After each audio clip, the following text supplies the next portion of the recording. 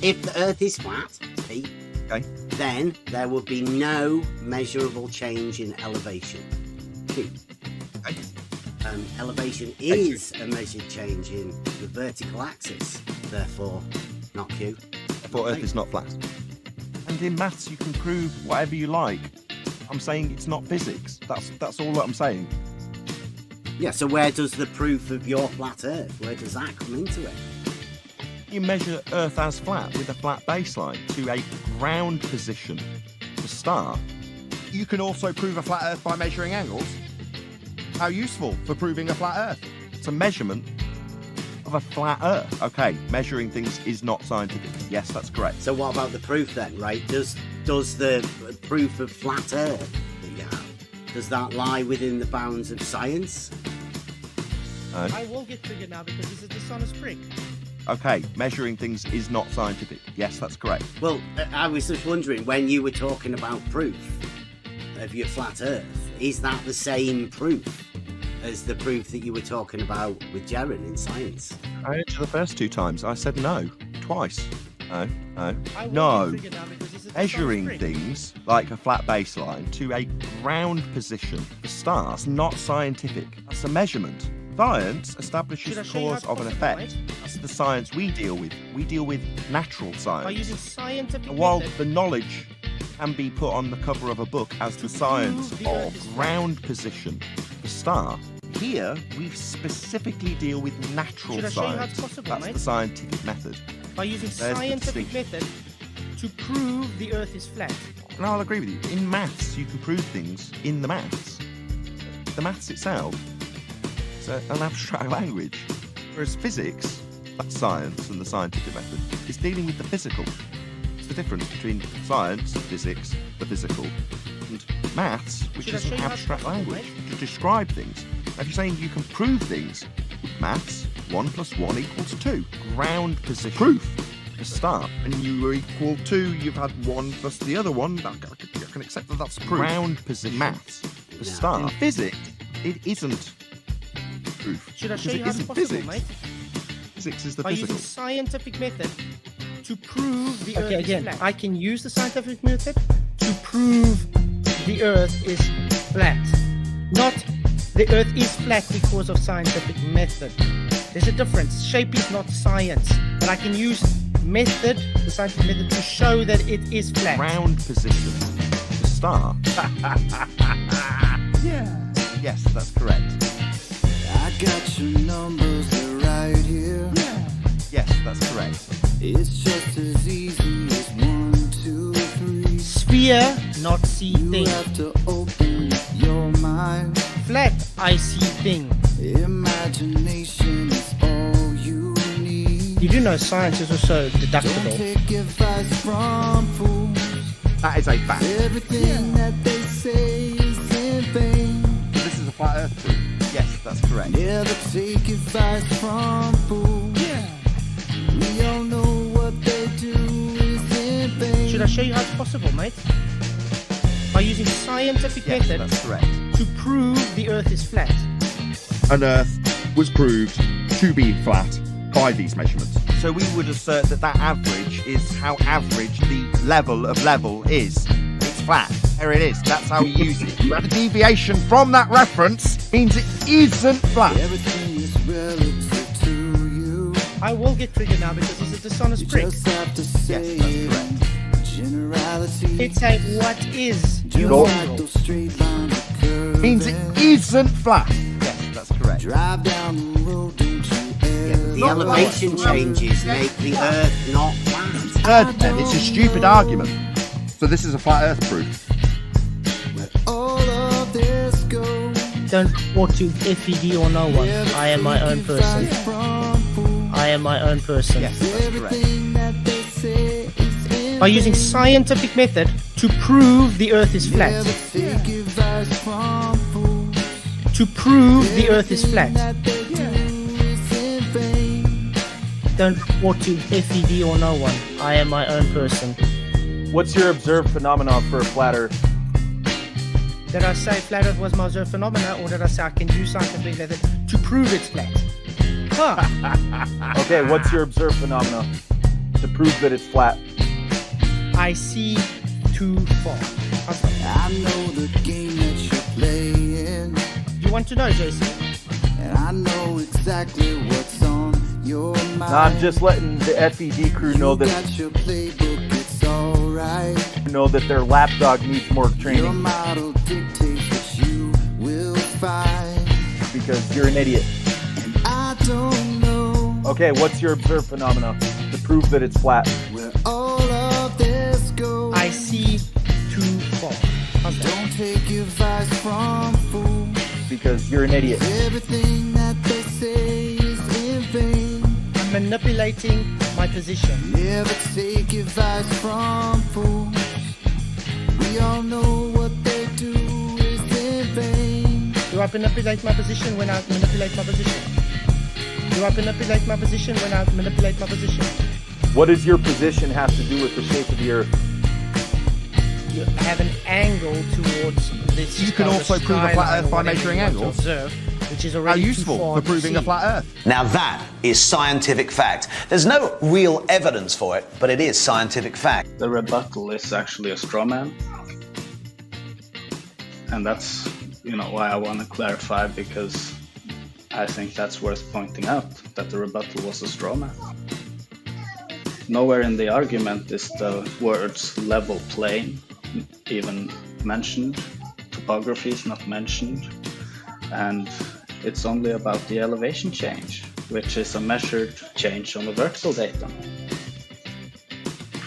There is no conflation between baseline and topography in the argument. It's just a simple if-then argument about elevation change. And obviously the Earth is not flat because of elevation change. That's what the argument is about. I mean, we can read it out, the entire if-then, again, if it's needed. Read it one more time, just so I can hear it again. Sorry, say it one more time. If the Earth is flat, Pete, Okay. then there would be no measurable change in elevation. Q. Okay. Elevation is a measured change in the vertical axis, therefore not Q. For Earth is not flat. But the refutation to the argument being that there's some sort of conflation going on between a baseline and topography is just a straw man, because that's not the case for anybody who actually reads the argument. That's my point.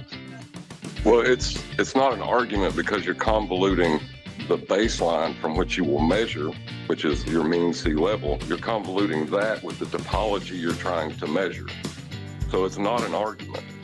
Just you're misusing words. And me stating the fact that mean sea level is a point on a vertical datum and not a level plane is just a statement of fact. Mean sea level is not a level plane, it's simply a point on a vertical datum. That's all. Yes, but it's not a level. You don't understand that. What you just said. Non-argument, you stupid bonehead! Okay, again, I can use the scientific method to prove the Earth is flat. Not the Earth is flat because of scientific method. There's a difference. Shape is not science, but I can use the scientific method, to show that it is flat.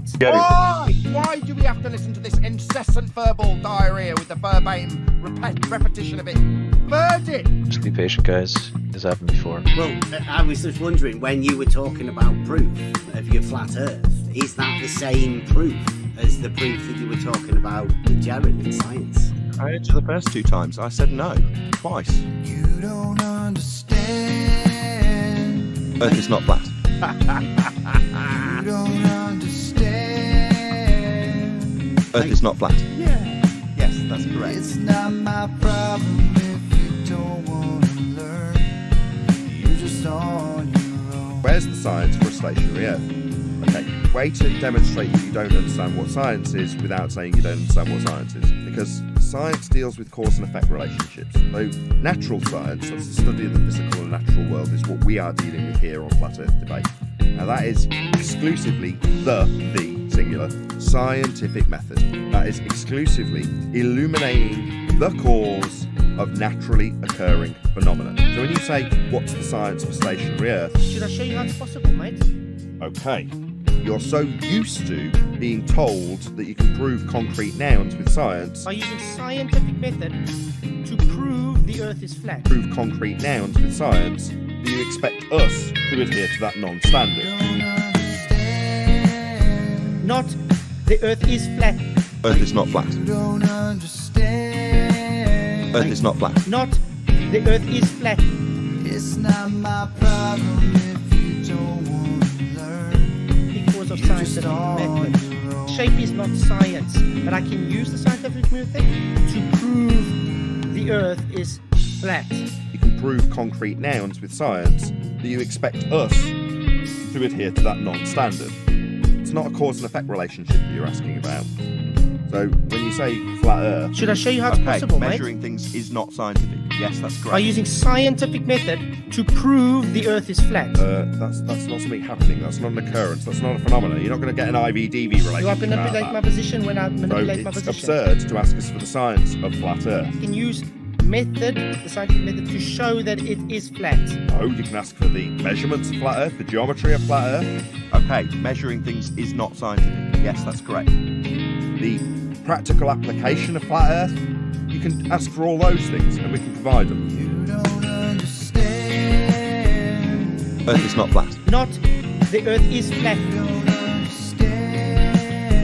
Not the Earth is flat. Earth is not flat. It's not my problem if you don't want to learn. To a ground position. Just on your own. But asking for the science of a concrete noun demonstrates you don't understand what science is. To a ground position. No reason. The star. No logic. Ground position. No wisdom. The star. No worries. Elucidating the cause of an effect, and the effect You're just on your own. exclusively natural. Only natural.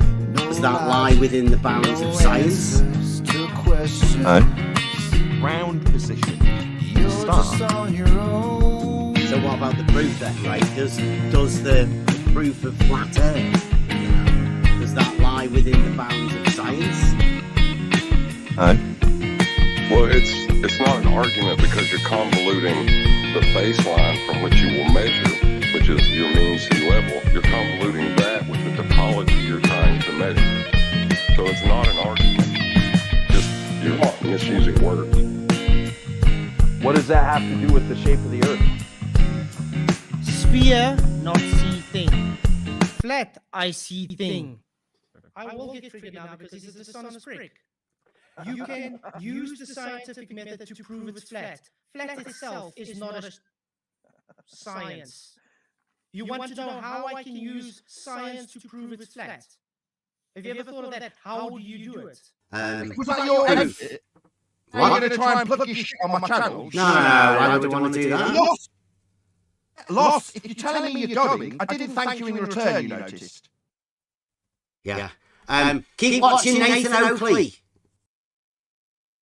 And we are live. Welcome everyone. It's Friday, free for all again. Anybody? Click the link, come on into Discord. See if you want to challenge yourself. But be warned. Can you put your statement? Oh, sorry. I was just gonna ask Beb. Can you put your little picture for the audience and just leave that on screen? What picture? For a bit. Maybe. The Modus tollens argument you have running right now about the Earth being flat. I mean, the Earth being picture. not flat. Yeah. Okay. I think that's great. People need to look at that. Okay.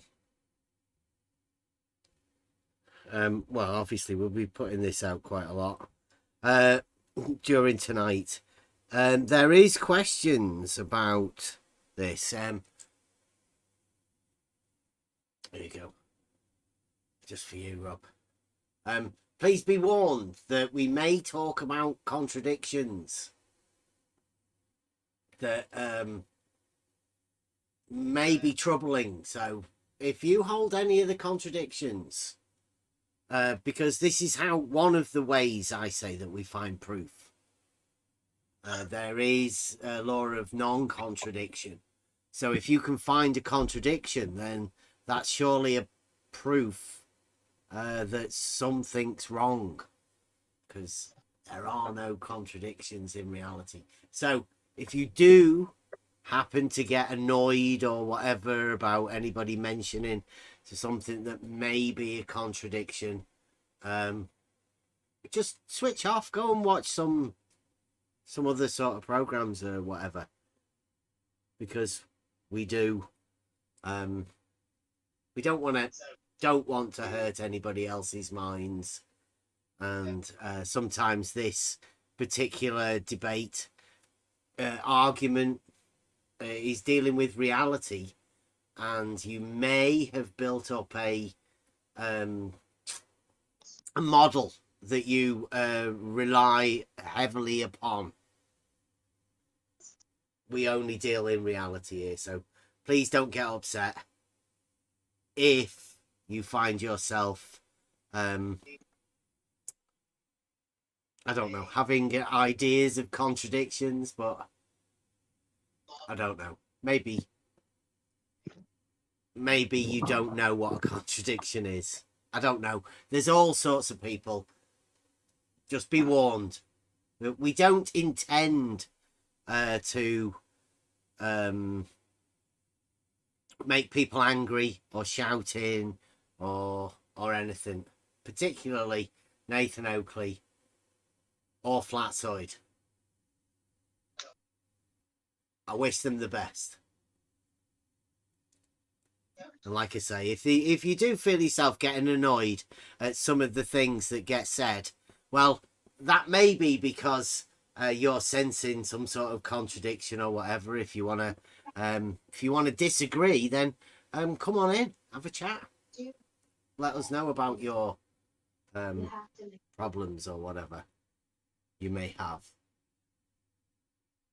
Who's that? Is that Warden? I think you've got a hot mic there. Warden. So, yeah, we're going over, obviously, the proof thing. Now, there's been a lot said. There is, obviously, this statement that we took over to Nathan Oakley. As you heard, a lot of people have said this is either a straw man or it's conflating things, but it's not. It's what this is. It's a very simple Modus tollens argument. I've changed it. So now it's talking about the globe. Same argument. But yeah. If the globe is flat, very simple, if statement, then there would be no measurable change in elevation. Very simple. Shows you know about the understanding of flat, and there's no measurable change of elevation. If you want to get a microscope out and go into that and start going into the nano millimeter or whatever, then you can measure it. So there's a measurement there, making it not flat. Because flat's just a visual surface condition. Everybody knows that in reality, there's no such thing as two-dimensional. So flat has to be the realistic term of that. But it's not a plane. It's in reality, and 2 dimensions doesn't exist because everything in reality is 3 dimensions. So very simple argument. And then to show people how the argument works, what you do is for a modus tollens, you negate the consequent. And negating the consequent, not Q, therefore means if not Q, then it can't be the P that led to it, because we've minded our P's and Q's.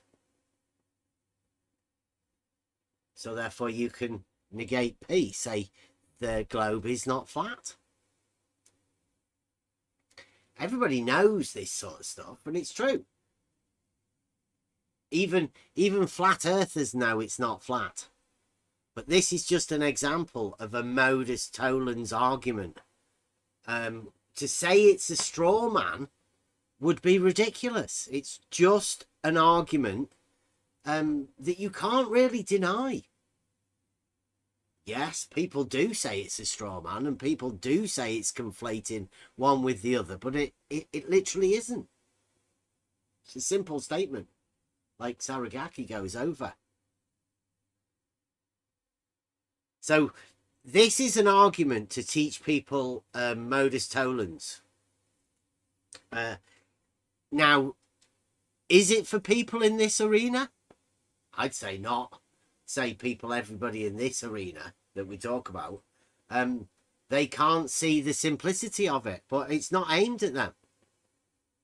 This is aimed at 99.999% of people,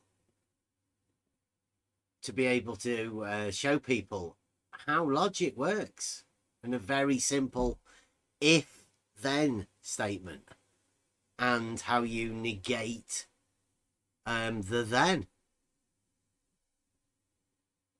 It is a modus tollens argument, and it's a pretty strong argument.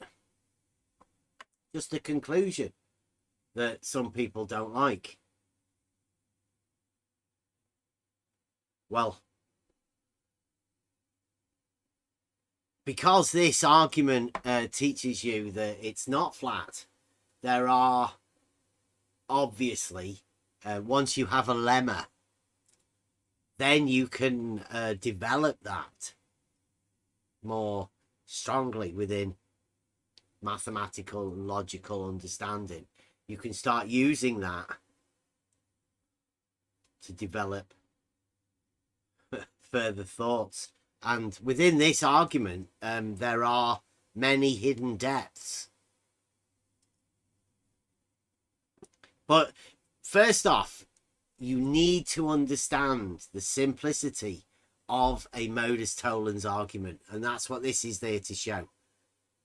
Just, that's how easy it is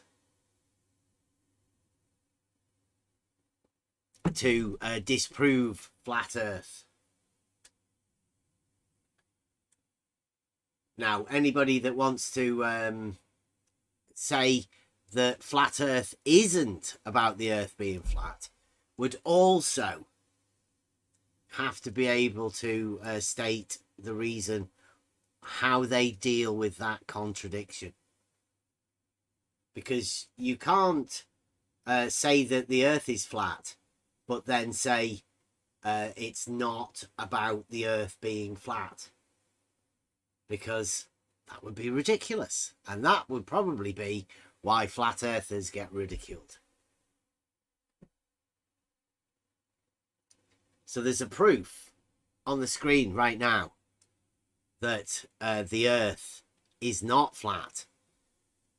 All you have to do to perform an experiment for yourself is to be able to measure that vertical change on the elevation, like going up a mountain, for instance. And if you weren't to accept that, then you would have to be asking yourself a question. Simple question. What is flat Earth then? If it's not about the Earth being flat, what is it?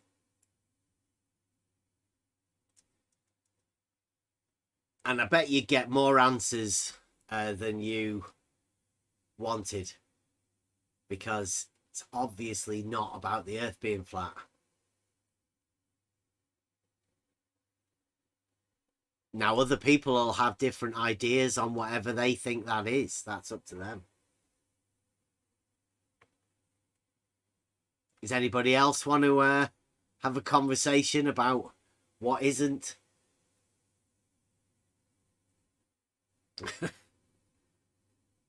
Because that's what this is turned into.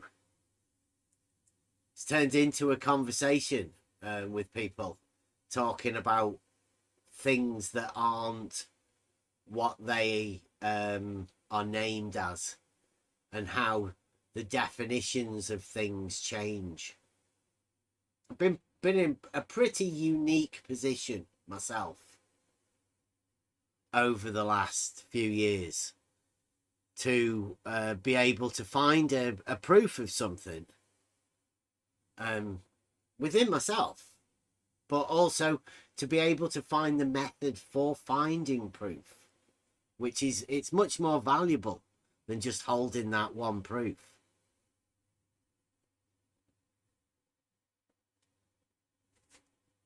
Gatekeeping. Yeah, I think, yeah, gatekeeping is not bad. I'd say that the gatekeepers are the people that keep you within the conversation, yeah. Call them naysayers, if you will. But, I mean, we've slowly got rid of all of that.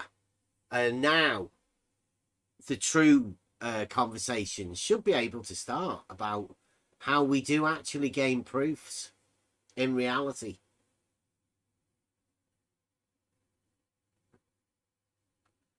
Who do you trust? Where do you get your words from in order to talk about anything?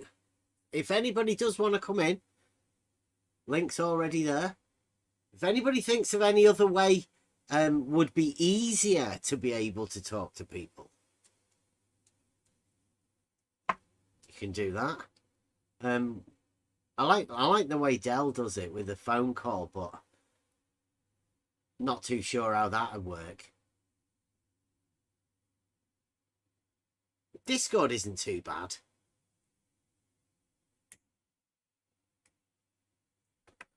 What I've learned is coming into this arena with one intention, really, to find to find where this, because it fascinated me. I always thought that there was an entity that controlled all of this sort of stuff. You get picked up on social media. Somebody will find something, you'll say something to somebody, and one of them will notice you, and then they'll sort of tag in a few of their friends, and then they'll start asking you questions about things until they can find something that goes against their dogma. And then you become a target. If at any point, normally then, you want to be able to talk to people about whatever. But, I mean, the particular group that we've ended up in is this Earth shape debate thing. But, I mean, I don't think anybody ever comes into this without questions. That's how you end up in this arena. Is just being fascinated by all of the stuff that's going on, but having questions of your own. And eventually, once you become curious enough and you've listened to enough or saw enough talk, then you want to join in. And then you come to a place like this. Well, maybe not like this. No, normally a place where you attempt to ask these questions about that you might have. I mean, there's loads of questions. Loads of philosophical questions that can't really be answered, but need to be talked out about. But who do you talk to about that? Because I found that even talking about proofs within reality, if you talk about them to a certain people, they'll deny it. They'll deny straight lines. They'll deny any sort of proof being possible in reality.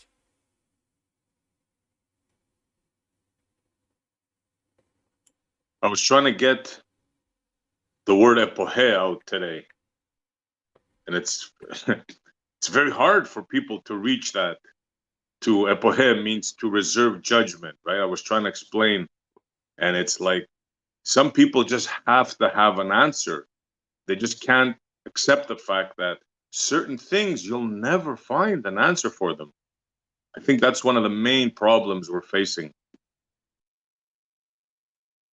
I think within the schooling system, people are taught that the giants that came before them, the shoulders that they're standing on are these giants. They're told that they've already done everything. Yes. There's nothing that they haven't done, which means that you don't really have a need to do it for yourself or for anything. Exactly. Really. Yeah. This is what they put in the mind of the average person, that all the answers have been done by smarter men than yourself. You need not think about it, just research it and you have the answer there. It's there. Well, it's turned into Google it. I mean, not even Chat GPT. I mean, that's the future, really. But I mean, you're just trusting these shadow giants. Yep.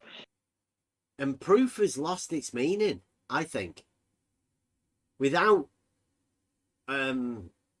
people noticing, there's no structure for anybody to gain proof of anything anymore.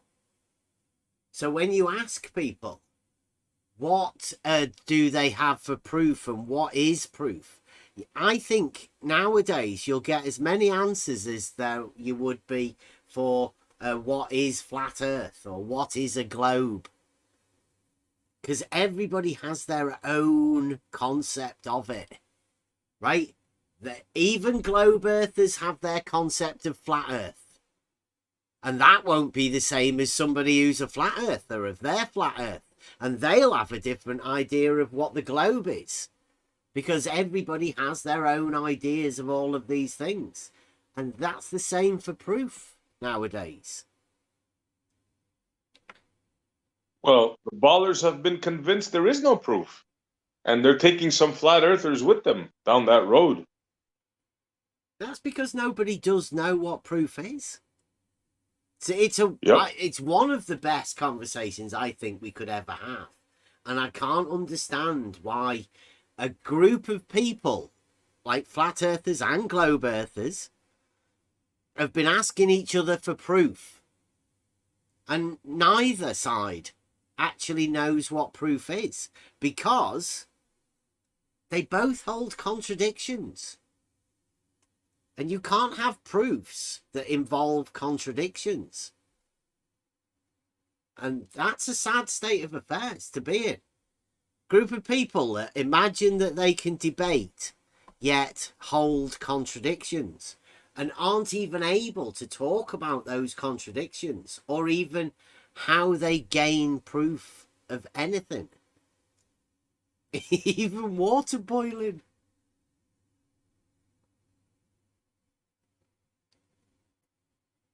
See, we've been conditioned, right? Even in school, when they ask a question, they don't give you a blank slate to answer it. They tell you A, B, C, and D. In other words, they have the correct answer that you must put. There is no thought. There's just a correct answer.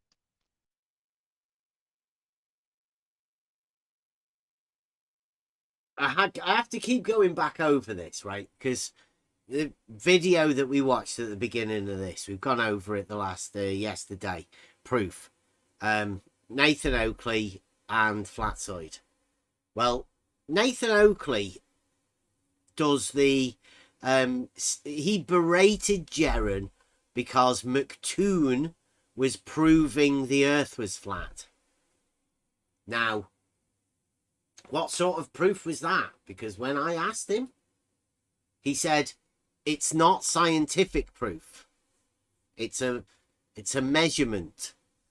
But why isn't that a proof? Because that's surely within geometry, and geometry has proofs. That's the main idea behind geometry was a series of proofs that built on an axiomatic system. Proof on proof on proof on proof. That's what geometry is. So why is that not a proof that he can have a flat earth? Well, you can't have a proof of a flat earth because of this elevation argument here that states the earth is not flat. So that's why Nathan Oakley hasn't got a proof of flat earth. He can't. There's a proof right there on the screen. The earth is not flat. Deal with it.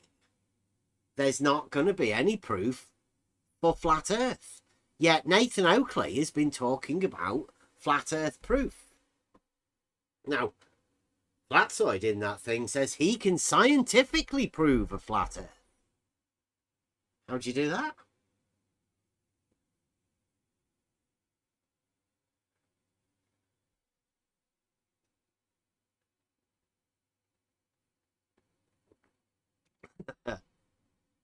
Somebody talking about somebody who says that there's no such thing as proof. Well, there is proof. Geometry, like we said. Euclid's Elements. Literally a book of proofs. Through mathematics, geometry, logic, proof on proof on proof. If you want to know what a proof is, or you want to know how to build arguments, then you learn geometry. It's much more than a thing about shapes. Literally, you teach yourself how to build a proof. And then you can apply that logical method to anything, really. Don't want to give too much away. I'm meant to be having a discussion with Flatsoid about proof. But Flatsoid wants to turn it into a debate, I think.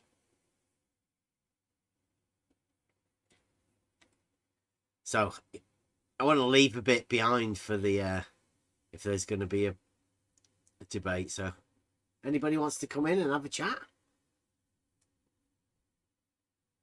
Conversation about this sort of stuff. But let's just say, I do believe that there are proofs of things in reality. They do exist. I believe they do. And I believe you can apply geometric proofs to reality. Therefore, obtaining the geometric proof and relating that to reality. We call it Realising Euclid. We've been doing the tests for quite a while.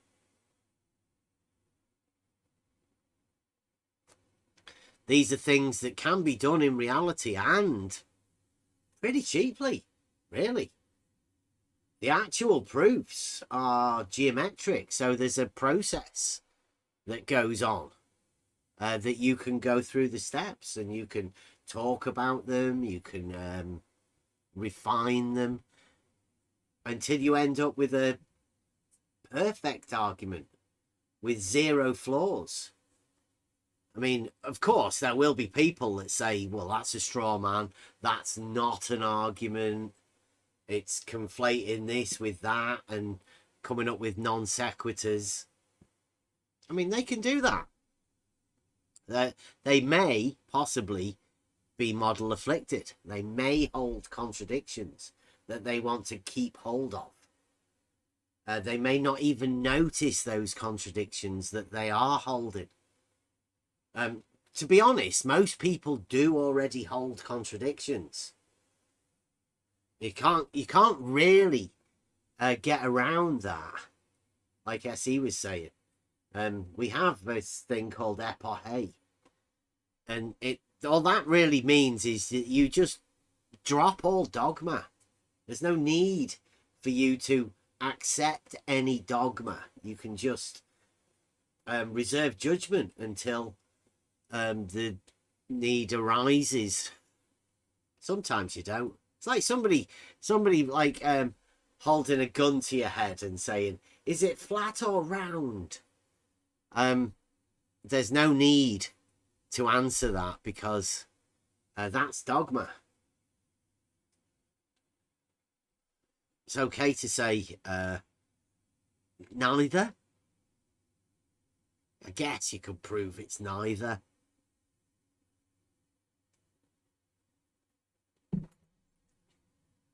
Through these arguments, simple arguments as well.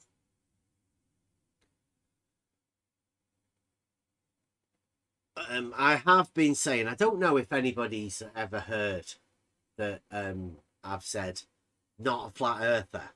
Well, I wasn't joking. Not a flat earther. The earth isn't flat.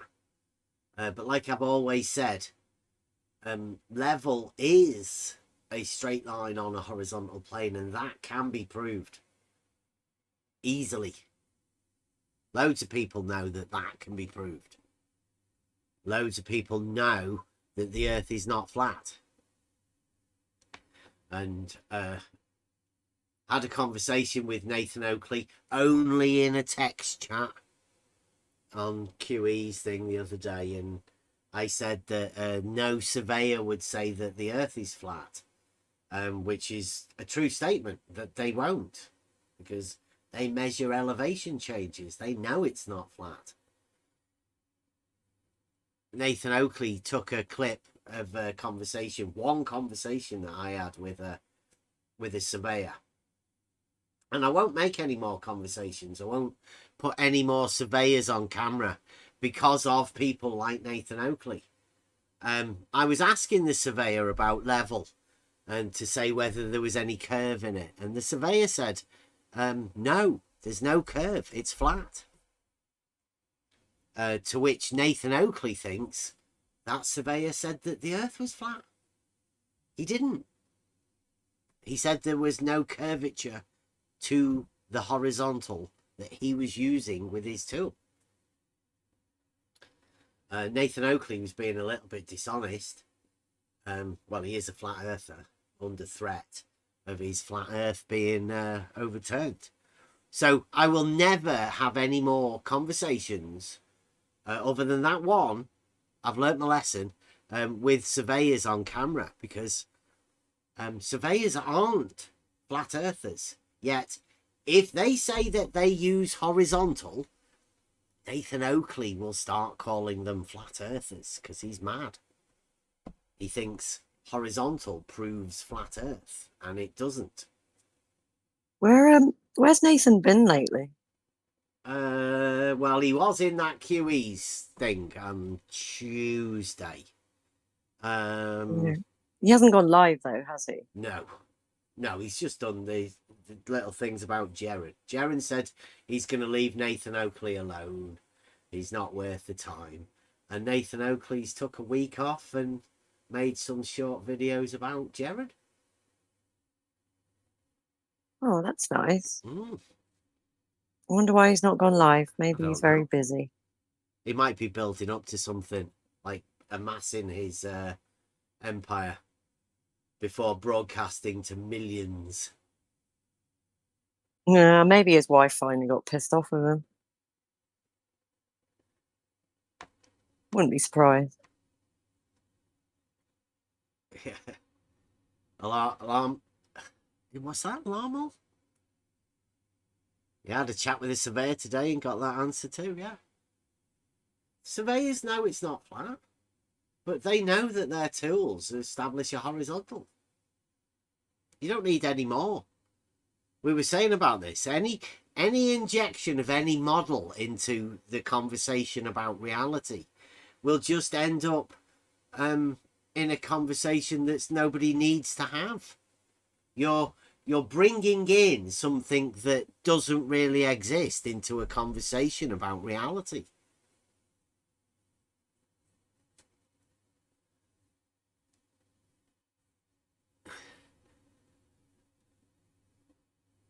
Yeah, the ground position of a star is what they do. When they measure an angle, FPV, this is what I think Nathan Oakley's talking about, right? He's measuring an angle with a sextant. And somehow he can find out the ground position of the light that he's measured to.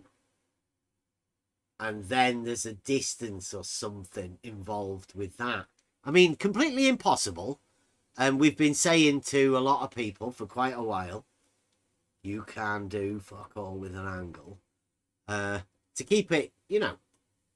Don't say that, Bev. That one gets you in a lot of trouble. I know, but that's the commoner's term, right? It's maybe because it's not full on mathematical, but do they want it put in better terms? I quite like. Yeah, people can understand that, can't they? Yeah, it's simple and to the point. Why do you need to make it complicated? And it's true. Also, I still have yet to hear like one thing they can actually do. You need to know the size of the object. Yeah, you need to know loads more stuff in order to work out any of that. But like, I think we've been saying 10th Man has sold Nathan Oakley and the Flat Earth debate crew this sextant thing, and it's not really real. It's been a long standing globe trick, I'd say. I don't see if it's really globe. I think that's a bit bad to say globe. What would you say? It's a mind trick. It's the way to control people. First off, you tell them that they don't really understand mathematics, and then you do like a magical trick with an angle to make people think that you can do more. But you really can't.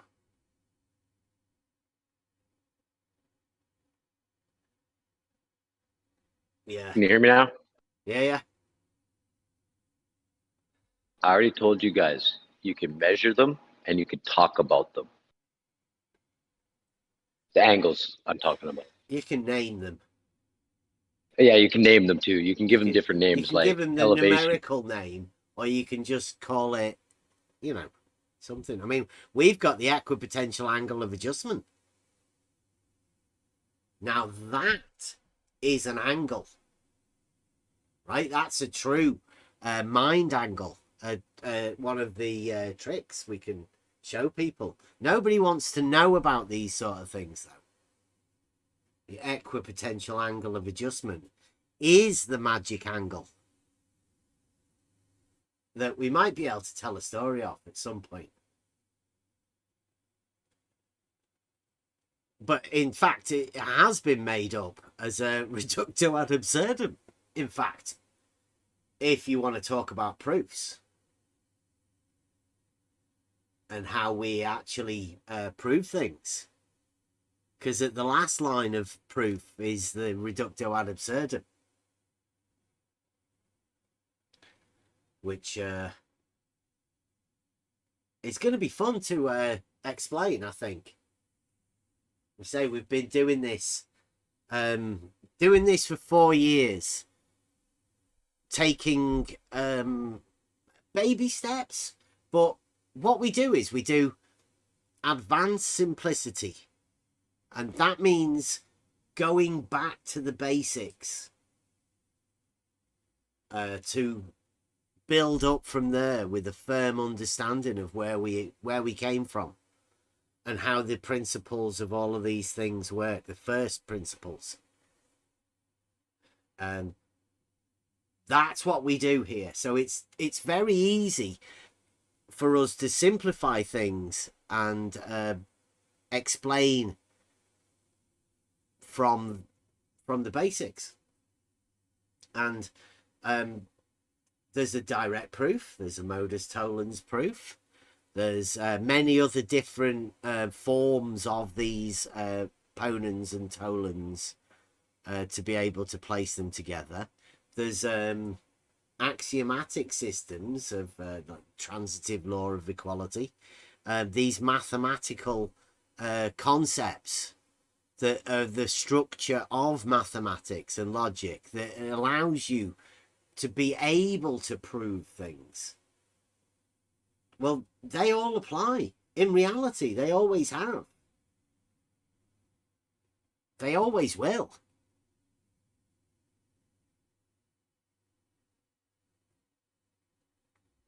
But the idea of this YouTube channel, try thinking.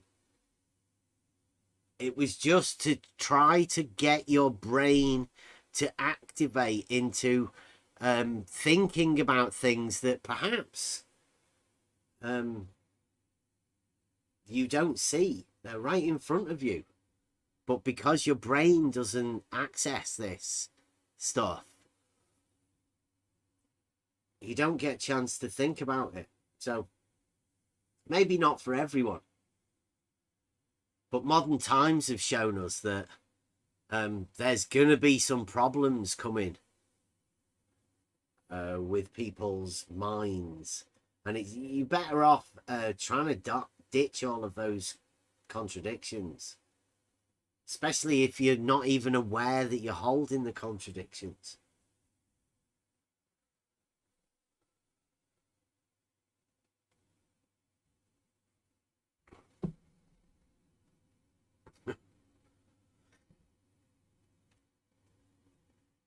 I think that as children we are taught to accept these contradictions. They're sort of inbuilt into us, and you could say that what you call the flat earther or the flurfer or whatever that's just somebody who's asking questions of the given narrative. But the question that I've learned to ask is, where is this narrative, the given narrative? Where is it? Where's it coming from? Because if the given narrative is coming from within this arena, then you can hardly say that it's those people out there that are giving you the narrative. I don't think they are. I think it's people like Nathan Oakley and QE and Ruhif, Fight the Flat Earth. They're the people that are giving you the narrative. Oh, did I forget McToon? Can't forget McToon. And some of them have to disappear once their particular narrative has been done. They leave. There's no mathematicians within this given narrative. And if they are any mathematicians, they're a bit too nerdy because they can't come and talk. They can't come and express their proofs. Like we've been saying for quite a while. Few years now. There's no globe geometric proof. There's not even any globe geometric evidence. There's dogmatic evidence like the twin tangents and hump drop, vertical change on a vertical plane. There's all sorts of actual proof, but there's no globe proof. And because of the argument you see on screen right there, there'll never be any flat earth proof either. We can bring up another one that deals with the globe.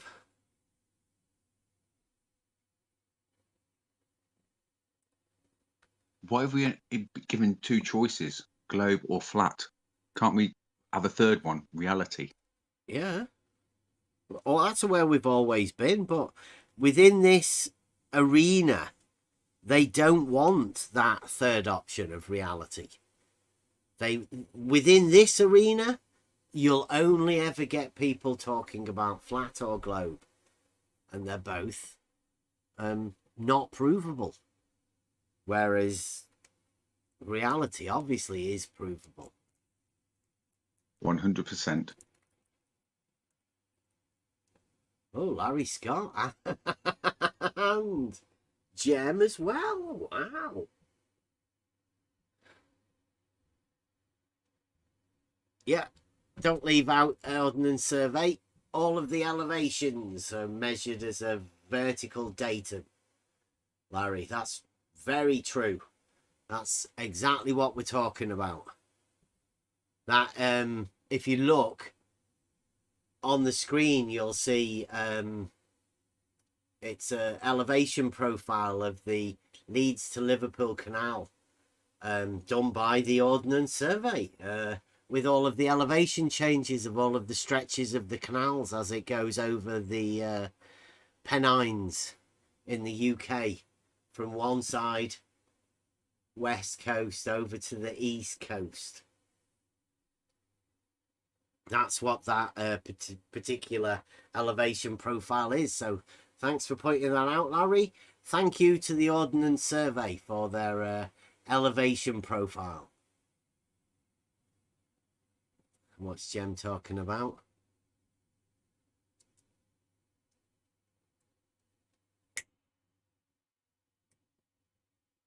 Yeah, we're not talking about the shape of the Earth, Jem. We're saying it's not flat. That's not saying it is a shape. It's saying it's not flat. It has elevation changes.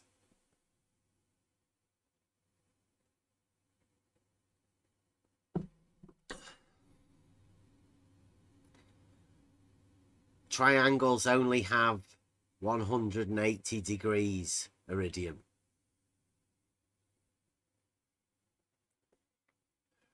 That's the only way trig works, is with triangles.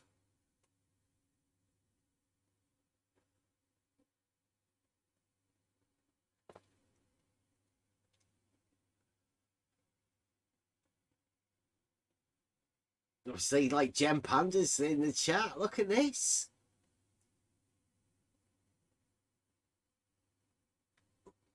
Is that we're here to talk about proofs? So what sort of proof do we have? We have the elevation changes measured. That proves that there are. It proves it's not flat.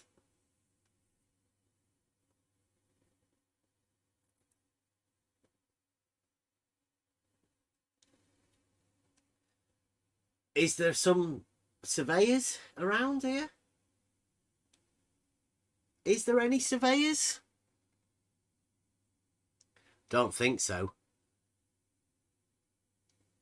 Anyway, if there is any surveyors out there that's willing to come in and have a conversation about how we measure these elevation changes to prove the Earth's not flat, for the flat earthers, obviously to prove that it's not flat. So we know what proof is.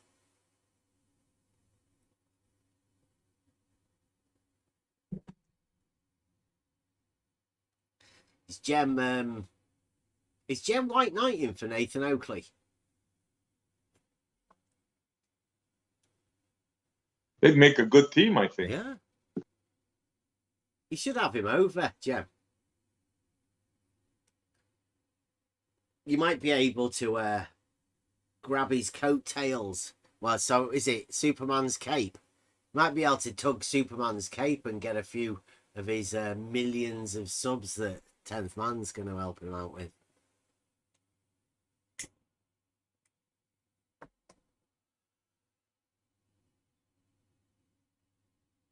So we've got, I don't think Gem has proofs, does he? I don't think.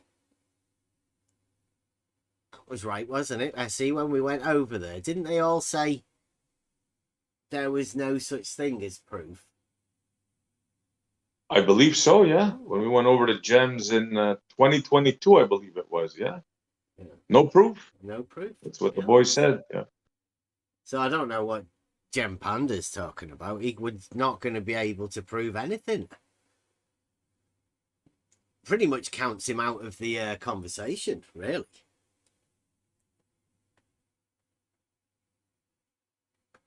So we can dismiss Gem Panda. No proof for Gem.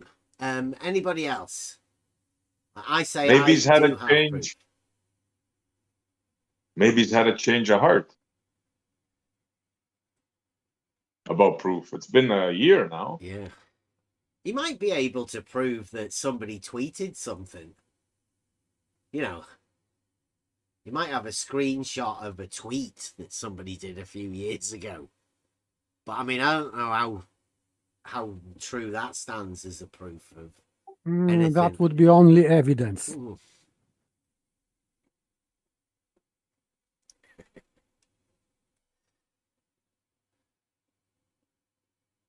They have only evidence. You might get a. Is it Nathan? Is he one of these? Is a Nathan sock out there anywhere?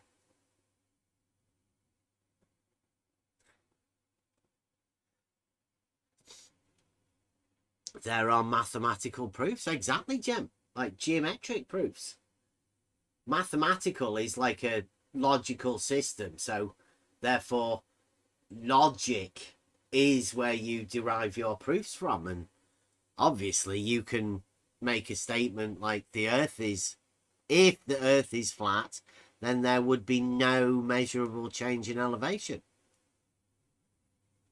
There is obviously a measurable change on the vertical datum. Anybody can check that for themselves, experiment, and provide your own answers. But then the conclusion would be, if you do find a measured elevation, then the Earth's not flat. So that's a very simple proof for you to gain for yourself. You could do that very easily. Now, would you say that's a mathematical understanding? Because I think I would.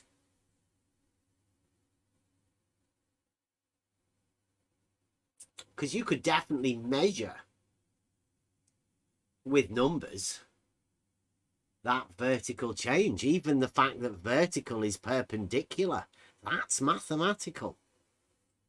So, yeah, I'd say that proof, that mathematical proof, Jem, applies to reality. I guess you'd be like Nathan Oakley, saying it wouldn't. Just abstract. The application of it, the practical application of these mathematical things are obviously proofs within reality, practical. If you want to come in and have a chat, Jem, we're up for these conversations about proof. I'm not sure Jem can actually manage to chat. His default setting is usually shouty. Well, I mean, isn't Jem one of the modern scientists that would know everything about proof and whether proof is available in reality? Or Jem's not a is he scientist. just some sort of a guy who runs a Discord chat?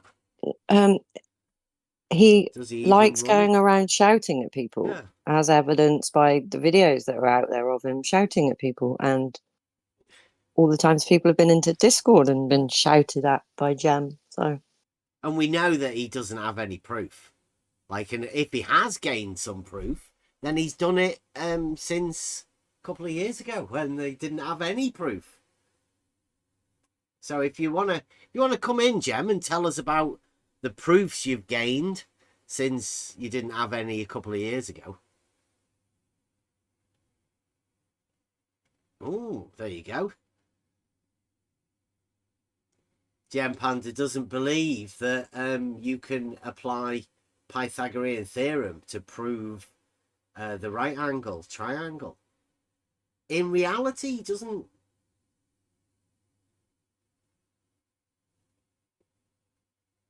Jem's not got any proofs. It's the easy way out. Just say that there's nobody's got any proof, so it doesn't really matter. Well, I think that's giving away your model affliction, Jem. I think that is you applying your reasoning skills to modern science, which is a very limited way of thinking.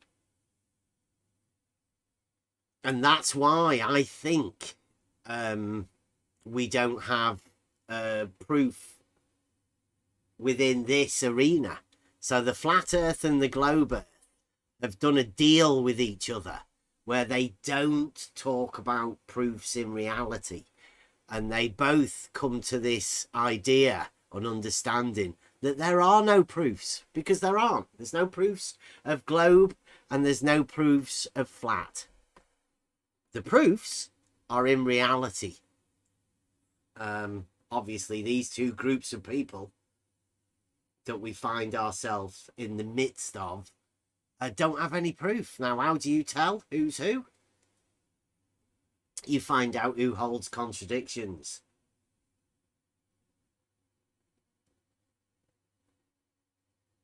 Proof of anything, Jem. I know. Proof of what? You've got no proof. You've already told us, Jem. In reality, you have no proof. Even the proofs within mathematics require a demonstration. How can you demonstrate something that isn't in reality? That's crazy. Proofs only exist in reality, because that's the only place you can demonstrate a proof.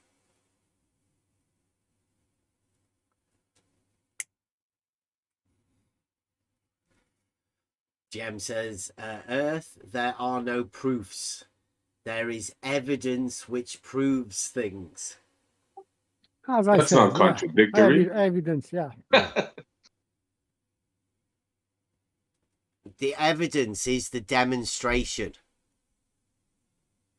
You have to have the proof in place before you have an ability to demonstrate anything.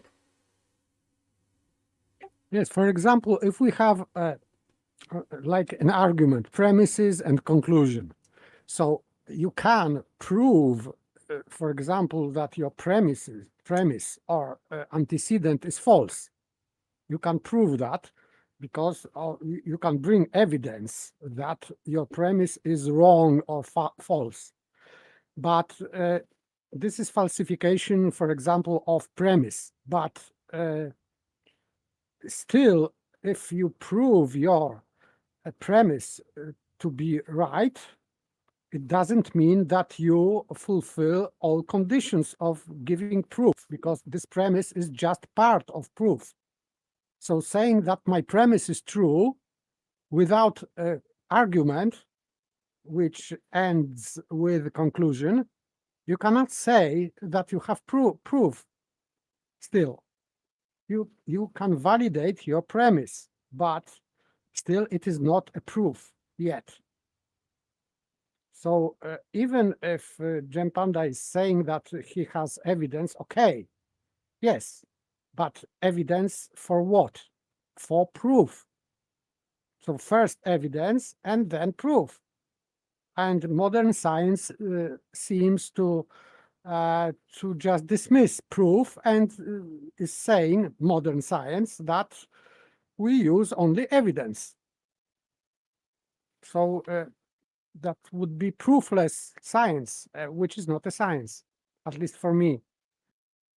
Well, let's go to the elevation argument, right?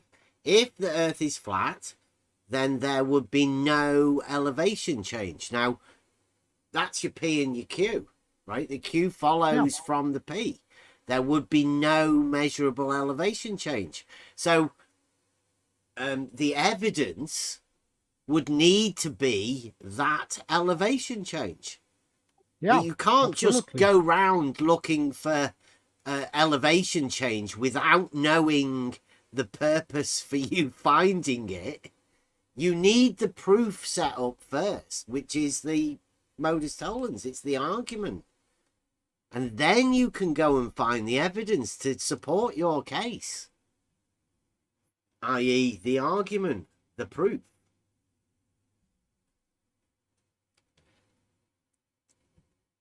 Yeah, so evidence it's not sufficient. It is used in proof and can be used and should be used in proof, but this is not all. So the same thing is in experiment. and this scientific method. You are conducting experiment only to validate your hypothesis. So, and hypothesis you are creating by mental process. This is logic. So in your mind, you are creating this hypothesis, and experiment is validating, yes or no. But it is pointless to conduct experiment without knowing the purpose of this experiment. So it means that really proof is in our mind. This is logic, mathematics, geometry, etc. Yeah, But, Jem Panda's saying that Modus tollens is not a proof. No, that is a proof that the Earth is not flat, right? Is a way, Jem, for you to hold your own proof that the Earth is not flat. You can then say, I have measured an elevation change. I can know for sure the Earth is not flat. You hold a proof that the Earth is not flat by knowing that an elevation change proves the Earth is not flat. Jem, that's it. Simple. Yes, because you are denying consequence by denying premise or antecedent, and this is how proof works. He thinks this is us buying into Oakley's crap. This has got all to do with Nathan Oakley. He went as fucking crazy as you did, Jem. I don't understand why you can't see that this is a proof the Earth is not flat. It's crazy, Jem. Almost as if you're a flat earther. Yes, and this is conditional statement. Modus ponens, modus tollens. So if we have antecedent and consequent relationship, and we have therefore validating or invalidating antecedent, or rather stating that it is true or not true, this premise, or antecedent rather, we are validating or invalidating conclusion. In that case, that would be consequent. This consequent is our conclusion. Jem, so I'll say it again. This modus tollens. Let me get it. I'll put it on screen.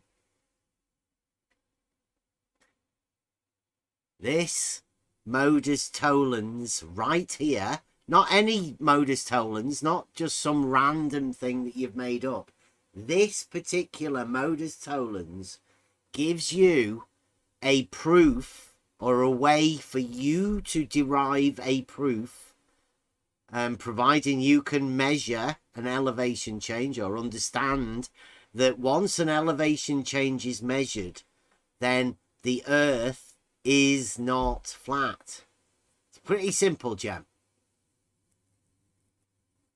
You have the ability to gain a proof. Now, if you don't think that's a proof, that's great, because that means that, again, you're denying proofs to be able to say that there are no proofs, which is very strange.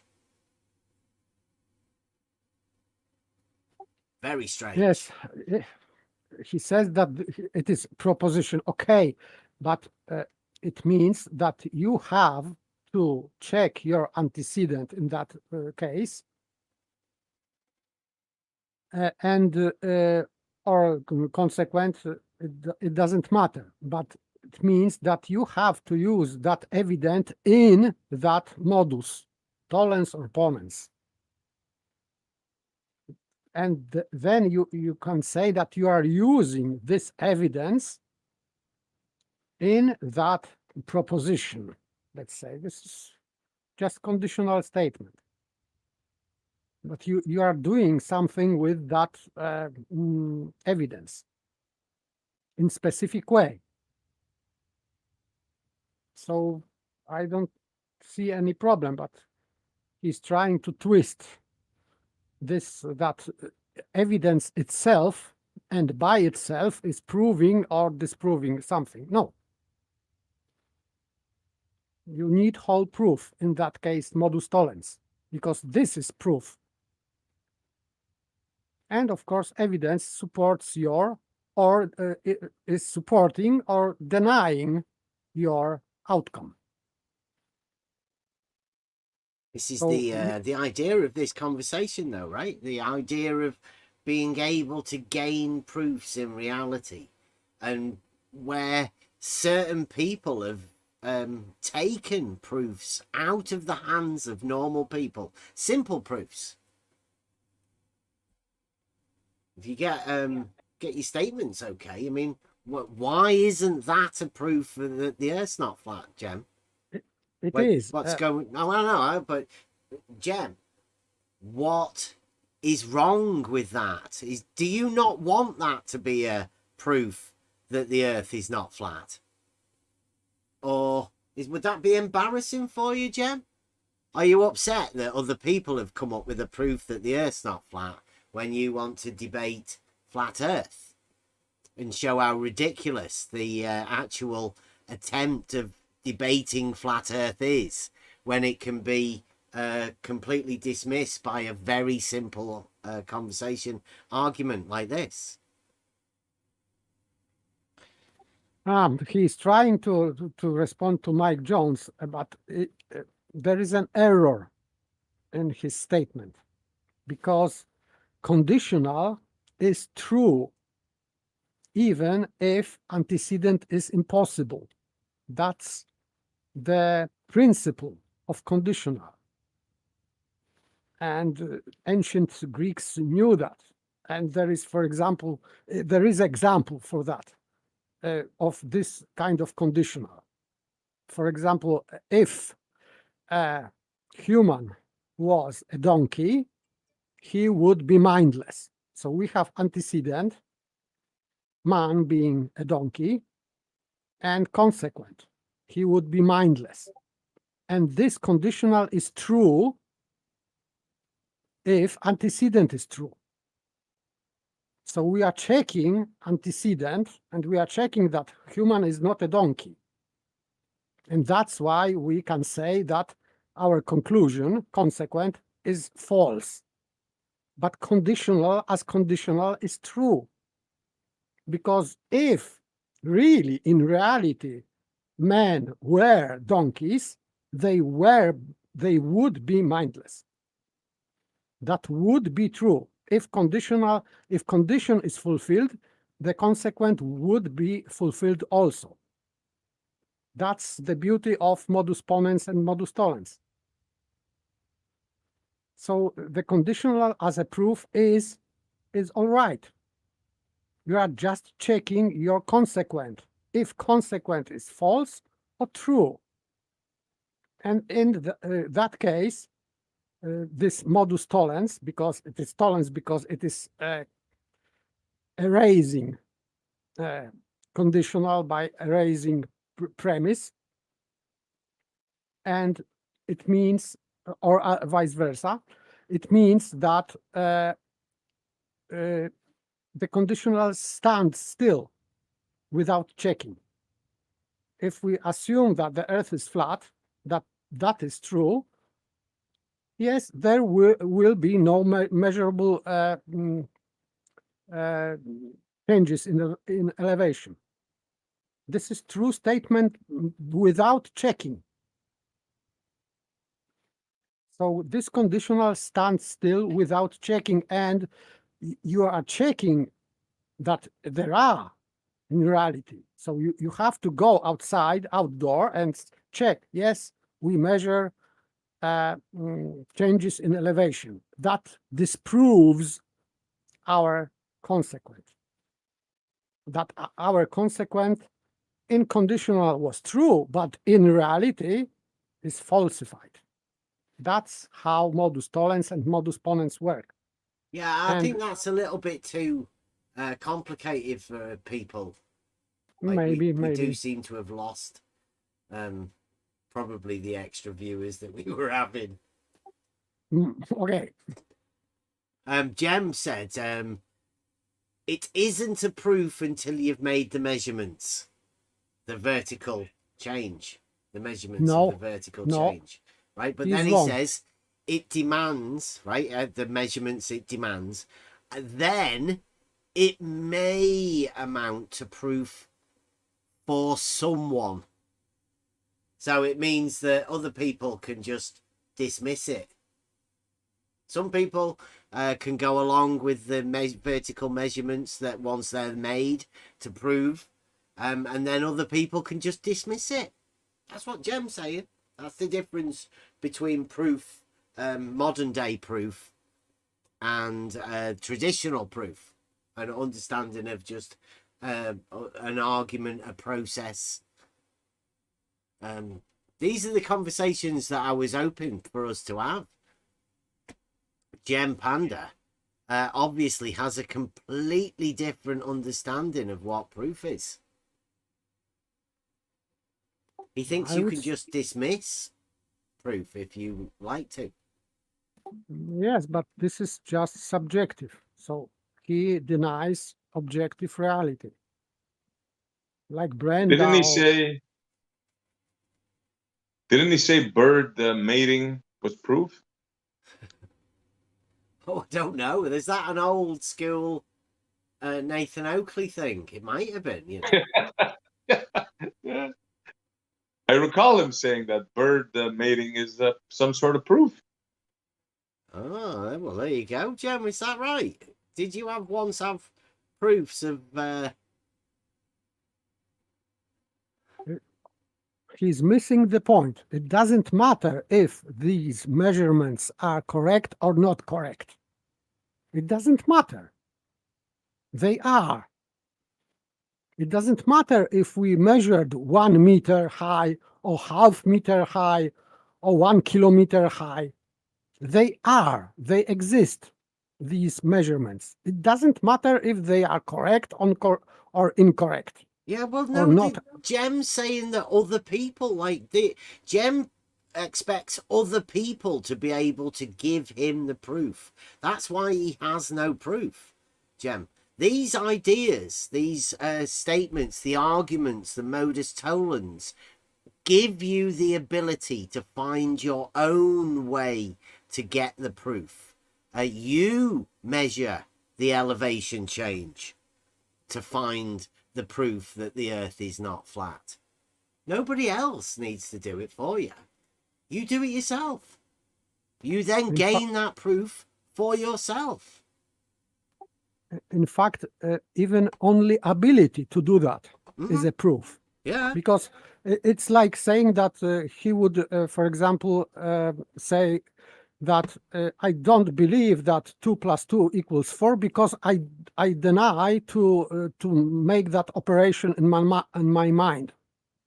Therefore, I don't believe that 2 + 2 not equals 4 because I refuse to make that operation. Well, he thinks that you can incorrectly make a vertical change measurement. Yeah, yeah. Well, it doesn't matter if you are 1 foot out, Jem. If it's 1 foot, 2 foot, 3 foot, it doesn't make any difference. The ability for you to measure a vertical elevation change gives you the proof that the earth is not flat. I mean, if you want to then redefine flat earth so that you can deny the proof that the earth's not flat, then that's up to you, Jem. You can do that for yourself, but it would be helpful if you can come and define flat earth for us if you want to make this not a proof.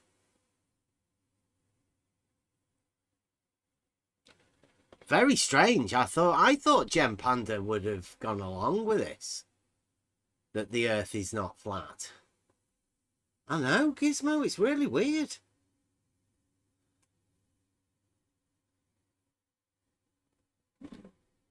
He's like Nathan Oakley and refracted curvature, trying to dismiss an argument. because he doesn't want to be able to have a proof that the Earth's not flat. I think that he might be upset because this is out of false dichotomy. Your proof. So it doesn't fit narration.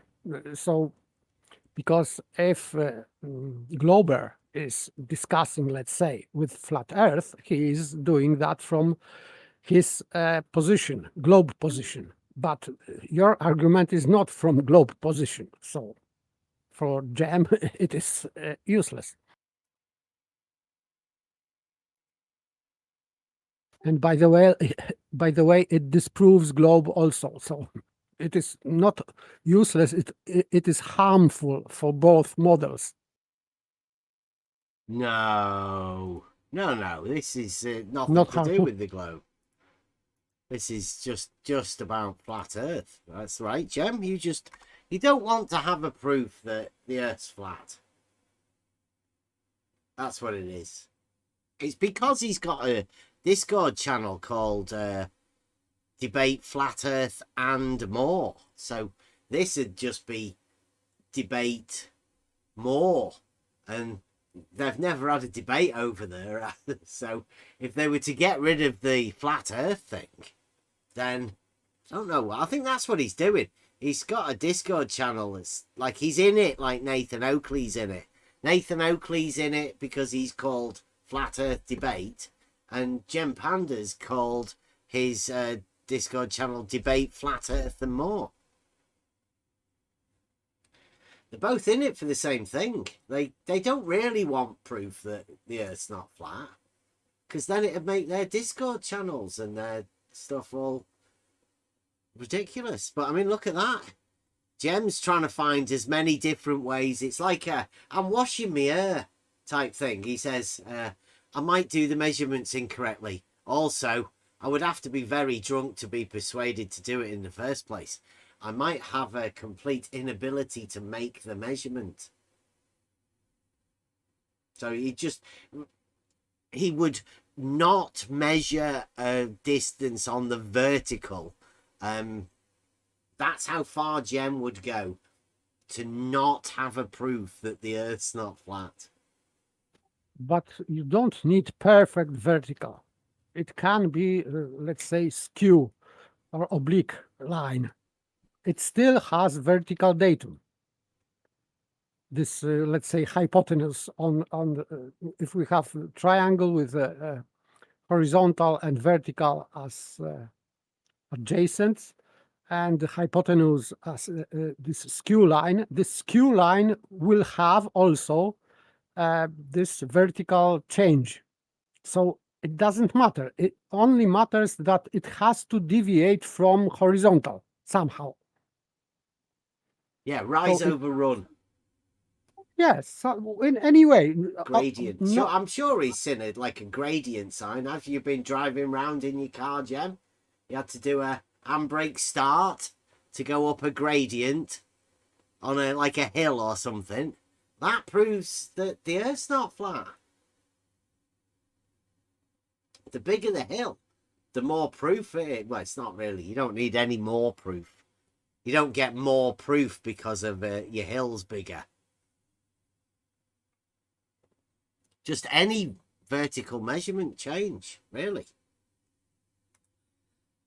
And it's not really worth talking about different scales, because if you were to do a measurement, it would be in real life scale, that you could actually do that measurement yourself. Or even without measurement, because if you are in front of a mountain, for example, you don't need to measure a mountain to establish that there is a vertical change in elevation, because it is obvious.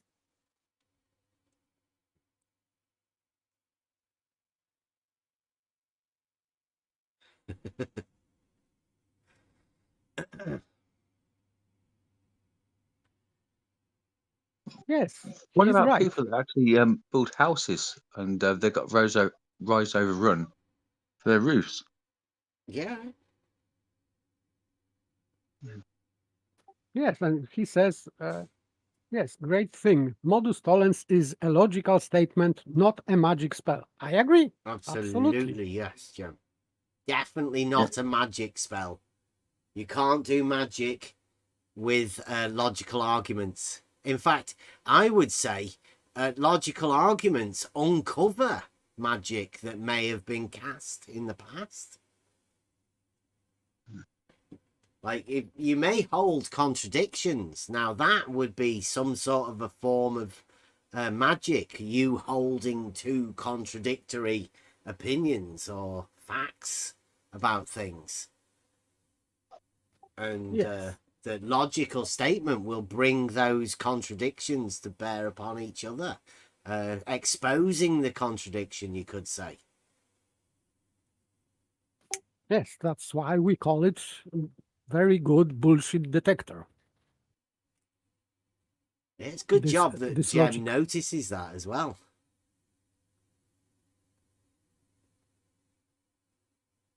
Logic So if- exposes the contradictions, Jem.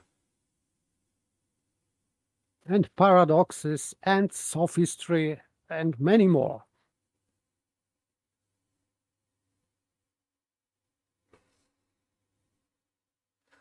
Strange that you're around, Jem. Are you a little bit... They're not that threatened, are they?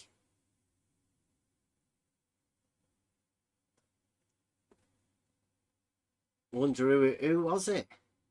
Can't be this flat earth argument, Saving. You need to come and help. Is it your mate Nathan? Has he called you up?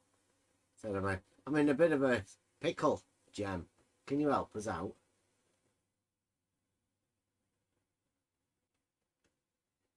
Come and defend flat earth for us.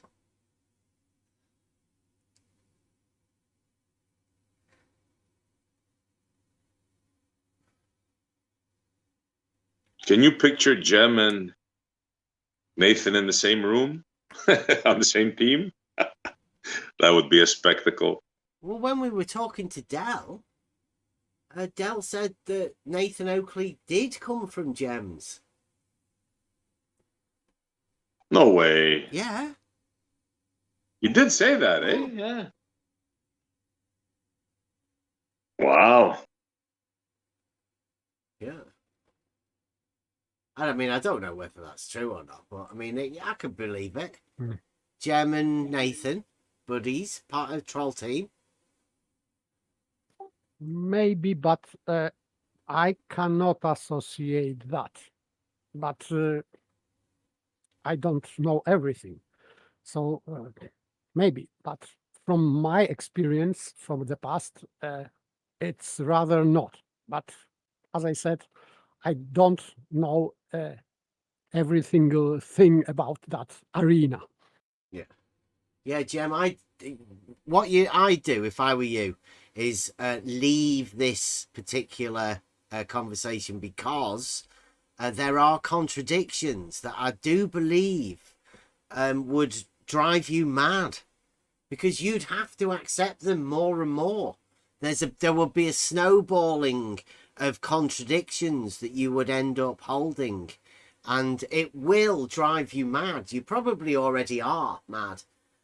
That's why I think you'd be better off over there in your little, call it an echo chamber, because you can have your support group of, people to deal with. So, yeah, that would be a wise decision, Jem. Just yawn, say you're bored of this, and just leave. And don't be tempted to be at the beck and call of somebody else who has a problem. I'd get out of it as quick as you can. Nobody wants any more nut sackings to be going on. We're just dealing with reality, and that's good enough. Sorry, Kev. No, I was just gonna say they can't say that you didn't warn them at the very beginning of the show that you may want to switch off. I mean, might get a little upset at this discussion. It's too bad they can't come in and have a chat.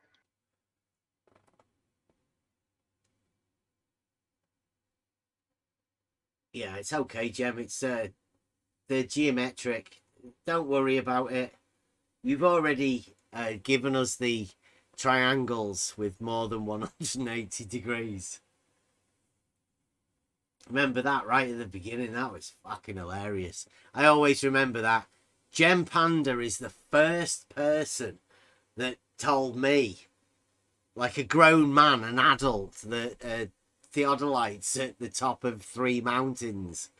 He said that triangles would have more than 180 degrees.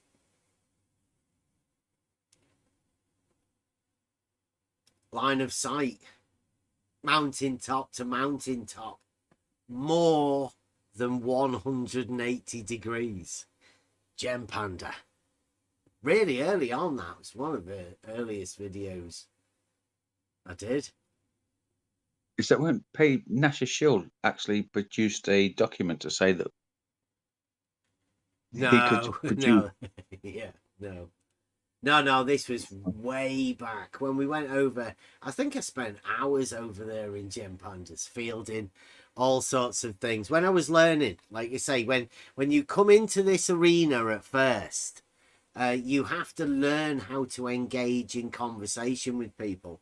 And over there at Gem Panda's Discord server, it's like it's like running the gauntlet of the most model afflicted people ever. And they've developed their own techniques of sophistry where they obfuscate for each other and come in to defend each other's jabberwockies. It's hilarious, really, when you go over there. Providing you know what you're doing and what you're going to let yourself in for. So they don't actually let you talk. They are just going to obfuscate and say, you don't understand. We're going to talk to you. You've got to actually think the same way as us. Is that what you're trying to say? Well, they have a load of, like I was saying earlier, within this arena, you've got globe earthers that have an idea of what a flat earther is. And then you've got flat earthers that have an idea what globe earthers have. But you've got globe earthers that have their idea of globe earth. And other globe earthers that have their idea of globe earth. And the flat earthers that have their idea of flat earth. And they're all different. Because neither of these things are actually real. And every one of them are different. And what happens whenever you go into any of these arenas here, you are assumed to be on the opposite side. So therefore you have to deal with the barrage of questions about their idea of the opposite side. And you'll always be on the opposite side. It doesn't matter where you are. And that's what you have to deal with. I mean, I know nothing about flat earth because I know that the earth's not flat. Yet people expect me to field a barrage of questions about flat earth. For some reason. I know absolutely nothing about flat earth. I know nothing about globe earth. I know about reality. So how the hell can I represent myself correctly if I don't know what the hell they're talking about? Well, that's what you have to do first. Within this arena, you have to first learn. Call it the argument. But you have to learn everybody else's idea of what an argument is and what they consider flat earth to be and what globers consider the globe to be.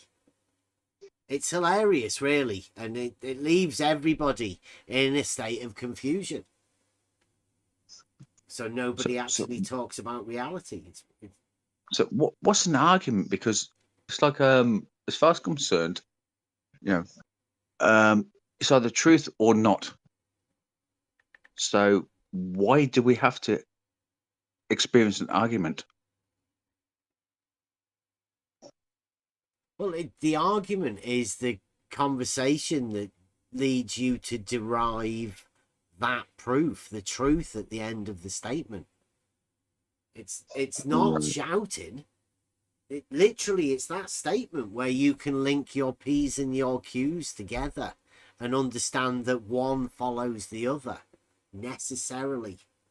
And then you can derive the conclusion that would, you know, either negate the consequent, or you affirm the antecedent within the argument, right? That's if, then. So if you get your if P and the then the Q, if you get those two right, then you can have a method, a way of deriving the proof that you intend to gain. Right, okay. I would call that the scientific method of being able to derive proof from things. And then you go and check these things, the antecedent or the consequent. You find out which of them is the true thing. Right, okay. So I've got to go because right. My kids have just woke up. So all I'll right. catch you later. All right. Catch you later. Sorry about that, but no problem. Mr. Sensible likes to drop in every now once in a while.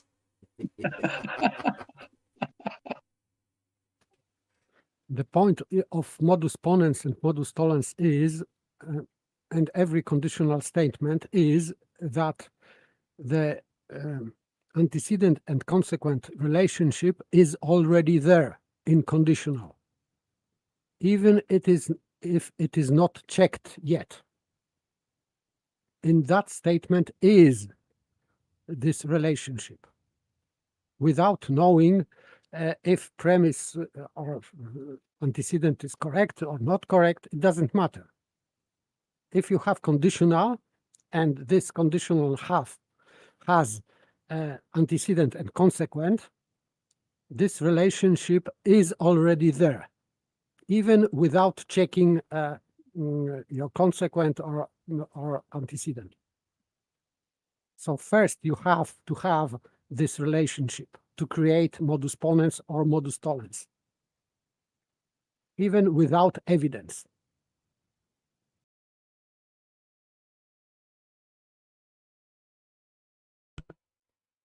Yeah. Well, we've been dealing with arguments quite a lot, simplifying it, advanced simplicity. Arguments can be made quite simply, but if nobody's going to accept it, then we're in the wrong place. Obviously, like I say, these arguments that we make, they're not for this arena. That's too simple. The people in this arena have gone way beyond that. They don't need these sort of arguments. They're into, I don't know what other proofs they have, or no, they don't have proofs anymore. They've given up proofs. So they probably don't have any arguments either. Imagine being in a debate arena for years and then finding out there's no proof. There isn't really an argument, because if you don't have proof, then how do you have an argument to derive the proof? You're stating the fact that you do not have an argument by saying you don't have proof. Same thing. I don't have an argument is what is being said by the people that don't have proof. We're saying we do have arguments and we do have proofs. That's because we live in reality. We're talking about reality. We're not talking about fantasy models that don't exist, that nobody's got a clear understanding of.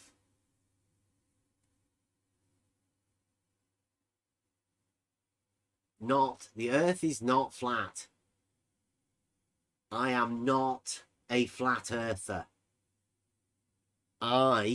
Bev, do not accept contradictions. And for models, Earth-shaped models, they all mean you have to accept contradictions, and I just don't accept contradictions. If you want to come and ask me what those contradictions are, then fair enough, I can show you them. But it's quite obvious that even when we put out a very simple argument, people get upset.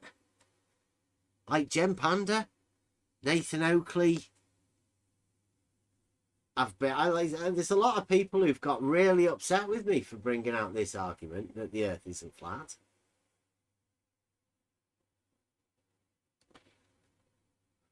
I have been saying to people for years that I'm not a flat earther.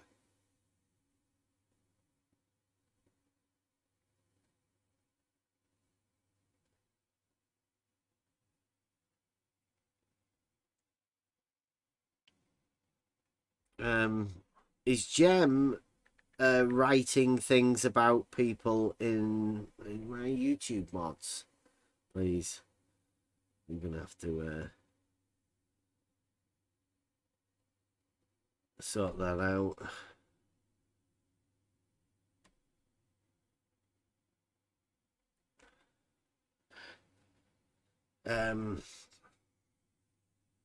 There's no need for people to be that nasty to other people.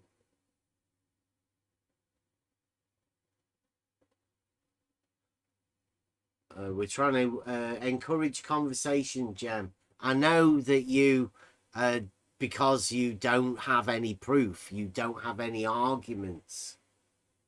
It's almost as if you want people to be upset with you. But it's just making simple arguments, Jem.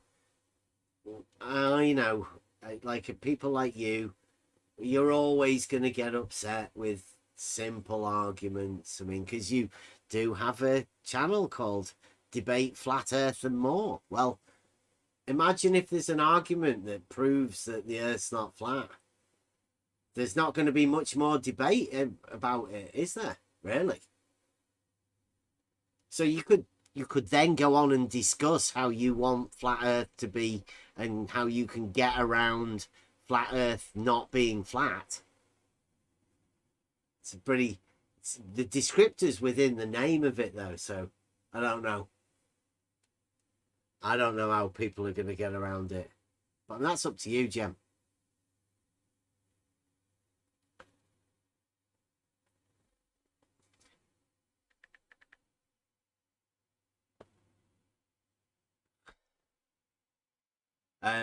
So is it like I'm trying to do a conversation about proof here now.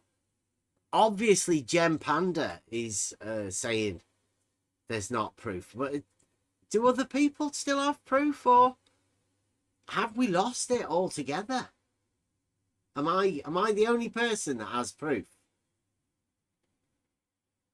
No. I can't be the only person that's got proof that. There's a few of us left. There's a few of us left, yeah. But in the past, when Can you hear me? Yeah. Oh, sorry for being loud. I heard that echo on that one. I was just gonna say, I got my own proofs. You can't have them.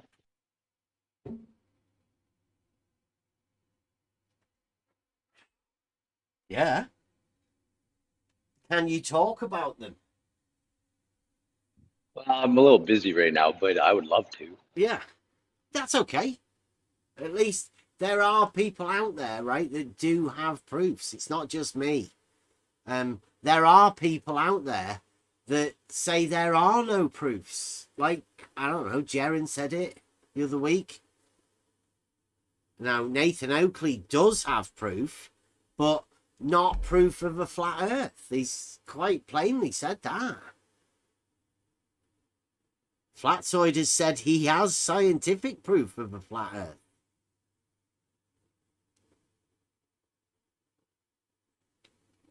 Jem Panda says he has no proof. He won't even accept the simple modus tollens that says the Earth's not flat. He won't accept that as a proof. He wants to No, still Jim has hold the dogma. belief that there Dogma. is no proof, because proof of it's not flat would destroy him, Jem. He would then hold proof. That's too much for Gem Panda to bear. Wait a second, but I think that even Gem Panda would say that if he add 2 apples to 2 apples, it is provable that there will be 4 apples. I would say that everybody in real life is... He can't, because then he'd have to accept that there is proof, and that there is proof that the Earth's not flat. And he can't do that. It's too much. They can't have proof. It's like, it doesn't matter. I think that's modern science trick. They can't think about the simple things to have proof, because they literally cannot have any proof. That's the, certain group of people. But you'd have to put Jaren in that group, because I think that's the modern science.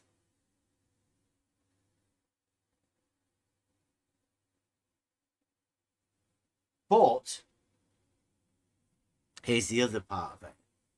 If modern science doesn't have proofs, that's definitely the modern part of it, because anything before that modern part, those proofs that already existed must still stand. So there were existing proofs before this modern science method comes around that Gem Panda has. And I think he may be willing to accept that there were already established proofs before that. Hopefully. Yes, but they have to reject these old proofs, to dismiss them. But still, the problem is that burden of proof that science has no proofs, you have to prove that, which is impossible, mission impossible. Because if you can't prove that science does not prove, it means that you are refuting yourself. You have at least one proof. Yeah. So there are proofs. If you can't prove that science has no proofs, this is impossible. Sorry, Serengeti. I don't think you have to disprove it or anything like that. I think what they're trying to do is actually put doubt in your mind. And then when you move forward, you've always got that doubt there. That's my way of thinking. I don't know if it's true or not, but that's what. Yes, it is. And it started from Francis Bacon, and this is Cartesian doubt, to doubt everything. And then Kant went and said that, yes, we cannot science anything, because we cannot have even evidence. So in Emmanuel's Kant view, you cannot have any evidence either. Not only proofs, but evidence also, because eyes are deceiving you. Yeah, I agree with you. Yeah. And it's a really sad state of affairs when, we know the true theology of where we're coming from, but unfortunately, the masses are picking this up and they're taking it on board.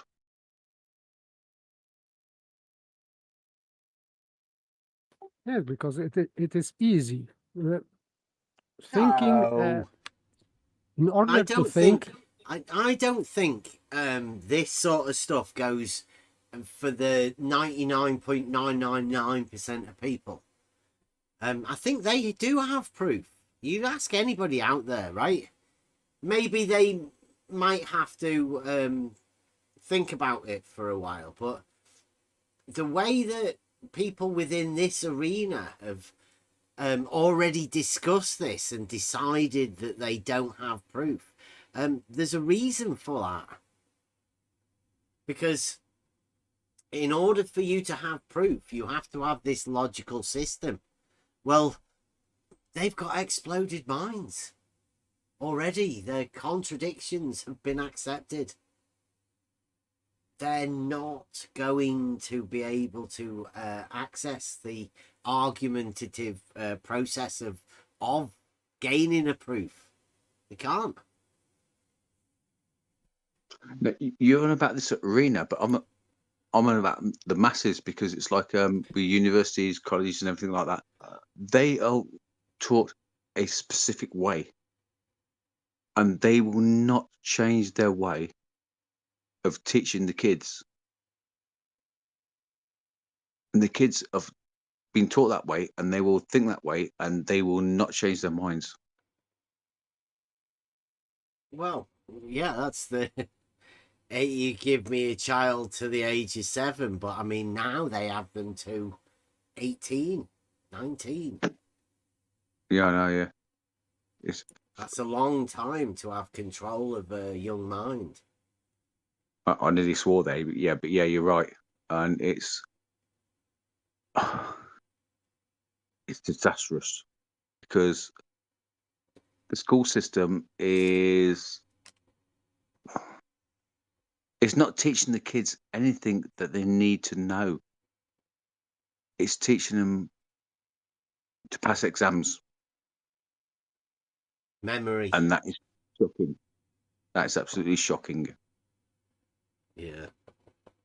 yes, memorizing, association, no logical inferring. So, yes, that's sad. Because in normal science or normal education, you will have to deal with your own thinking. And for example, when I was on university, maybe it was because it was earlier, in 90s, I was on classical philology, and of course part of that was history. And when I was passing an exam from history about ancient Greeks, etc., and when I was answering a question about something, I realized that I have to connect some events to make some statement that would be thoughtful.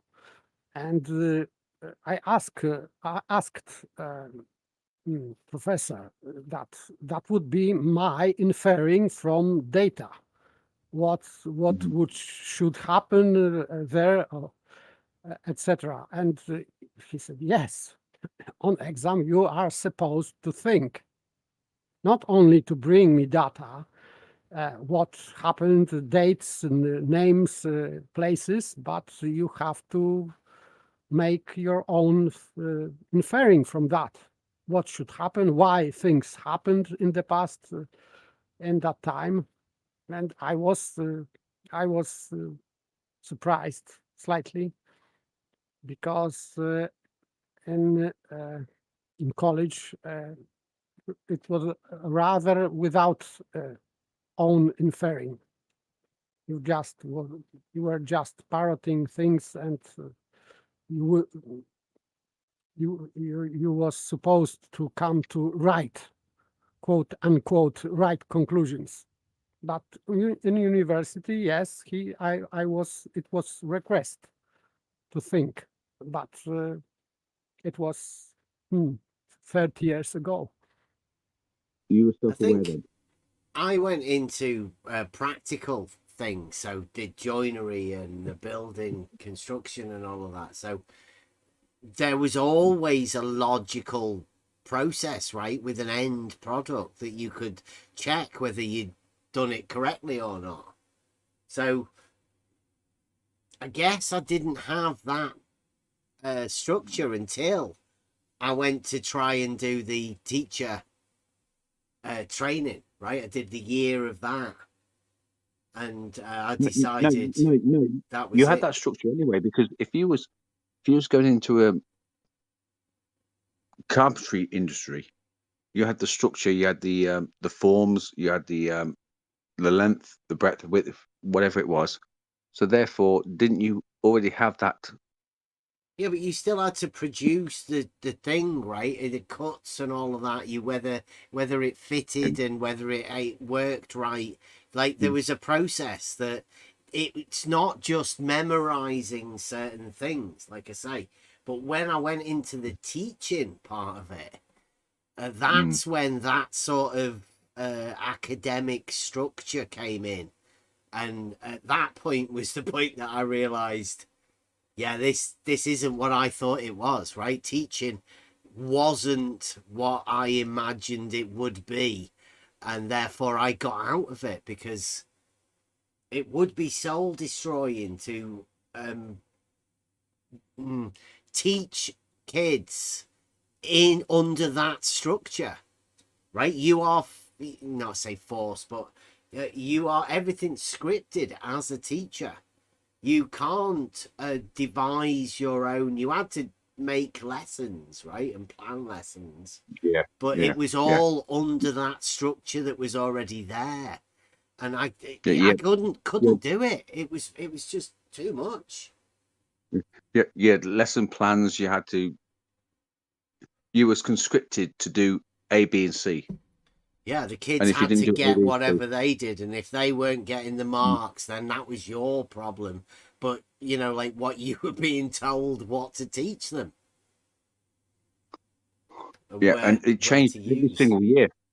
Yeah, it got worse and worse, right? I could see it happening from what I imagined it was at school, and like as I'm going through that sort of an age, I did the trade, and so I'd left school. I was a few years into it before I went to do the teacher training, and you could see the difference already. I mean, I don't know what it'd be like nowadays. Oh, I know a few teachers. I know a few teachers, and I'll tell you what, it's absolutely garbage because they're not actually teaching kids stuff. They are, they've got teacher training days, and it's like LGBTQ and all this sort of shit. You go, what the fuck's that got to do with kids? It's got absolutely nothing to do with kids. It's got nothing to do with the training. It's what is. Well, they just do not know, and they're going, I want to get out because I don't understand what teaching is about anymore, because it's nothing to do with teaching kids. It's all this LGBTQ and all this other bollocks. Well, that is teaching, but that's teaching a structure of control, scripted narrative that they have to follow, and I don't know how productive it is. I don't think it's giving people proof of anything. No, it's not. It's following a narrative, and all these teachers are going, why the fuck should I be doing this? Sorry for swearing. They go, so why the Don Duxer are we doing this? Because at the end of the day, the kids are not being taught anything except for let's go and get gay, lesbian, homosexual, Santa Claus. It'll be fine. And they go, what the Donald Duck's that about? Teach the kids something else. Teach them reality. Teach them how to open a bank account, how to get a bus down to town and back, how to get a rail card so you can go down to wherever it is and come back on the rail. No, they don't teach them anything like that. That's what kids should be taught instead of this bloody. Oh yeah, I want a gay Santa Claus. Who the fuck? One sec, I don't want a gay Santa Claus. Santa Claus is Santa Claus. I don't know whether he's gay or not. Nothing to do with me. Yeah, but I want my kids to know how to go and open a bank account, get their driving license, and that sort of stuff. Well, you only learn through experience.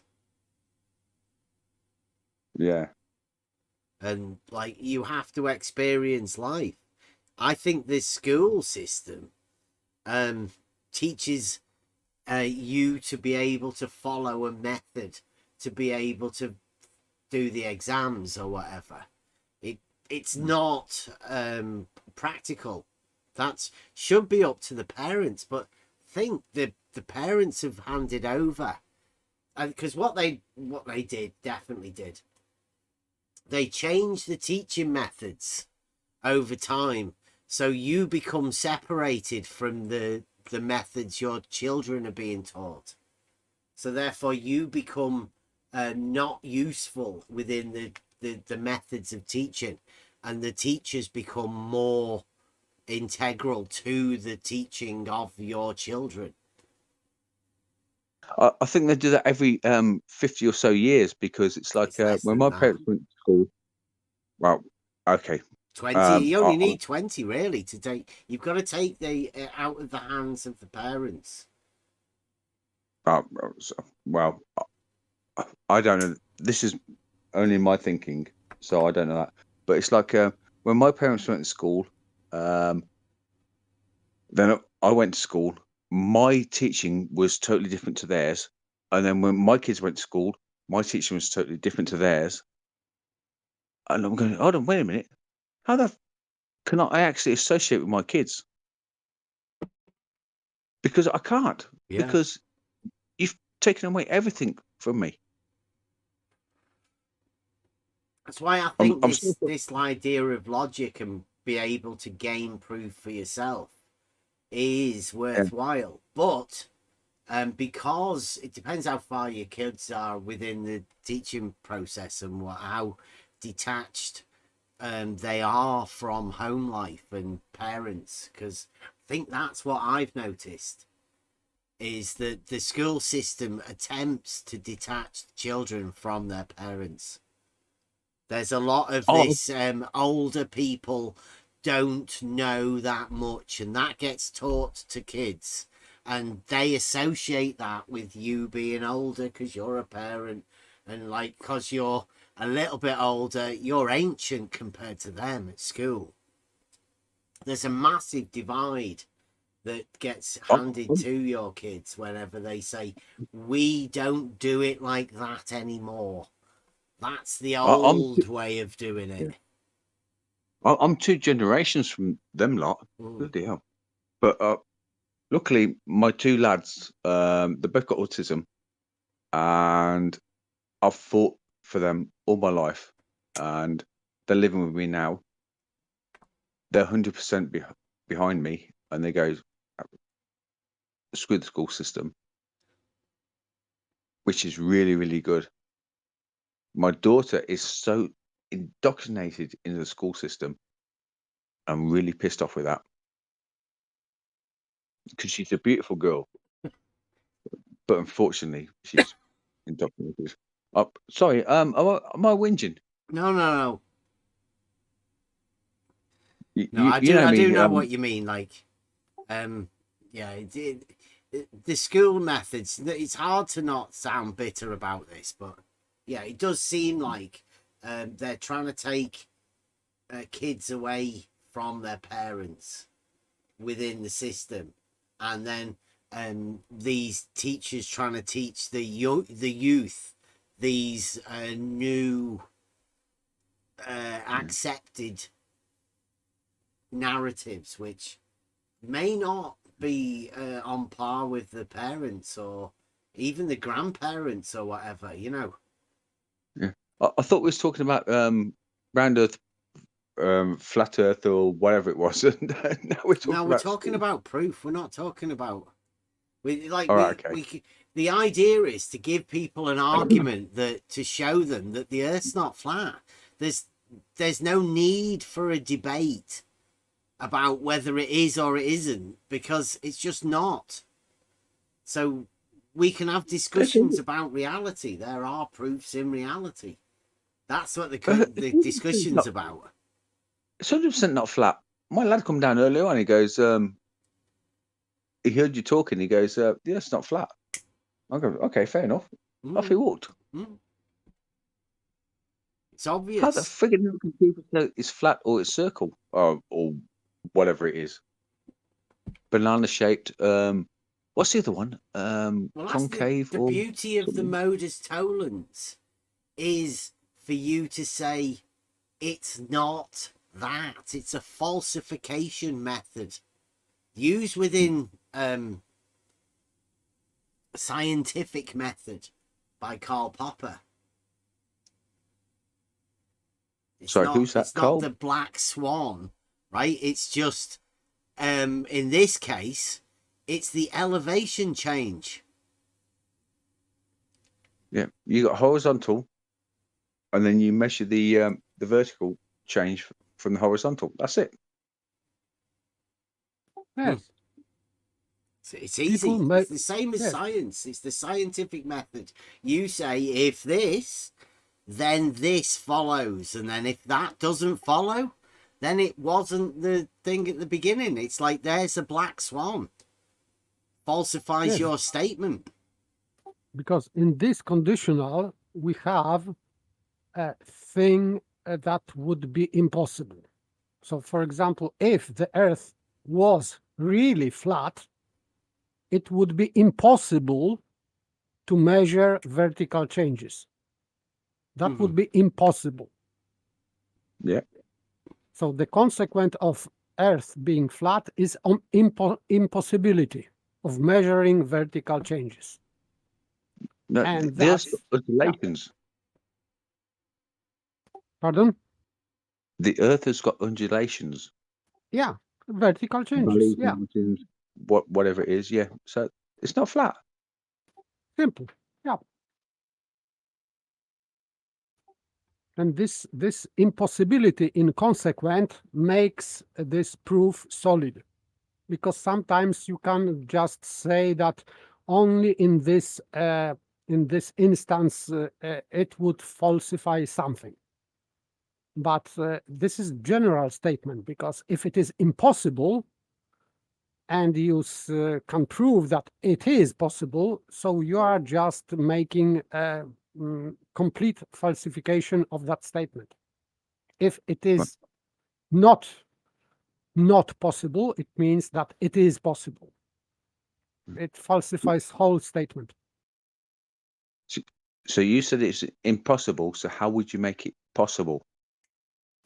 You can't. No, it means that this statement that it is impossible is not real. It would be on flat Earth, but we are checking if this consequent is in reality, because in model it is possible. You can have model which one you want, but we have to check if this model is with accordance or with agreement with reality.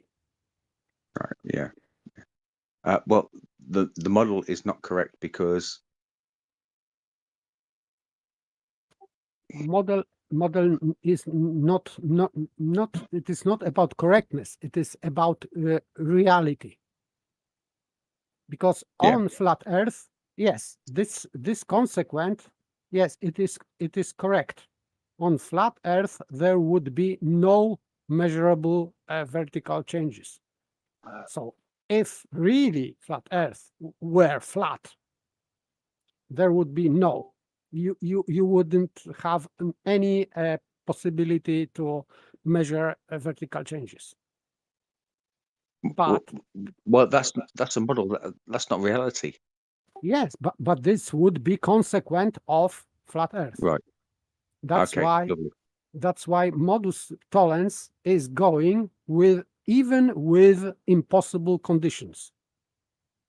Right, Even lovely. if you have impossible condition, that's why I was talking about this human and the donkey. That if human was donkey, he would be mindless. So this condition is impossible because human is not the donkey. But if he was, he would be mindless. That would be inevitable consequence of a human being donkey. And you are falsifying not consequent, but you are denying antecedent. Oh, but we see that humans are not donkeys. Therefore, we falsify this consequent, that we are not mindless. This is how modus tollens work. Even if the condition is impossible, we hold that consequent is true. That's why we falsify antecedent. And this is what Beth is doing within his argument. We are not we are checking not that the Earth is flat or not, but we are checking in that case in modus tollens we are checking consequent. So consequent is not there, therefore antecedent cannot occur, because that would be inevitable consequent. So if we are denying inevitable consequent, therefore we are denying antecedent. Simple. Thank you very much for explaining that to me. I bow to your superior knowledge, and This is just how logic works, because logic is formal and material, let's say. So formal logic is how we create arguments. So we can create even impossible statements, but if they are in correct order, they can be arguments. So in first place, we can say that, for example, if we have syllogism like this in Wikipedia, this classical, that all men are mortal, and Socrates is a man, therefore Socrates is mortal. So this, it doesn't matter if all men are mortals, because if it is true in argument, it is true, but we know from our experience that men are mortal, that Socrates is a man. So we have these premises confirmed elsewhere.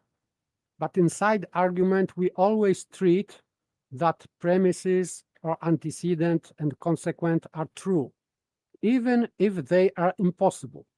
This is formal logic, but material part of our thinking is checking if they are true. That's why, for example, Baby is, he doesn't like this word true, because for him and for modern logicians, it doesn't matter. If argument is formally correct, it means that the consequence or conclusion has to be true without checking with reality. They are not checking with material part of logical inference to check if premises are really true in reality, not only in model.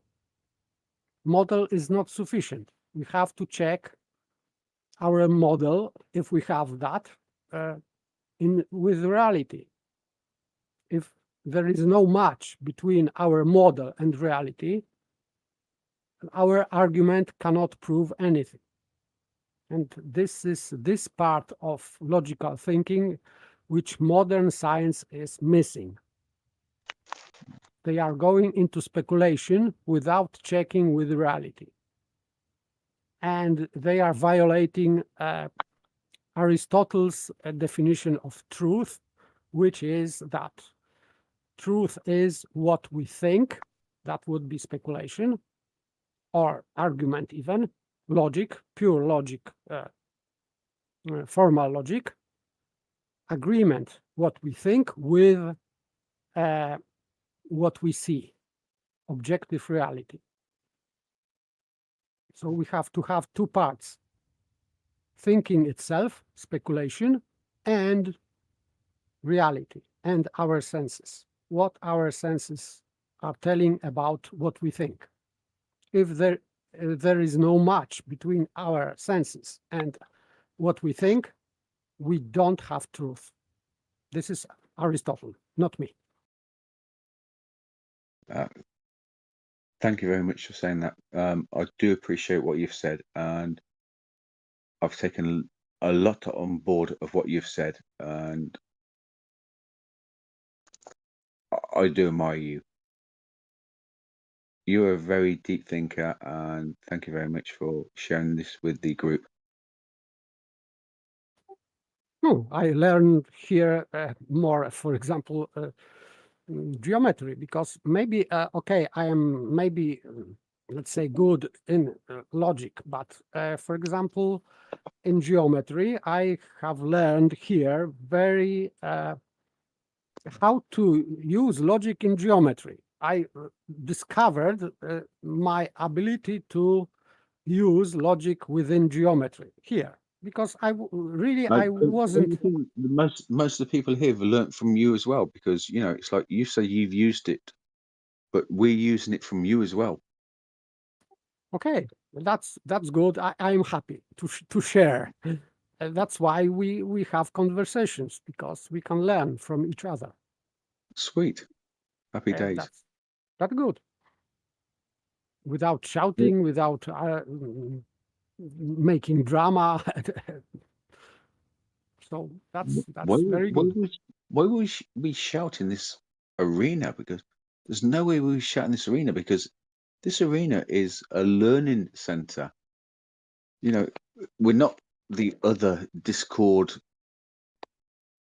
I don't want to say their names, but this arena is a learning center. We're promoting understanding. We're promoting learning. Not me, but Bev and all the other people. You know, we're all learning. That's what we're here for. The communication we all learn from. Yeah. And there's many ways for you to learn. Yeah. About many different things. Yeah. You know, I'm not here all the time, and I'm not dissing anybody, but I do listen to you a lot, and I really, really appreciate what you're all doing, and I hope you carry it on. You know, I've learned a hell of a lot from you a lot, and please carry on. I have learned, for example, some things here, because when I said something, some people objected to that here. And when I was trying to argue for my point, I realized that I have weak or even non-arguments. So I had to think, like for a week or even more, how to rephrase my objection and my counter argument to dismiss opponent's argument, because I thought that I know, okay, Bev is wrong, because I think that he is wrong. But it took me for like a week to realize that even if Bev is wrong, my objection to his statement was even worse. So I had to go around to check how to phrase properly and correctly my statement. So I have to rephrase completely, to redo or undo my first, let's say, statements and redo again, anew, I have to make completely new argument, because what I said before, it wasn't a good argument. So I have to make it anew, and it takes time and some effort of thinking. But yes, this is how we learn here. So I am very grateful, and this is very good thing.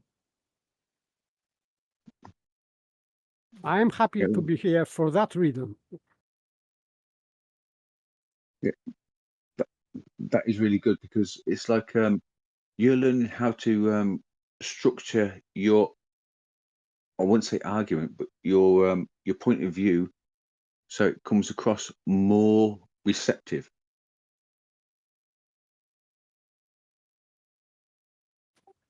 Yes, and more understandable, because sometimes, yes, I take things too complicated.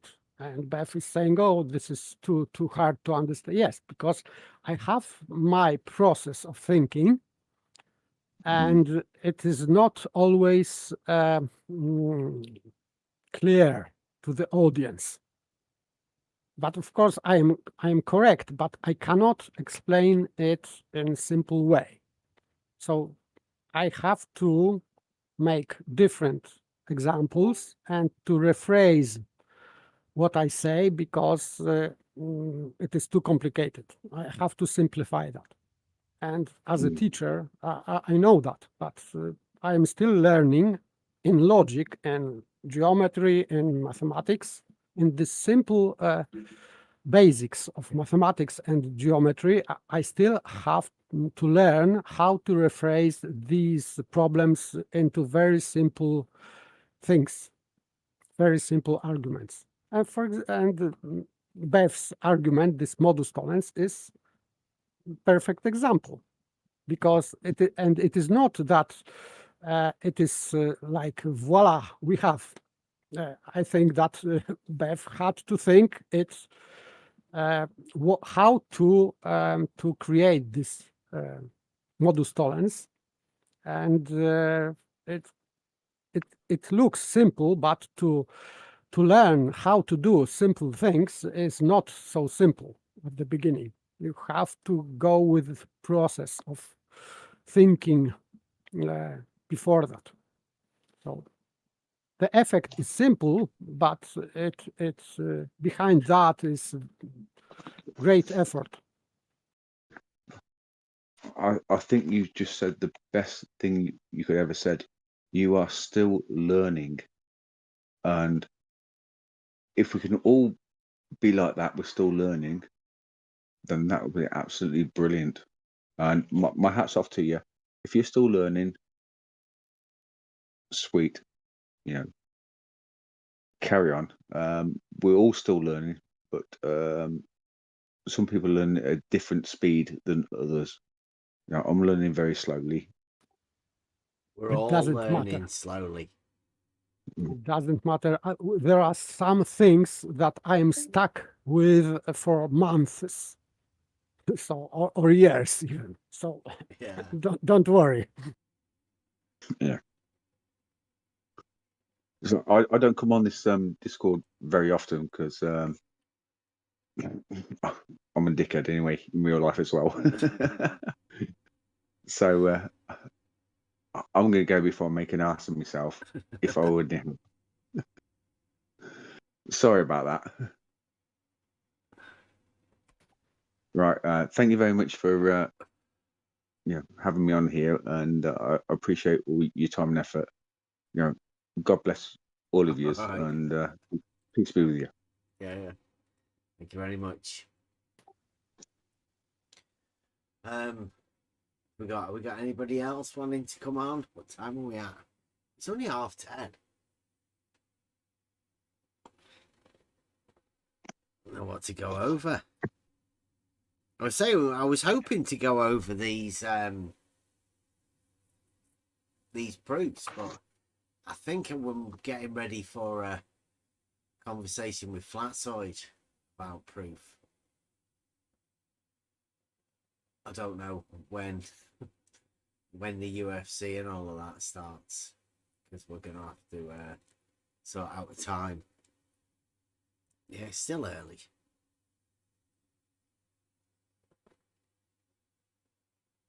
So, I forgot what we were talking about. Like, where were we? I mean, that one. Education, proofs, science in education. So we've sort of done that, haven't we? Since we've done away with gem.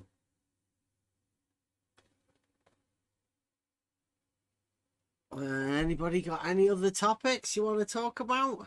I was like wondering whether we were ever going to get into Nathan Oakley and where Nathan Oakley thinks the proof is, because he was berating Jaren for not having noticed that McToon gave him the proof of something. But then when asked, he said that wasn't scientific. It was a measurement. But isn't that geometric proof? And I don't think you can have a geometric proof of flat Earth because there's a measured vertical change. So where's his proof? Where is that? No, his argument, let's say, was that by measuring baseline as flat, whatever it is, proves that the Earth is flat. And this is non sequitur. So if he's saying that it is not scientific, I would agree, because non sequitur is not scientific. But it can't be geometric proof either, can it? It cannot be, because this is false equivocation. So that's why. What sort of proof is he talking about? Because there's two there. You've got scientific proof and geometric proof. Well, they're the same process. So they're the same thing, really. You can use one to do the other, and one's more logical than the other, but they're both logical to start off with in order to gain the proof of whatever you're talking about. But Nathan Oakley's been berating people for a different sort of proof. What's that? That's what I'm more curious about. I would say that he is inconsequent, because when he was talking with Jaran, he was talking about scientific method. But scientific method in logical part is very simple. If P, then Q. This is how hypothesis and experiment within hypothesis work. So it is very simple. It is, you are creating modus ponens. So that would be proof in science, this scientific method, because it is based on modus ponens. So when you brought your modus tollens, he first agreed on that and said that this is good, that's all right. But yeah, because when he finished the argument. That's why I thought it's such a good argument. You can tell a good argument when somebody else finishes the argument for you. Right? The conclusion, you don't need to state the conclusion. They state it for you. That's a good argument, and that's what Nathan did. Yes, because this conclusion is inevitable. It means that your modus tollens is correct. It follows. So consequent is inevitable. It means it has to occur that way. So if the Earth is flat, even it is impossible, the consequent would be that there would be no measurable changes. This is, and he recognized, of course, that that is correct, because it is. And modus tollens means that you are denying this consequent, and you are saying that there are changes. So you are denying consequent, and he understood that. But then after that, he denied that. I don't know why. So in fact, he is denying scientific method. And he was talking and arguing with Geran about scientific method, that Geran does not understand that scientific method is a proof in science. I agree, it is. But in fact, it is modus ponens or tollens, because it doesn't matter. But when you brought modus tollens to him, he said first that it is okay, but then when he realized that it disproves flat Earth, he said that this is not okay, that this is straw man, not argument, etc. And John said that that you are conflating something which you are not conflating, because there is no baseline in your modus tollens, and there is no plane. So he messed up completely. But this is my comment. He's inconsequent, because if he denies your argument, it means that he has to deny his beloved scientific method. He is inconsequent. Yeah, I think that's what Popper did, right? Popper went to the falsification, and they've slowly sneaked that out of science. So that's the modus tollens, right? Modus ponens, it's already been done. That's natural law and stuff. But modus ponens, that is where you're talking about with geometry, right? Facts that can be stated in a positive way. I think science turned to falsification as a way to falsify. So therefore they say you can't prove positive. But I mean, falsification is a proof. It's a proof negative. Yeah. So yes, and that's what they took out of science, right? And then through their little modern science techniques, they've edged it out so that they've got confused between the two to think that there is no proof. And obviously people like Geran have gone along with that because they haven't got an understanding of what proof is. And that's the only way you could ever come up with the conclusion that there are no proofs.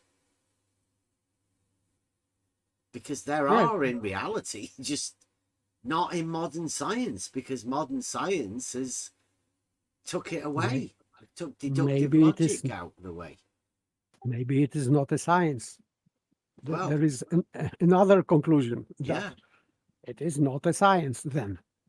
If this science has no proofs, it means that it is maybe, or even for sure, not science. Yeah, you're not gaining much knowledge if you're not coming to any proofs, right? Through statements or arguments. Where's the knowledge that's gained other than people telling you to check Google? And that's not science at all. Yeah, because in science, and of course this is Aristotle's statement, that the best knowledge you can have, it is why something happens. So if you know the cause of things, you have the best knowledge. And of course, in this scientific method, there is answer for why, because your hypothesis is the cause.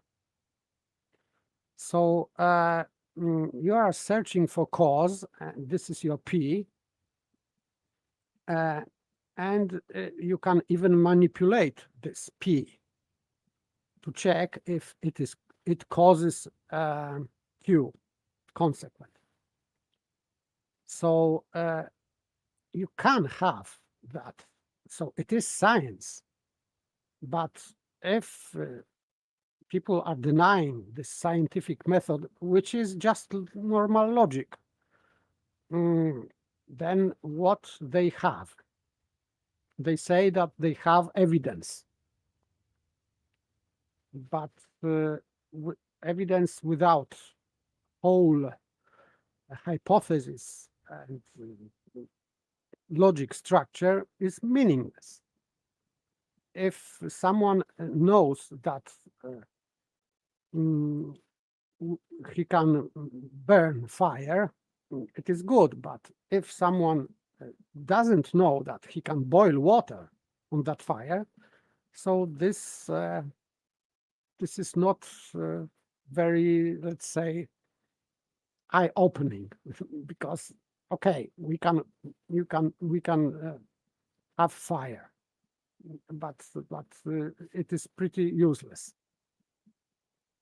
So this science is what we can do with some things like fire, like devices we use, whatever.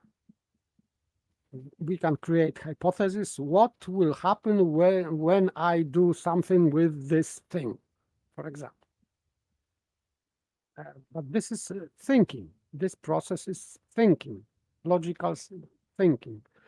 And this is what science is about, as far as I know. So it involves always logic. And seems to me now that if Geran and others are denying that, it means that they cannot create anything. For me, it is just nonsense. This is nonsensical statement that modern science has no proofs, because you cannot have proofs. It is not true, and in fact, I would say modern science can prove things, but not in that fields of pseudoscience like astrophysics and etc.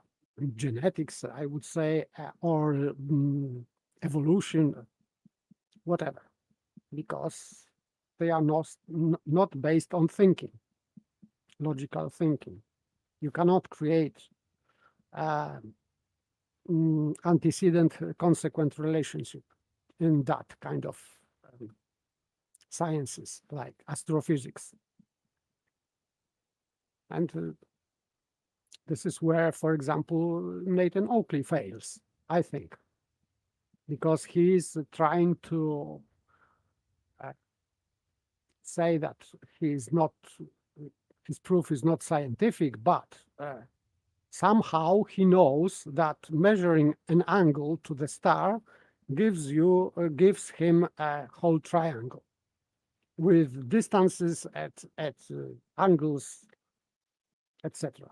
So this is non sequitur also, and I don't think he's just repeating the shadows on the wall, right? There's another guy called 10th Man that's been casting those shadows that Nathan Oakley's picked up on. So it's not Nathan that's really to blame for that, other than Nathan's taken it on. You know, he's been sold it, and he's the mouthpiece of it. But it's not necessarily Nathan that's derived that, obviously, because you can't just make that shit up. Yeah, I'm not blaming him for example, that he is dishonest. He is just taking this as granted. So, but in science, you should check everything on your own. If you have critical thinking, you can check that on your own, that this is not sufficient proof. And from the start, about this sextant argument, I found it very weak, because in fact it is affirming the consequent fallacy. Because even if we have granted this whole celestial navigation, it means only that they assume that the Earth is going with horizontal.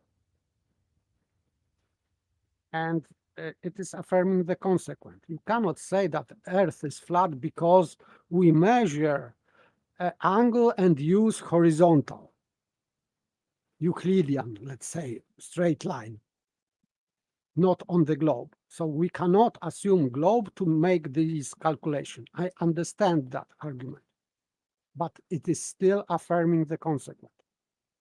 Because first is Earth flat or not flat, and then it is some horizontal line we create. And we know that we can have horizontal on flat Earth, which is impossible, this flat Earth, or not flat Earth. The horizontal would stay the same. So it doesn't follow. It is affirming the consequent fallacy, this sextant argument. I am sorry.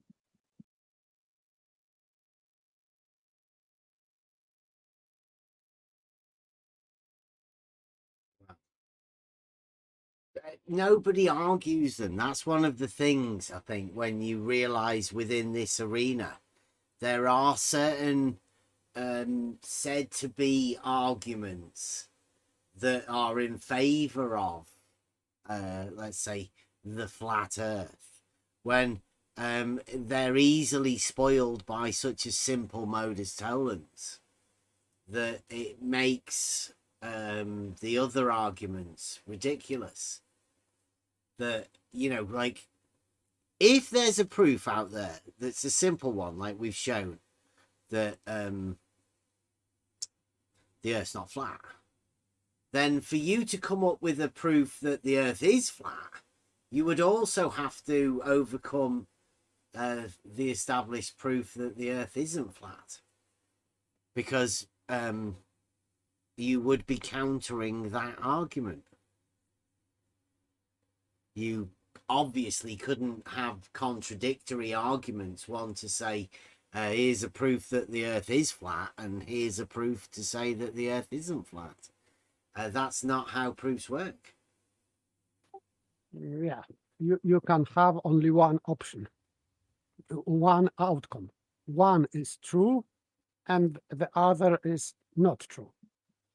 So it doesn't work that you can have both. If you can have both, it means that this proof is not proving anything. Because if you can have different outcomes from same statement, it means that you can prove everything. Mm-hmm. Exploded minds. And if you can prove everything, it means that you can prove nothing. Because we always think with dichotomy. This is our thinking, 0-1 logic. That's why we reduce our thinking to 0-1 position. Excluded middle. Yeah, we are excluding everything what could be in the middle. That's why we have these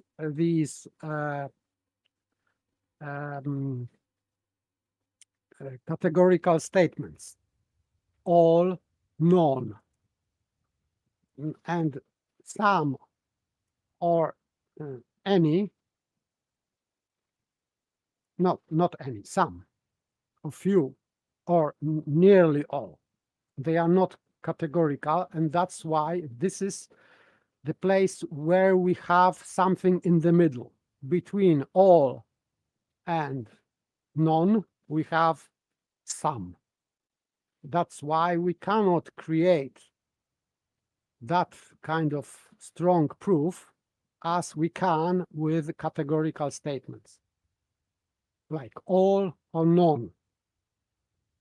So you cannot prove solidly things with this some or a few or maybe here, maybe there. It doesn't work. You have to have all or always. This is you have to have categorical statement at the beginning. For example, in deduction, that would create solid proof.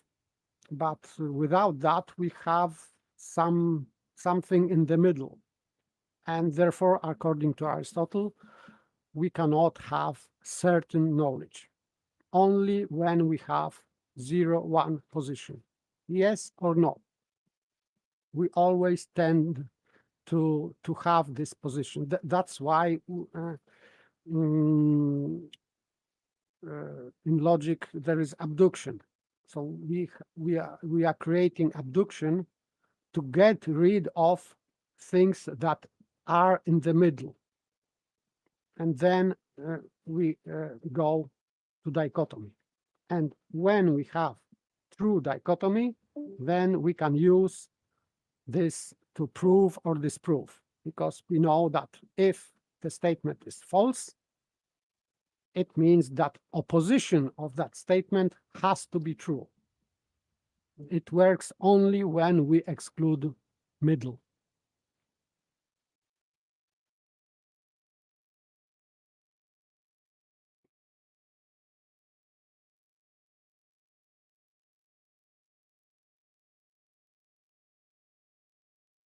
The flat facts talking about numbers for mathematics.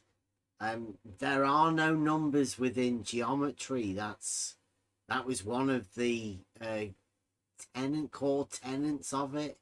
It was to be based entirely on logic. No number for geometry. And that's mathematics. That's the foundations of mathematics. Pi, you give pi a number, but that's only because you're representing the diameter as 1, the unit.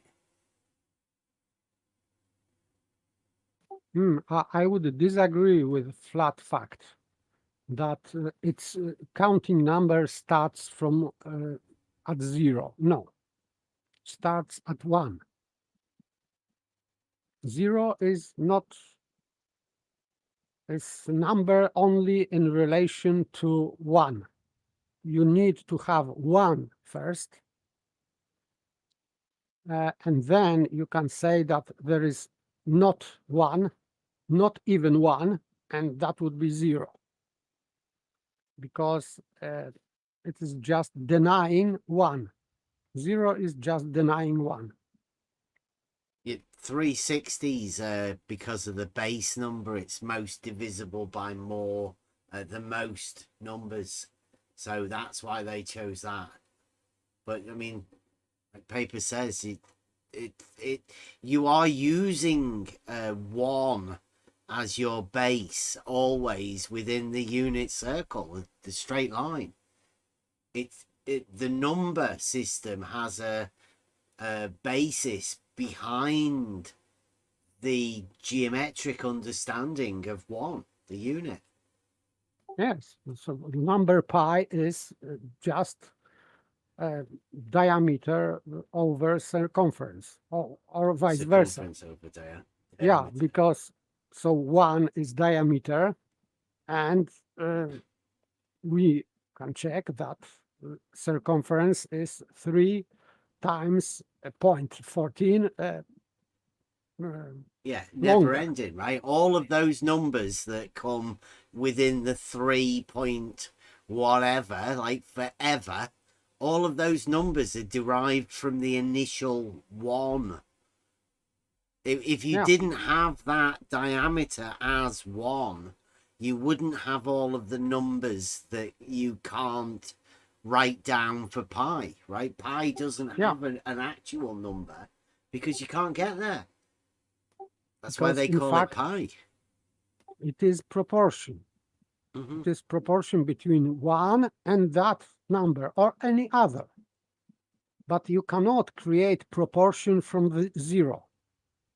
You cannot say that we have proportion 0 over 1 or 1 over 0, because 1 over 0 would be just 1. So because their proportion is between two different entities. So if we have 1 over 0, it means that we are comparing this one to nothing. So therefore, we are not comparing it to anything. But if we have 1 over 2, it means that we are comparing 1 to 2. So, and we can say that this is half, etc., because they are real numbers. They are, we can say that 2 apples, 3 apples, or whatever. But 0 apples, it is not an apple. You cannot say that 0 apple is an apple. You cannot have that. So you cannot create any proportion with 0 and infinity. It is impossible. That's why number 0 in geometry, I would say, doesn't work anyhow. Yeah. Like Flat Fact pointed out, 0 to 360, whereas I would state 360 is 0. They're the same thing. There's your problem within the unit circle when you start dividing things up into numeral form. 360 is 0. It's the same thing. So you can't say you start at 0 because that's where 360 is also. Yes, and by the way, the start is also the end. Yeah. With a straight line, you cannot have that. You cannot say that my starting point would be the same as my ending point. On straight line, you cannot have that. So, with the circle, you are just starting to overlap. If you are saying that it's because you're talking about points. The circle is special. The circumference is just a point, a certain distance from another point, i.e. the center. Yeah, so you've got loads of problems dealing with it that way. But you still are, when you are drawing a circumference, you have your starting point, and when you end that point, end this whole circumference, you will end at the starting point. So that's why you can say that this 0 is 360, but this is only a convention. But this is just division of a circle into 360 degrees. And by the way, it is used because they used non-decimal system at that time. So they didn't use decimal system till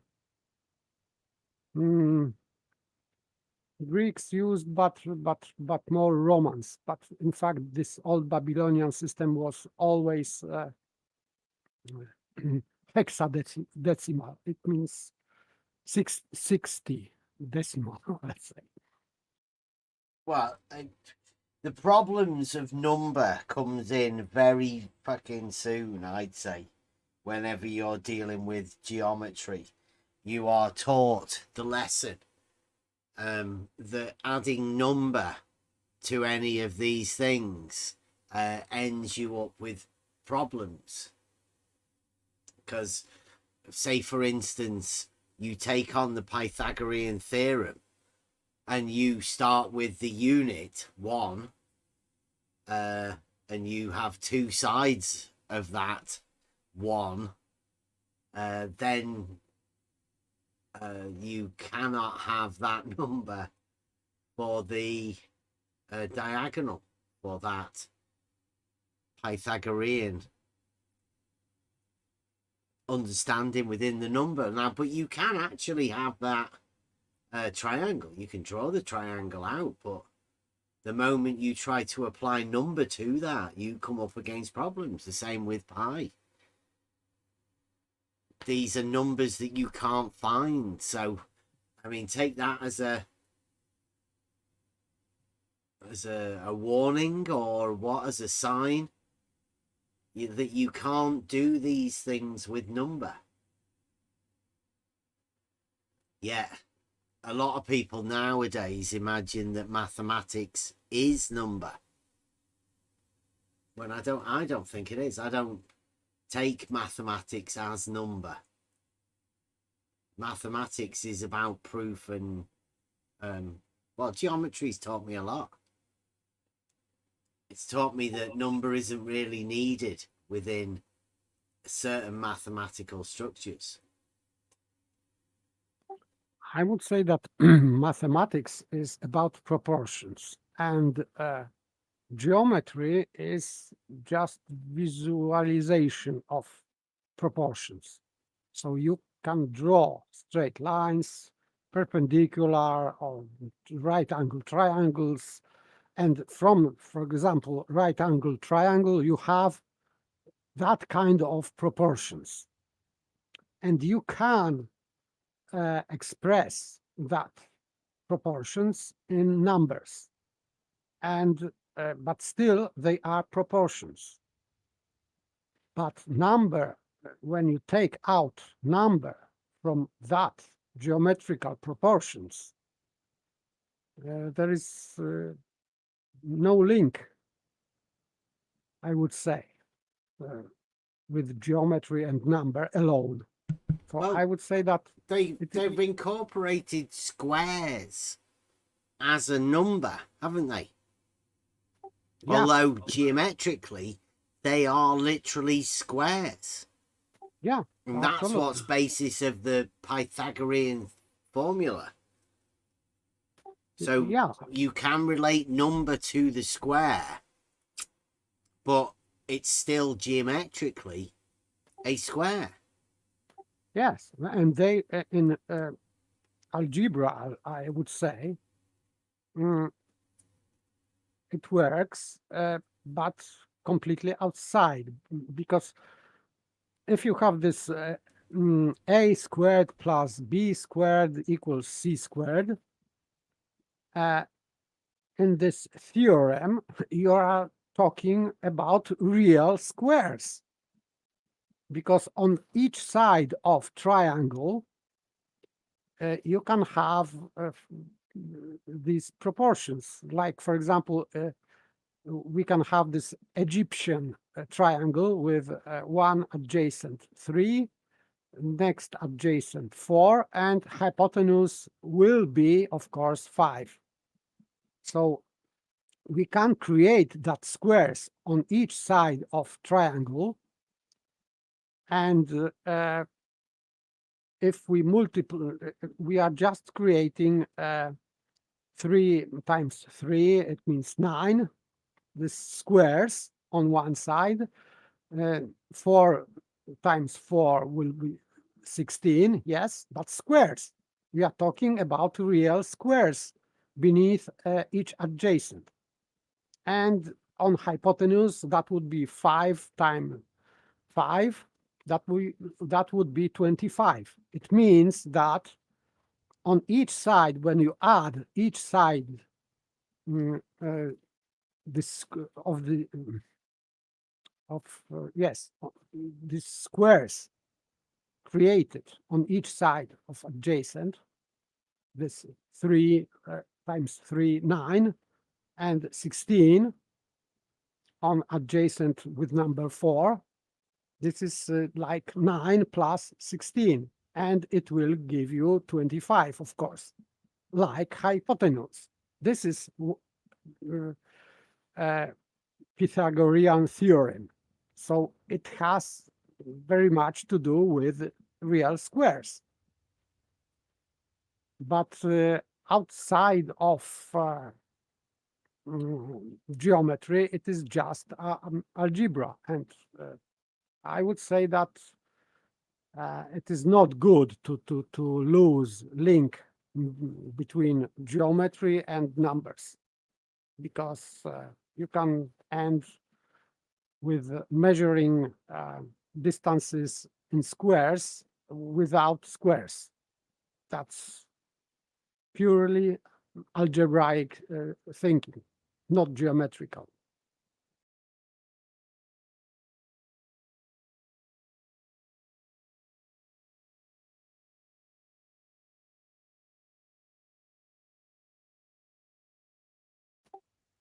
Sorry, I was away. Yeah.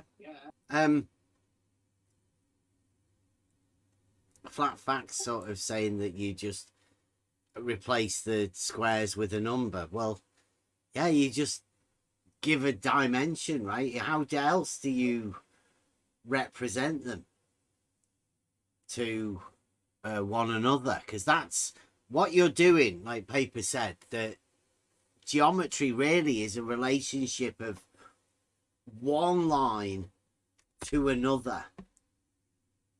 And you can do that with extreme precision when you have 3 lines. You can relate the positions of each of these lines in proportion to the like the lengths of each of the lines, maybe angles, because they all relate to each other. The size of the angle with the lengths of the sides are all within a proportion once you relate them to this perpendicular. That geometry is a method that you can relate the sizes to a number, but the actual method of the process that you go around, that geometric method, that has nothing to do with number. That's purely logical.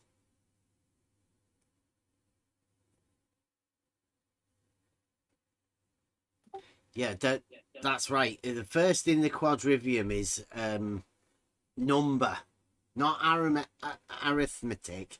It's you add number to the understanding of what you've done in the logical process. You've already been given grammar, logic, and rhetoric. Then you need to know how to work number and the processes of doing all of that. But I mean, is that before geometry? I don't know. Yes, I don't know also, but I think you would need geometry to be able to show people the number. I think.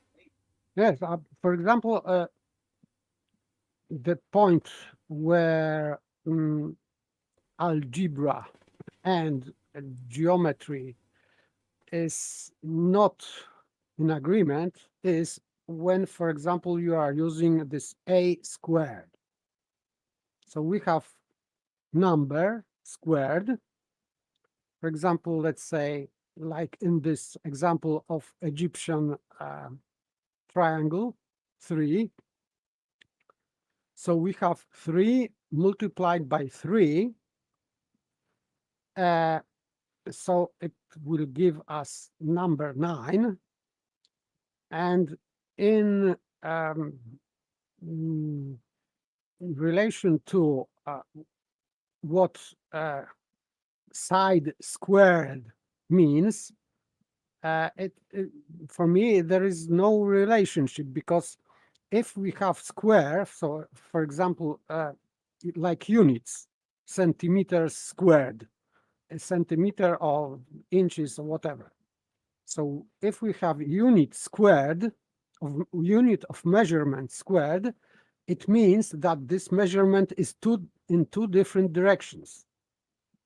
And these directions are perpendicular, always. That's why we are creating squares, because this is the same distance in two perpendicular directions. This is what, for example, a square in geometry would be. So from this one side, which is squared, we are creating square because we need only two perpendicular lines. Let's say this A. That would be our unit, A. And when we say A squared, it means that we have A in vertical position, let's say, and A in horizontal. This is what A square means in geometry. But it doesn't mean that the length of this square would be like 9 if we say that this A is 3. That would be 3 centimeters in one direction and 3 centimeters in other direction, in perpendicular direction. It is not 9. It is 3 and 3. You cannot add that. So for me, it is not square function, I would say, because people think that if we have number and square, for example, number squared, it is function and expressed with a curved line, parabola. But in geometry, it is not. It is just two lines perpendicular to each other with a given length. This is what it is. So I don't know. For me, it is strange.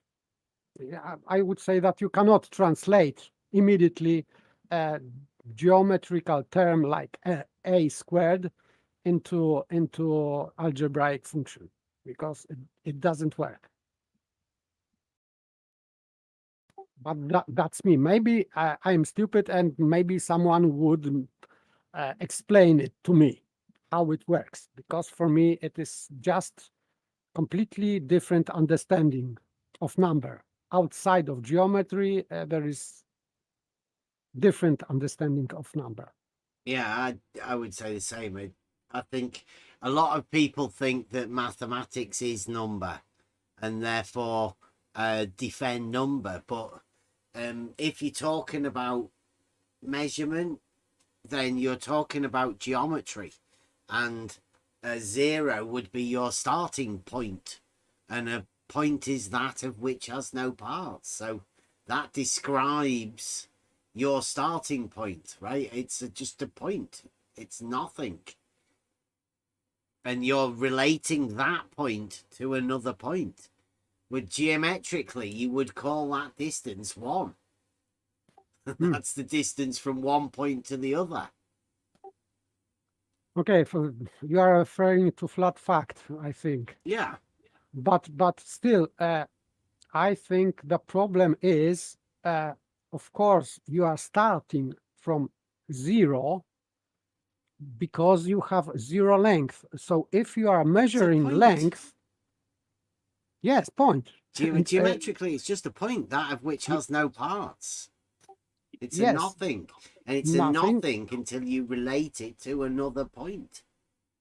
Yes, and by the way, this you cannot create a unit from a point. So you have to have some length. And the point has no length. So by saying that it is just like saying that point is a line with 0 length, for example, because we are measuring length. So yes, point has 0 length. So of course, but it refers to the line, not refers to the point. So for me, it is no problem. I can understand that we say that we are starting from 0, because we are starting to measure length. And our starting point cannot be 1, because if it is 1, it means that we already have some length measured. And it would mean that our starting point is not our starting point, because we measured before 1 length. Yeah, we're just starting with a point, and then we're relating that point to an other point. Yeah. Simple as that. And this distance between points, that would be our 1. Well, you would in geometrically, you would call that the unit that you're dealing with. That's your line that you can then compare with another if you want to measure an angle, or like that's your starting baseline that you can do your rest of your geometry from. You would call that the unit, and then relate the other line to it, either longer, shorter, different magnitude, whether it intersected or didn't intersect or whatever. But all of those relationships would be geometric understanding. You use them through the words, through the grammar. The number is just applied to the length, and that could be miles, feet, inches, meters, centimeters. I mean, they're arbitrary sort of distances, but you relating the line that you're measuring to one of these other structural unit identifiers. But that's not the geometric part of it. The geometric part is the line. Yes, flat fact, yes. And the first point is called 0, yes. But it is called 0 because the line that we have drawn has some length, not 0, because the point is that of which has no parts. It's a nothing. Doesn't exist. It's just a location marker. That's why it's called nothing. The nothing isn't there. It's not a thing. No dimensions. So if no dimensions, it means no length. And line, to be a line, has to have length greater than 0, because line which have length like 0 it is not a line. So 0 is not a line. And remember, we are referring to a line because we are measuring length. Now, flat facts getting into the number, right? And this is where the confusion comes in. Whereas I think mathematics is based upon geometry, and the structure of geometry gives us the number. Whereas I think other people, maybe like flat fact, believe the number was first. And so number becomes mathematics. Whereas I have I've been on that course, and I know for a fact that the foundation of mathematics is geometry, not number. You can't trust number. You can trust geometry to give you proof. Number, you can play tricks with numbers, like our friend Flat Earth Math likes to do.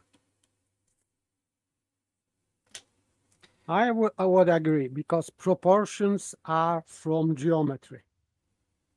And as I said, we have diameter and circumference, and this proportion, this number pi is from geometry. Without geometry, this proportion, and therefore number pi, would not exist. So and since the number's transcendental, the only way all of those numbers could be stringed together is because of the geometric relationship of those two lines.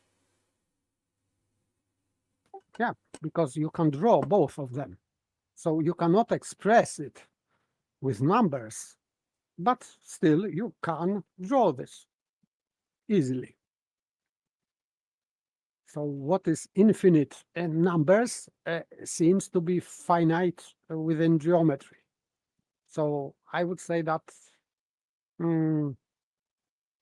numbers are not, sometimes are not working very well with geometry.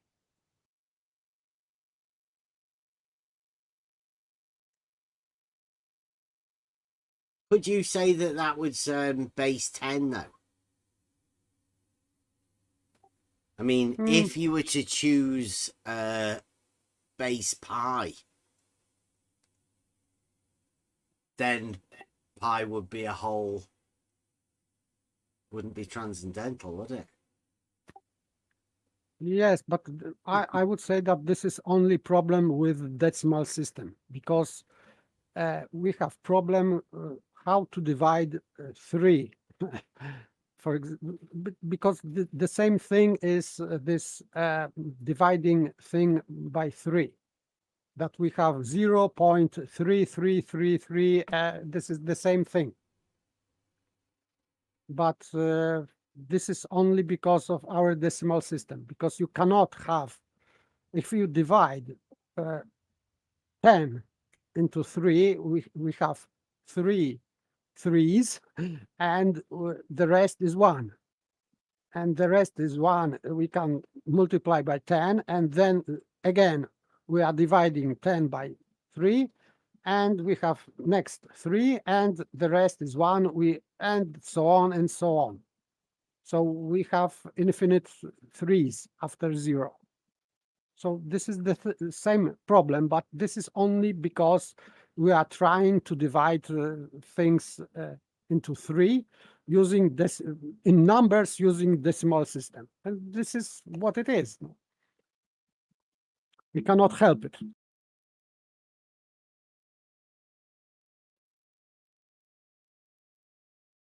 Yeah, I like this one. Look at that for a definition. Oh, of a right angle triangle. Now that, I'm pretty sure not many people know that. You want to know why the Pythagorean formula works? It's because of that. You want to know why sine and cosine works? It's because of that. You want to know about the tangent? It's there in that picture. It's where the right angle is. You don't want to know why triangles have 180 degrees? Sum of 2 right angles? It's right there in that picture. One picture, right angle triangle. Semicircle. Yes, because this C is diameter, and we are creating this right angle on the circumference. So that's why we have half AB of is the the circle. hypotenuse and the diameter of the right angle triangle. And that's why we have this rigid proportions. That's why we can say that we can create this sine and cosine, tangent, tangents, let's say.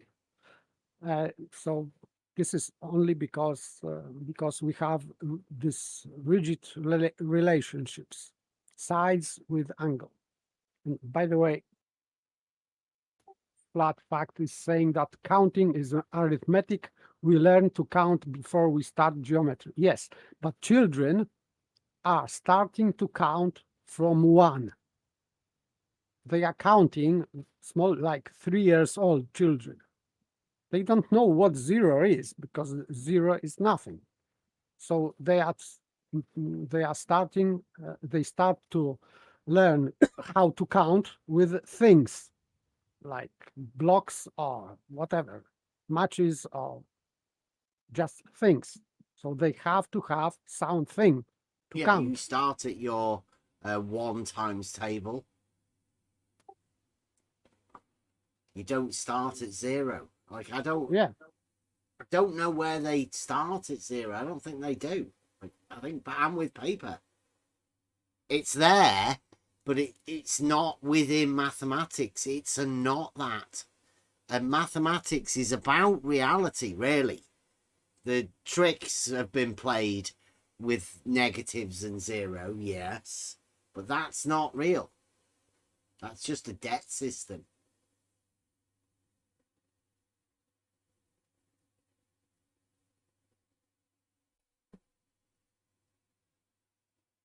Yes, we've said that. It's not much of a. Yes, It's a point we agreed that for measurement you start at a point, and a point is that of which has no parts, nothing. It's not there. It's starting. Yes, we start because at starting point we have 0 length. If we are measuring length of the line, for example, we are starting to measure from that starting point, and at starting point we cannot measure any length or length with length of 0, which is the same and which is the point. So I don't understand what's your let's say objection, because It does sound like the limit in the term, and certain people want to put an angle there, like an A within the picture. That's just 1 point. Certain people want to put an angle there and say all sorts of things at that point, but I mean, it's just a point. It's nothing. You can't draw any like circle. Yes, you can, but that would be not a point anymore.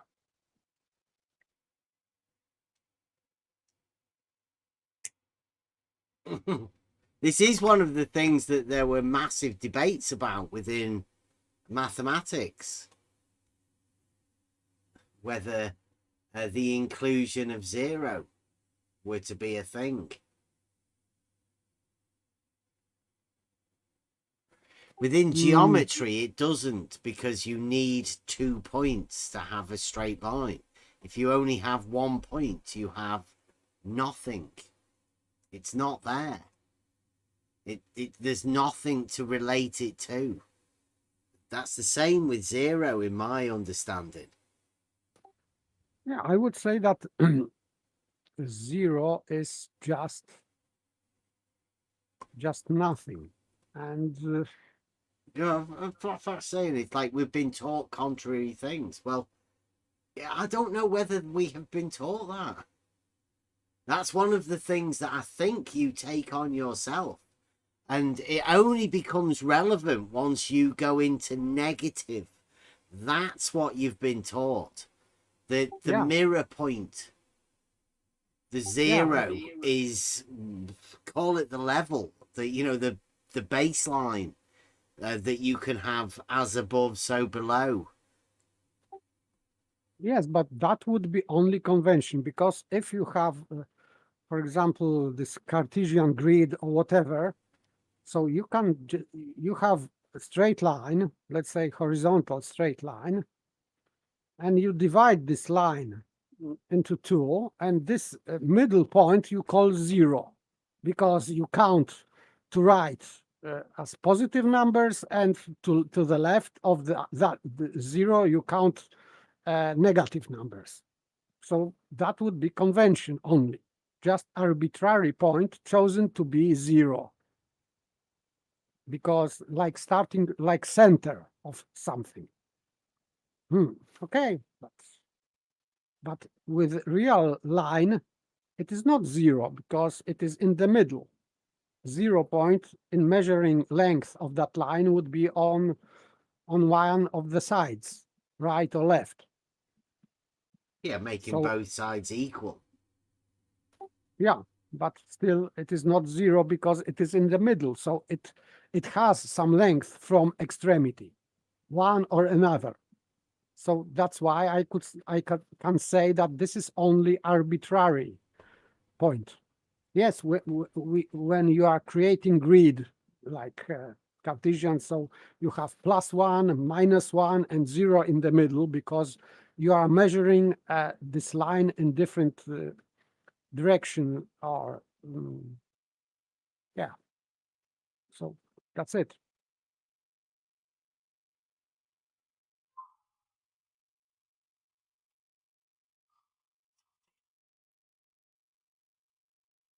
Yeah, I think a 0 is probably one of the contradictions that you're handed that you build up for yourself.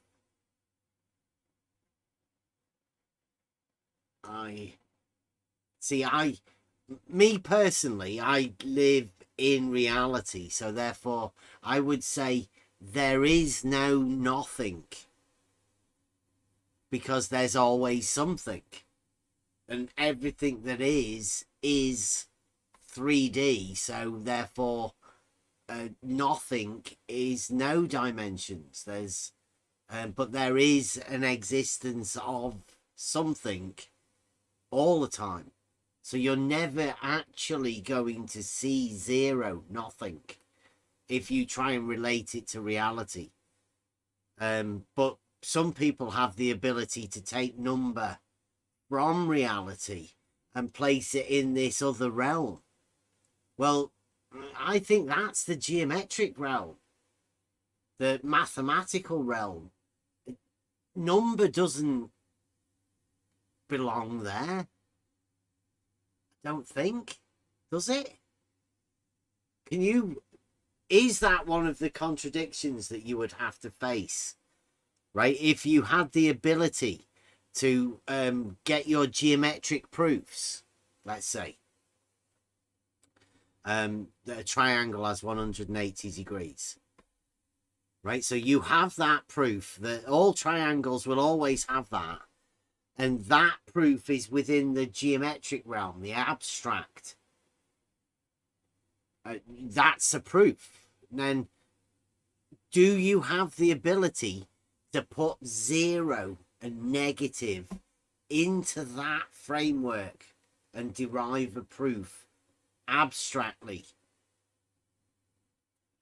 Yes, and for example, if you have this grid, so and you have the starting point 0 and 2 different directions. So in decimal system, you will need that 0, because if you are -10, so if you go to beginning of this minus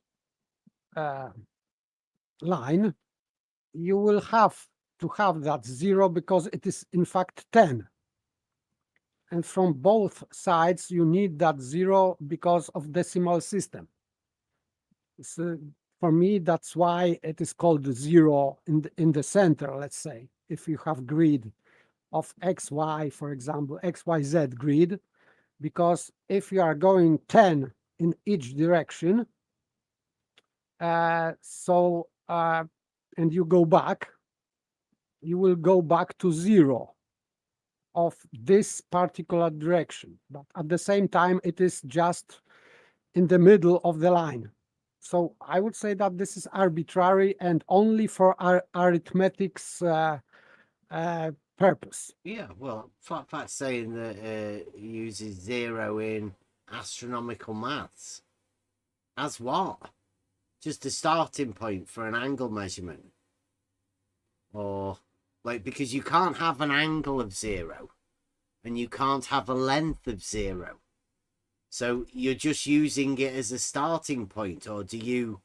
I mean, you can't really add it into a calculation anywhere, because an addition or a subtraction of 0 would make no difference, and a division and a multiplication would cause you problems.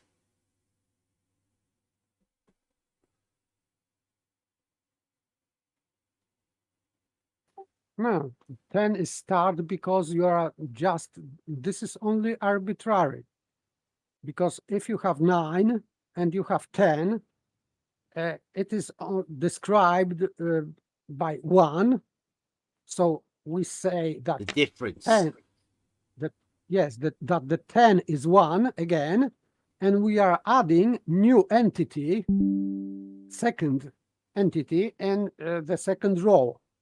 So after 1, we have 0 because there is nothing in second tenth, let's say. So we have 1 full 10, and it is 1 again, and 0 because we have nothing added to that full 10. And then we are adding 1, 2, 3, 11, 12, etc. But it is 1, 2. So this first one is not 1, because it is 10 already. And for example, if you have 11, it means that numbers are changing their meaning, because 11, first one is not 1, because it is 10. And second one is 1. So we have 2 ones with 2 different meanings.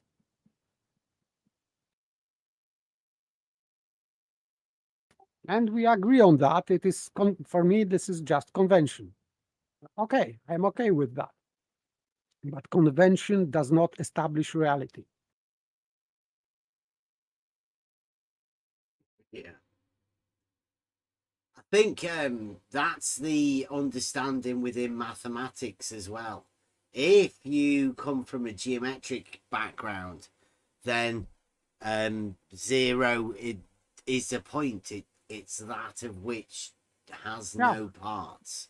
Whereas modern day mathematics seems to have taken that understanding of geometric mathematical understanding and placed it in the hand of number.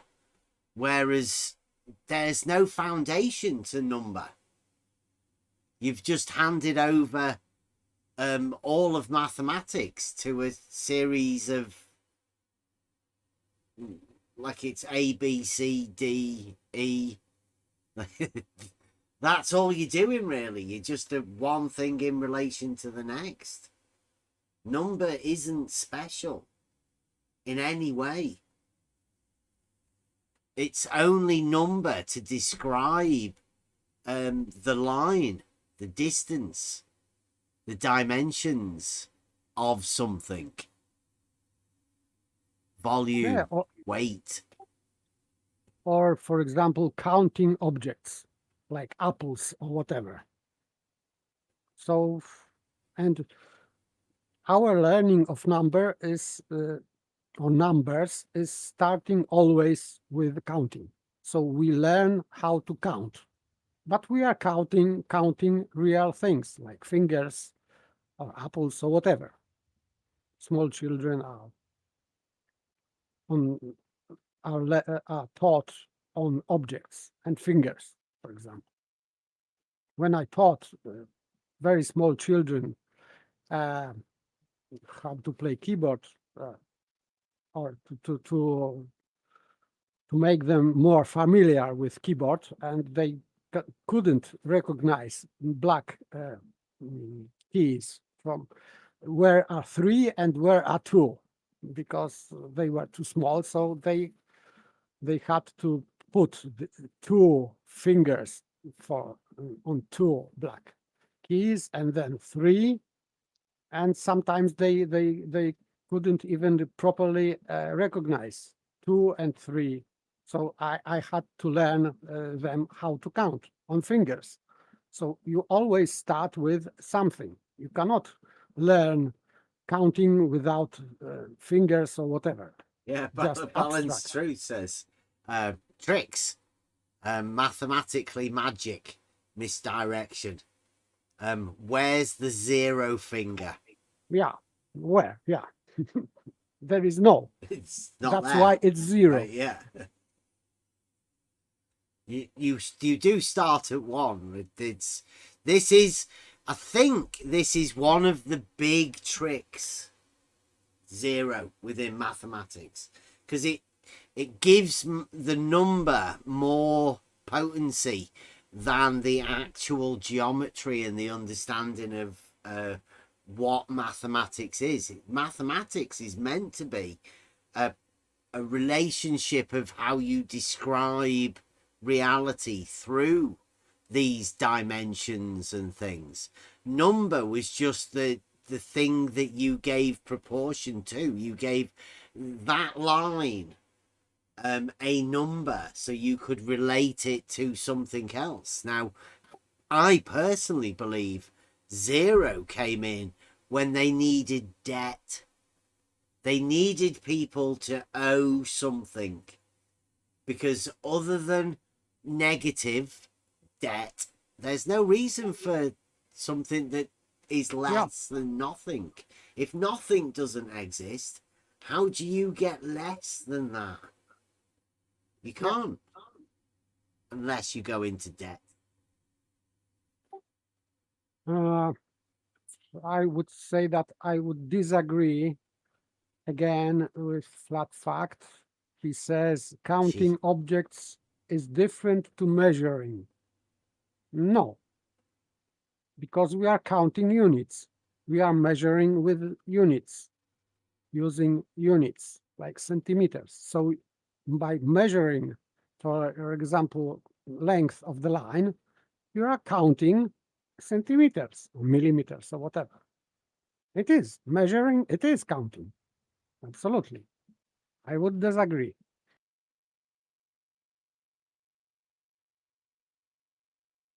Well, that's the power numbers have been given, I think, within all of this. And I bet there's a lot of people that would agree with flat fact. But I'd say this is one of the things that you're forever going to be in contradictory fact with, because people have different ideas of things. And I don't know how the communication has to be there. And I'm pretty sure disagreements. Well, Titan says that 0 is infinite. Well, it doesn't exist. So within the mind structure, you shouldn't be able to give 0 a thing. It's a not that. But you giving it a 0, you're giving it something that it isn't. Yes, you are very bringing, dangerous. You are bringing nothing into reality. This is, for me, it doesn't fit with, let's say, philosophy. Yeah. So it means that nothing is supposedly something, and I cannot cope with that. Well, we are going to be looking into this, because this is something that my study has led me to, and it is the not that. The moment you can give the not that power, then you are going to be struggling, because it isn't. You can say, pass me that cup, and then say, no, not that one. Meaning that there is something there, right? That you didn't want that one, you wanted an other one. So that things are real when you say not that in that way.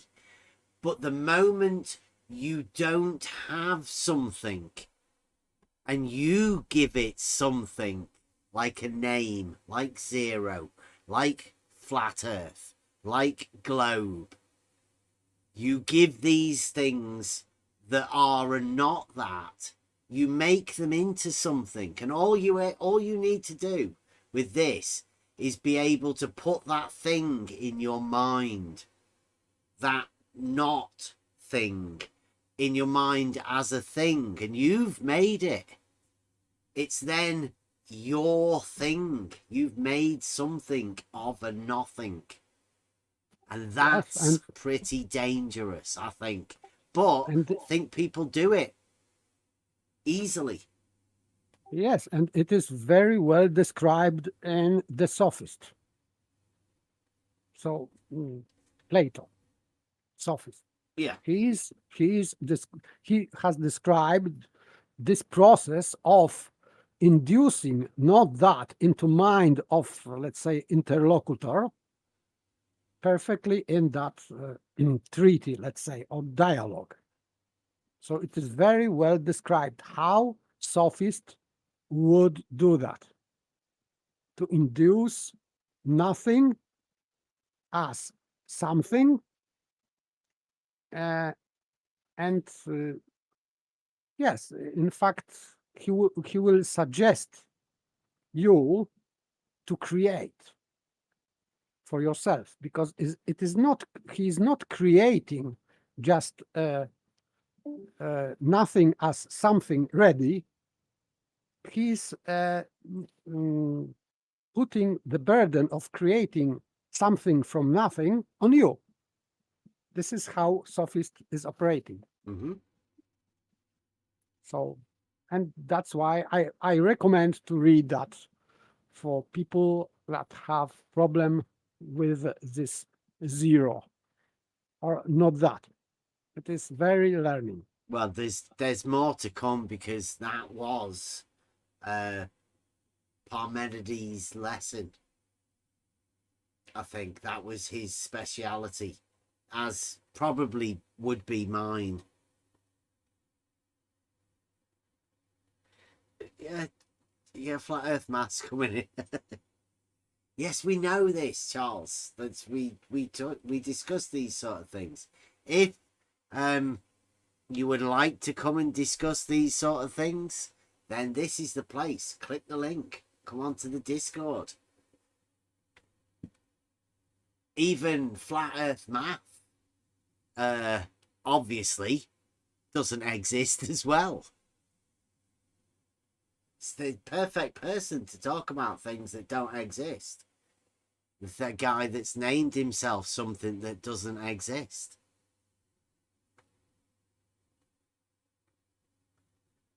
Has the most contradictions you've ever met. And shown us about the perpendicular paradox. Sorry. The model-induced perpendicular paradox.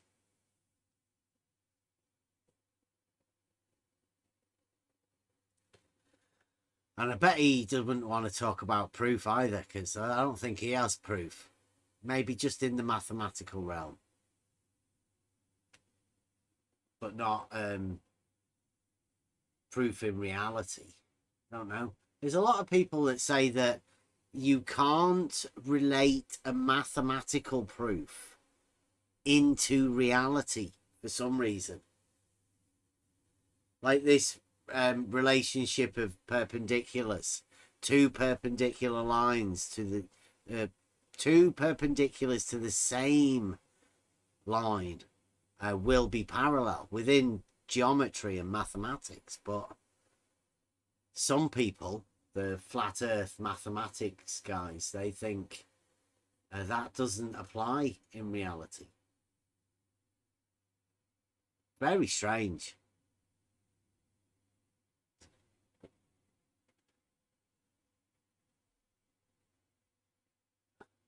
Oh, Charles wants to come in. Have we got I don't know, we've had a few things change around. Let's have a look. New Discord settings. So has he got Rolls? Have we got anyone in here? Let me see whether I can do it. I will respond to Eric Hartel. Yes, you have to get out of debt. You'd have to give something Yes, and it means that, for example, if you have the same money, real cash in the hand, so this money is not negative because they are in your hands, and if they are going into other hands, they suddenly are positive. They are the same, so they are always positive. So this debt and so negative or positive is only in relation to the owner. It is only arbitrary. It has nothing to do with reality. It is only arbitrary assigned debt that we can agree that this money is yours now, and that's why you owe me this money. So that's why it is called minus. But in fact, it is no minus money. It is just normal money, positive.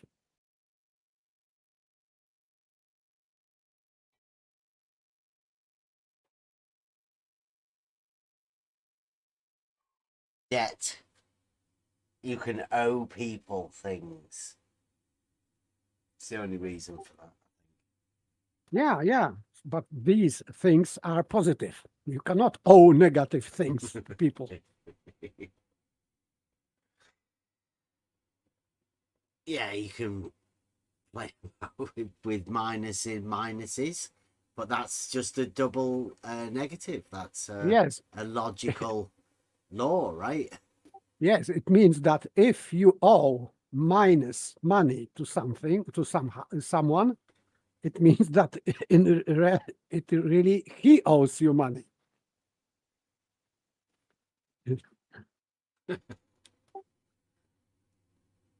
But that is like a law of logic, double negative. Yeah. Implemented into mathematics.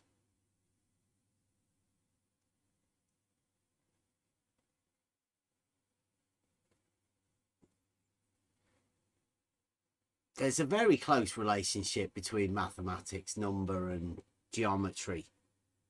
But I think geometry is more real, and people have placed that within this, do you call it the mathematical realm? Within the divided line, they placed the mathematical realm where proofs are gained. But that's a thought. Yeah, logic, just logic. So this logic can express in geometry and in number, because I would say that number is still from geometry, because geometry is about measurable qualities. So if they are measurable, so we can count them. And we can set proportions between them, like diameter to circumference. And these proportions we can express with numbers. And these numbers are expressing how the whole is to a part. Because if we divide 1 to 2 with 2 by 2, it means that we are talking about the whole and we are talking about the half. So this number 2 below 1 is just saying that we are talking about part of the whole. And in that case, that would be the half. And if we divide 1 by 3, we are talking about the third of 1. But still, we are talking about the whole thing and its part. And this is how proportion works. Because this is portion, like portion of food. So this is ratio between two things, which of which one is part and the second is whole. Simple, but it is related to things. So I would say that number without reality would describe nothing.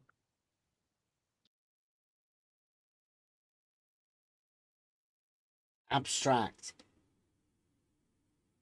But it's got to be real, no matter how abstract you want to be. Geometry, mathematics should be describing reality. If you're dealing with things that aren't reality, then how do you check? Where do you get your proof from?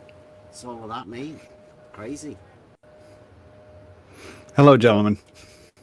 Yo, hello. Good to have you back. Are you? Yes, What's yes. school like? Oh my goodness, it's Hectic. fantastic. I'd gotten hired at this school in December of last year, so this is the first time I'm experiencing a start of the school year. It's September, and things are going really, really well. I'm super busy. I've got a lot of really, really neat kids.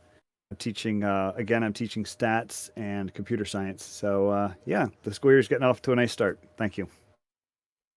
Jolly good. What do you think about proof? I've got a couple. Do you have proofs in reality? Do you think they exist? Not capital P proofs, but lowercase p proofs. Okay. And so this is another one of those situations where the word proof has multiple meanings. So in the strictest sense, of the word, with the strictest definition, you're not the arbiter of proof. I am not. Okay.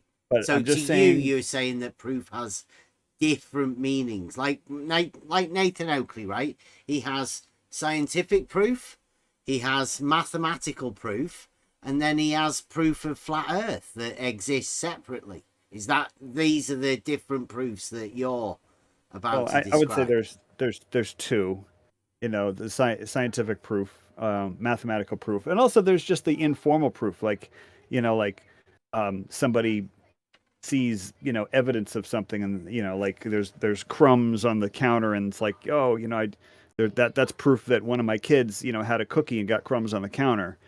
I mean, technically it could have been a burglar broke in and ate cookies, and got crumbs on the counter, but there's the informal sense. But scientifically, if you want to be strict about it, scientifically there is no proof. There's only proof within mathematics. But in the real world, we talk about proof all the time. You don't skip past that. So you're saying that the scientific proof doesn't exist, and only proofs within mathematics. Yes. Not in this, using the strict definition of proof, scientific proof does not exist. Okay. So if I were to say to you, then. Here we go. We've got this one. Nathan Oakley went a little bit weird about this. If we say, if the globe is flat, P, the globe, then there will be no measurable change in elevation. Q. Elevation is a measured change on the vertical datum, not Q. Modus tollens, not Q, therefore not P. The globe is not flat. Would you agree or disagree that that's a proof that the globe is not flat? Yes, the globe is not flat. But now, would that be a scientific proof? Yes. There's nothing wrong logically with that structure. Yeah, but there's nothing wrong within logically with that though. structure.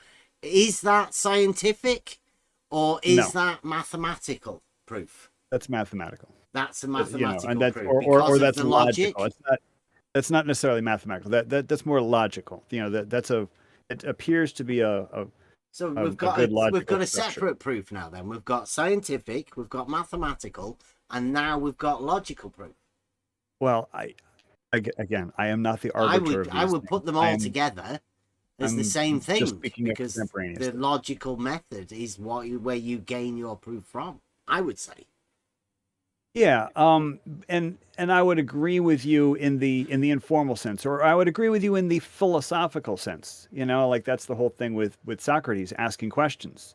You know, Socrates liked to tease things out, tease knowledge out of people that really just existed dormant. That's just that people never really thought about it before, and that's why he was so dangerous to the town elders. Dangerous. Is that yeah, he didn't, you know, the elders didn't want young people coming up with these ideas about, you know, questioning the rules of their society. So Socrates had to be, you know, done away with. But Socrates, it was just brilliant how he just would ask questions. He wasn't, you know, teaching knowledge. He was asking questions and he was getting people to discover stuff for themselves. And so you could talk about proof in that sense, but that's really more of a philosophical sense or a logical sense. Okay, well, what about the perpendicular argument then? If two straight lines are perpendicular to another straight line, then those two straight lines will be parallel to one another. Yeah, you missed a word in there. Mathematical proof? Yeah, that's a geometric proof, and geometry is a subset of math. But there's a word missing because that is not a valid statement. That's not a valid argument. Why? Well, don't you know the missing word? It's coplanar. So if you made the third word coplanar, if two coplanar straight lines are perpendicular to another straight line, then those two straight lines will be parallel. So I mean, it's assumed, you know, or I should say, it's implied. Can we say then or skew? Right. You could have skew. You could have you could have just skew say lines, skew. which are no. You the word skew would definitely make those two straight lines not parallel to one another. Yeah. They would either be parallel or skew. Okay, if two straight lines are perpendicular to one straight, yes, they would be either parallel or skew. That is correct. But all I'm trying to say is I'm trying to give you a word to put in to make your, you know, to make your statement well, we get the better. We get the discussion now, right? See, because most people wouldn't even understand what skew meant. And that would just be, if you imagine there's two horizontal planes that are parallel, and you to draw two lines on those planes, they may not be parallel because they're in different planes, but they would never meet because they're in parallel planes. So you call those two lines skew. That's a mathematical term. That's a great description. You should teach geometry, Bev. I've been told that I don't know anything about geometry, so that's all right. But it's very amusing. You, with your quote unquote disagreement with Nathan, you're trying to convince Nathan that the Earth has terrain. No. Somehow you're convinced I'm that not trying Nathan to convince doesn't. him of anything. I was just showing him an argument and how to structure a proof, since he said he had proof. Well, he didn't say. He said McToon had proof that the Earth was flat. And I was just giving him an argument to show him that there isn't proof that the Earth's flat. That's all I was doing. And I even got Nathan Oakley to say the Earth is not flat. Now, most people don't get much chance to do that. But I structured an argument that made Nathan Oakley say that. Because you're using the equivocation fallacy. So what? So yeah, I think you got your equivocation fallacy. You're using the word flat. What? Your use of the word flat is not the same as Nathan Oakley's use of the word flat. I don't know what.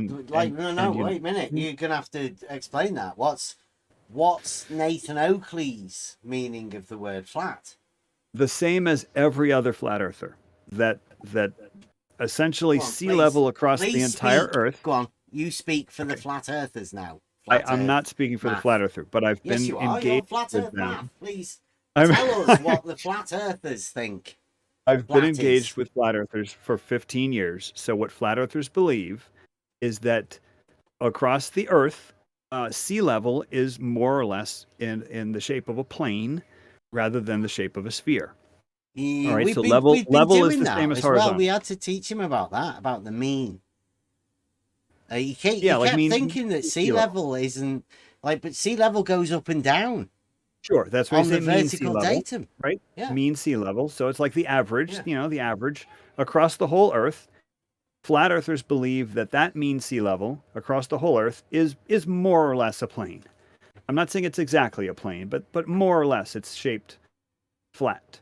And so that's where flat Earth comes from. It's not because there's no mountains. It's because all the world's oceans form essentially a plane, not a perfect plane, more or less a plane. Yeah, you've got tides and waves, so it's definitely yes, not. we've got tides and waves, Definitely not but flat. essentially, level is the same as horizontal. A level plane, a level surface is the same as horizontal. You're talking about what flat earthers think. Yes, that's what flat earthers believe. What? Okay, and I'm pretty sure that's what you believe.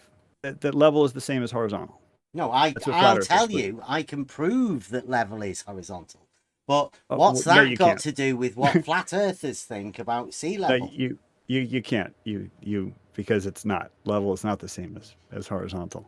Of course it is. And you can't prove provable. No. What do you mean? Sorry.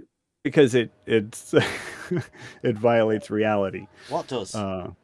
Level is the statement horizontal. Level. No. Yes, have a look in any dictionary, Charles. It's okay, but I mean, right. just check for yourself. I don't take my cues from reality from definitions in the dictionary, because there are many definitions of many things. Do you not trust the dictionary? Oh, but the dictionary has lots of definitions.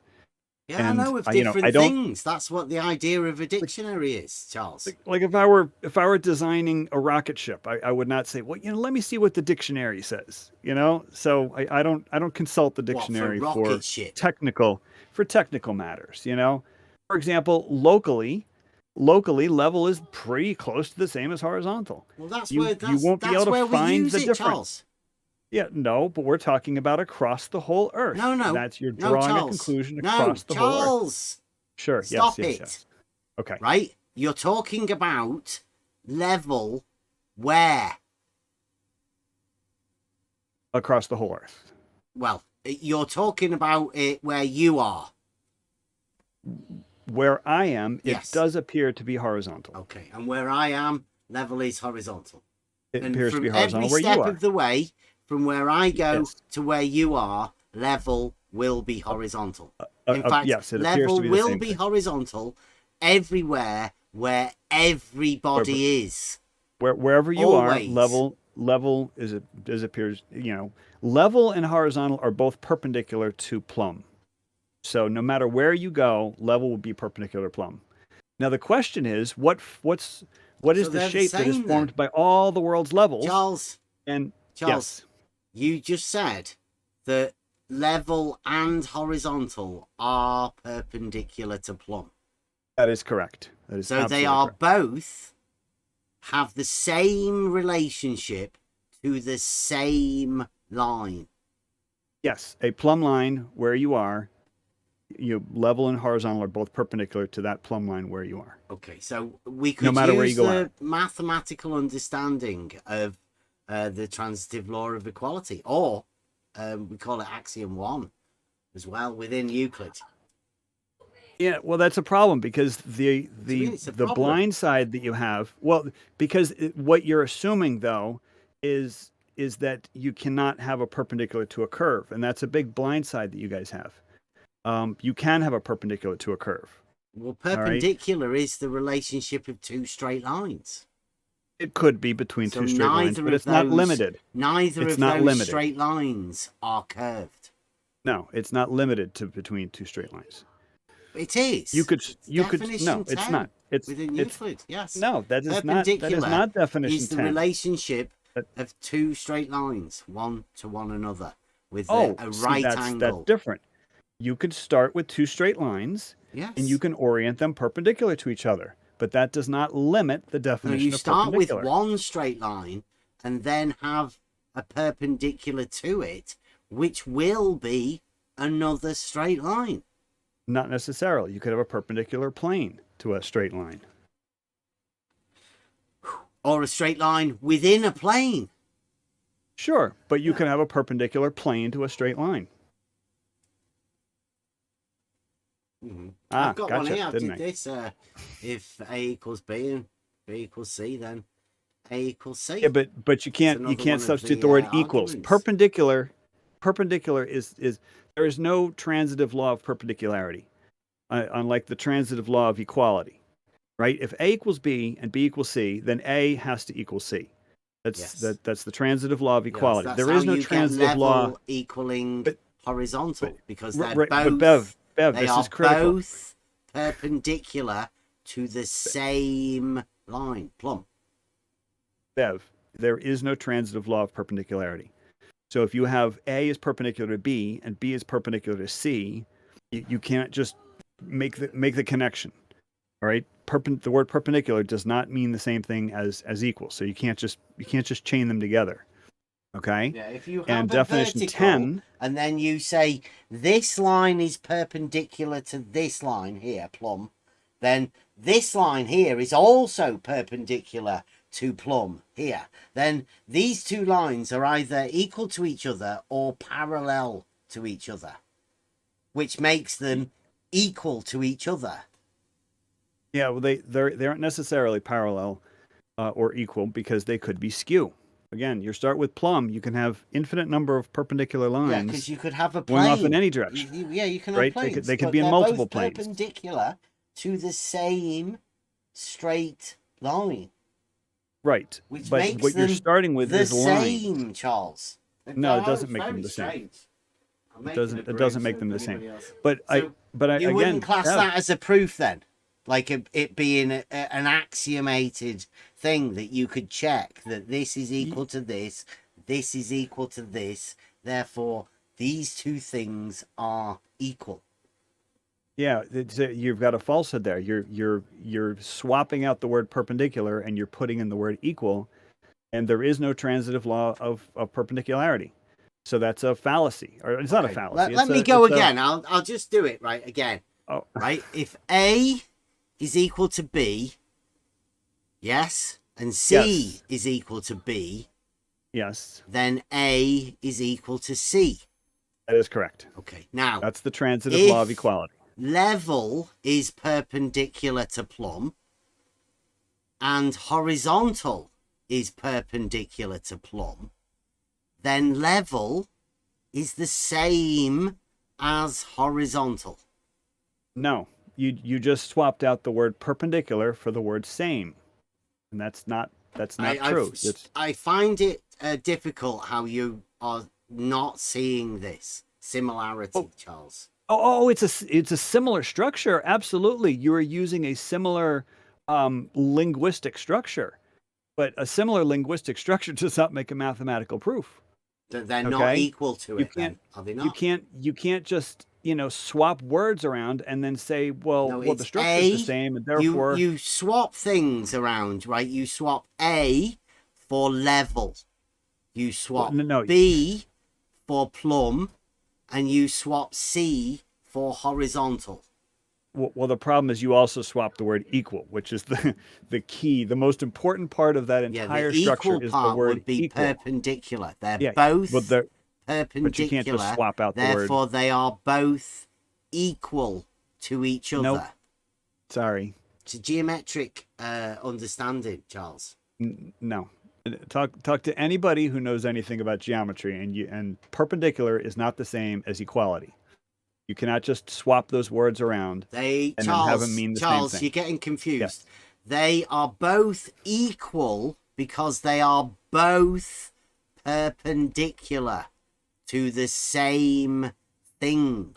That makes them equal in their geometric understanding for them being equal to the same thing.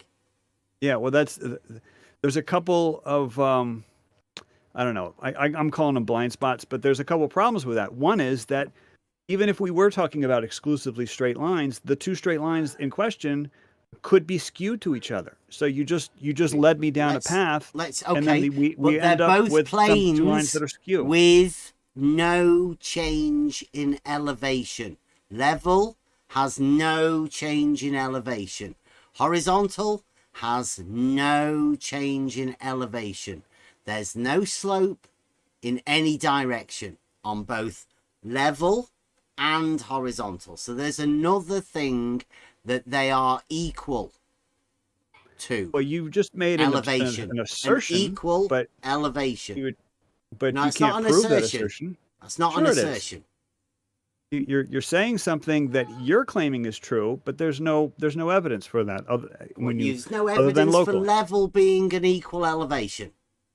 No, level is an equal There you go elevation, then. and it curves, A around the horizontal, surface a of the Earth. level is a tool that establishes a horizontal plane of reference. So now we're using the equivocation fallacy again. You're No, using horizontal level. has no slope. It has an equal elevation all the way along it. Well, you That's, just used the word provable. level. You just Yes. used the word level. Yes, an equal as elevation. equal the elevation, same and then you as swapped it out. horizontal, an and then you equal swapped it out. elevation, Charles. Bev, you used the word level Yes. first as equal elevation, and then you used level as a tool. It's not the same word. I mean, it's the same spelling, but it's not the same. Level, the tool that builders use, water is not the level. same as level, as in water level. A water level establishes a level, a horizontal plane, which we were trying to show you that they are Yeah, the same. They're equal to one another. They're not the same. And In fact, you could even say horizontal are the same thing. A level is a tool that establishes a horizontal plane. A level has no change in elevation. A horizontal has no change in elevation. You've heard of rise over run? You need yes, to rise to have a change in elevation, i.e. a slope. Charles. Yeah. Well, we've gone through this many times, but I'm trying to point out the flaws. Like even the phrase water level can mean two different things. If you can have a still body of water, and you can say that the water is exhibiting water level, right? Or like the water line on a ship or something like that. And then water level could also mean a tool, which is a flexible hose. And those two uses of the phrase water level are two different things. They're closely related, but they're not the same thing. Charles, it's not a flexible hose. A water level is the water. It's contained by the hose. No, but the tool is called a water level, right? When you put water say, in I it, want but to not use a hose. tool. A hose with no water is No, not I never said a it has water no- level, Charles. I never said a hose with no water. I said the water level. You just said the it was a tool. hose. Oh my goodness! I was talking about the tool known as a water level. Unless you're talking about some other tool called a water level that does not have a flexible hose, then I'd love to see that. But the Yes, tool but I'm talking have a about, rigid one. called a water level, is made can of you a have a flexible rigid? hose filled with water. You don't have a rigid water level? Yeah, I guess you could. I've Well, seen there you those, go, then. those, You would- pipes and stuff. Okay, thank you very but much. So that's not terribly you're not useful in the talking field. great. Okay, but it's the That's not a water, tool. Charles, within the water level, not the hose. So, but it's not a tool. If you used stiff piping, it would not be the same as the tool that everybody knows is a water level. Okay. So again, it's these equivocation problems that we keep running into, using the Yes, same word to mean two separate It is things. good equivocation because you cannot have level without water in the hose. So a hose without water cannot give you a level. You're right, but you can have level without water. Yes, yes, but that would be not the tool called water level. Right. So it means that water level, it is called water level because it is water in that circumstances that can give you a level. So water in hose will give you a level. And that level is horizontal with zero slope. That's your assertion. Well, This what's is your not assertion? This is outcome. Well, my assertion is the same as Archimedes 2,500 years ago. That is water level. The surface of any still body of water is a portion of a sphere and follows the curvature of the Earth. Okay. So Archimedes was a pretty smart guy, and we still use his principles today. Wait. Really? Yes. If I may, because you said that you can have perpendicular to a curve, and you said, or maybe that would mean that there are two different perpendicularities, or they are the same. So if we have perpendicular between straight lines, you admitted that we can have that, and you also admitted that we can have a perpendicular with, let's say, straight line to a curve. But yes, my question is, if these perpendicularities will be the same in both instances. The definition of perpendicularity is meeting at a right angle. Okay, so you can have two straight lines meet at a right angle. That's definition 10 in book 1. Okay. You could have a line and a plane. You can have two planes. You can have a line and a curve. Okay. Okay, as long as they're forming a right the angle. line and a curve definition? Tell us. Well, which, it's not which in Euclid. It goes. It's not in Euclid. Right, that's correct. Euclid. Well, which book is it in? Well, if it's not in Euclid, which book? Yeah, all right, yeah. try opening up any book on calculus. Okay. Calculus. I forget when they first wrote it down. I'm not a mathematician. So they're much smarter people. Gauss would be able to cite the source. Leibniz or Gauss.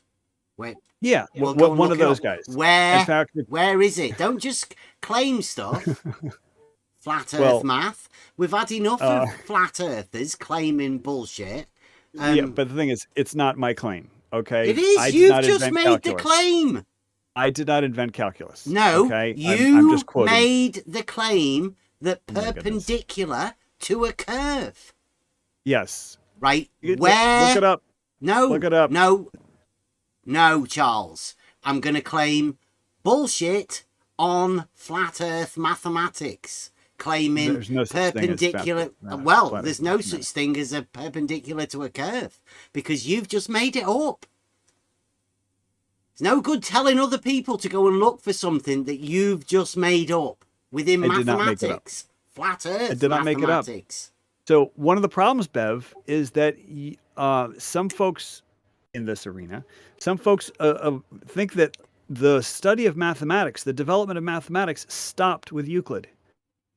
And that is simply not true. Some people think you can cite sources within mathematics when you make a claim, because everything has a proof within mathematics. Some people expect to be able to people to cite the things that they make when they come in with flat Earth mathematics as a name, trying to cite things that people have said. You don't even know who said it. Was it Gauss? Was it Leibniz? Where's it cited? Where's your definition? Why don't we say both? Okay, where's your geometric definitions within calculus? Anybody who did anything with calculus or later knows that you can have a perpendicular to a curve. Where's the definition within calculus? Is it at the beginning of the calculus book?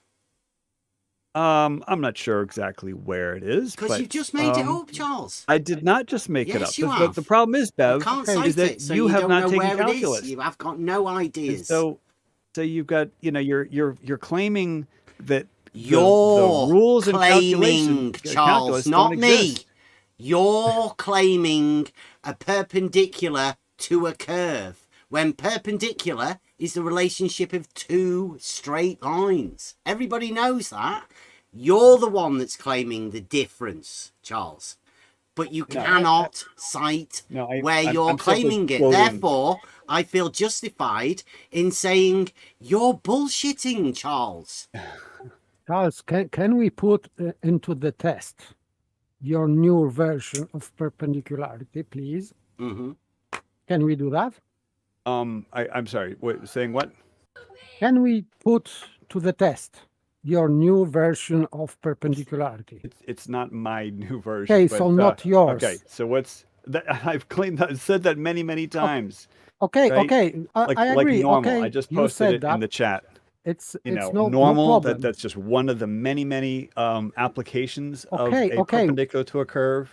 Okay. Right. But so I'm going to cite Wolfram Math World. All right. Oh, That's not okay. the first place. But It doesn't matter. If you don't mind, we can Okay. put to the test. What is this test? This test is that if we have two straight lines crossing each other and they are perpendicular, they will create four equal angles, right angles. Do you Yes. agree? Yeah. Yes. And if one of these lines is curved, do they create four equal angles on each Yes. side? Yes. Yes. Because of course the answer is no, because it is impossible. So no, how? it's the answer is how, yes. Okay. So how can you defend that claim that Well, they it's- will be equal on Well, each it's side? the and we've tread this ground many times before. It's for and one example is where a diameter meets the circumference. That forms four right angles. Okay.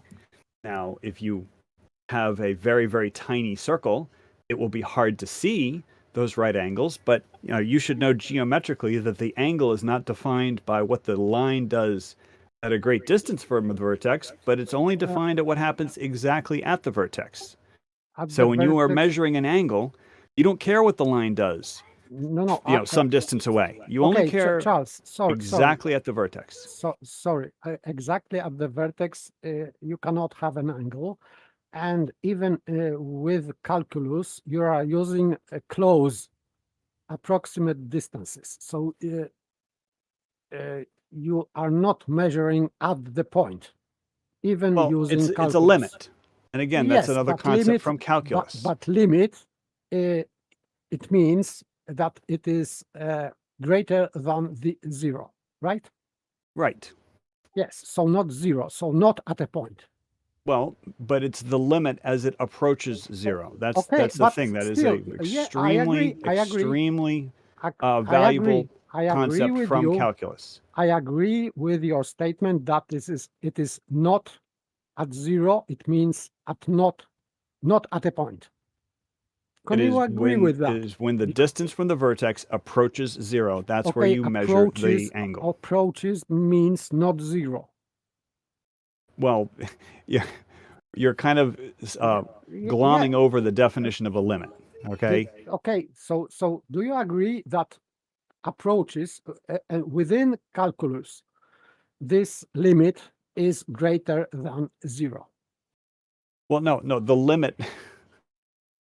It's when it approaches zero. It's the limit as the distance from the vertex approaches zero. That's where you measure the angle. Okay.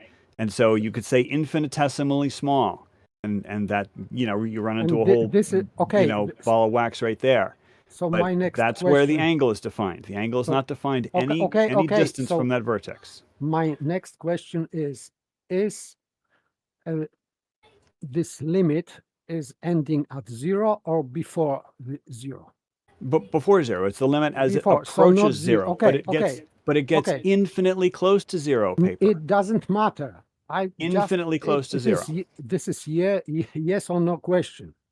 So you say, and your answer is before, so not zero, because it is obvious. Before zero means not zero.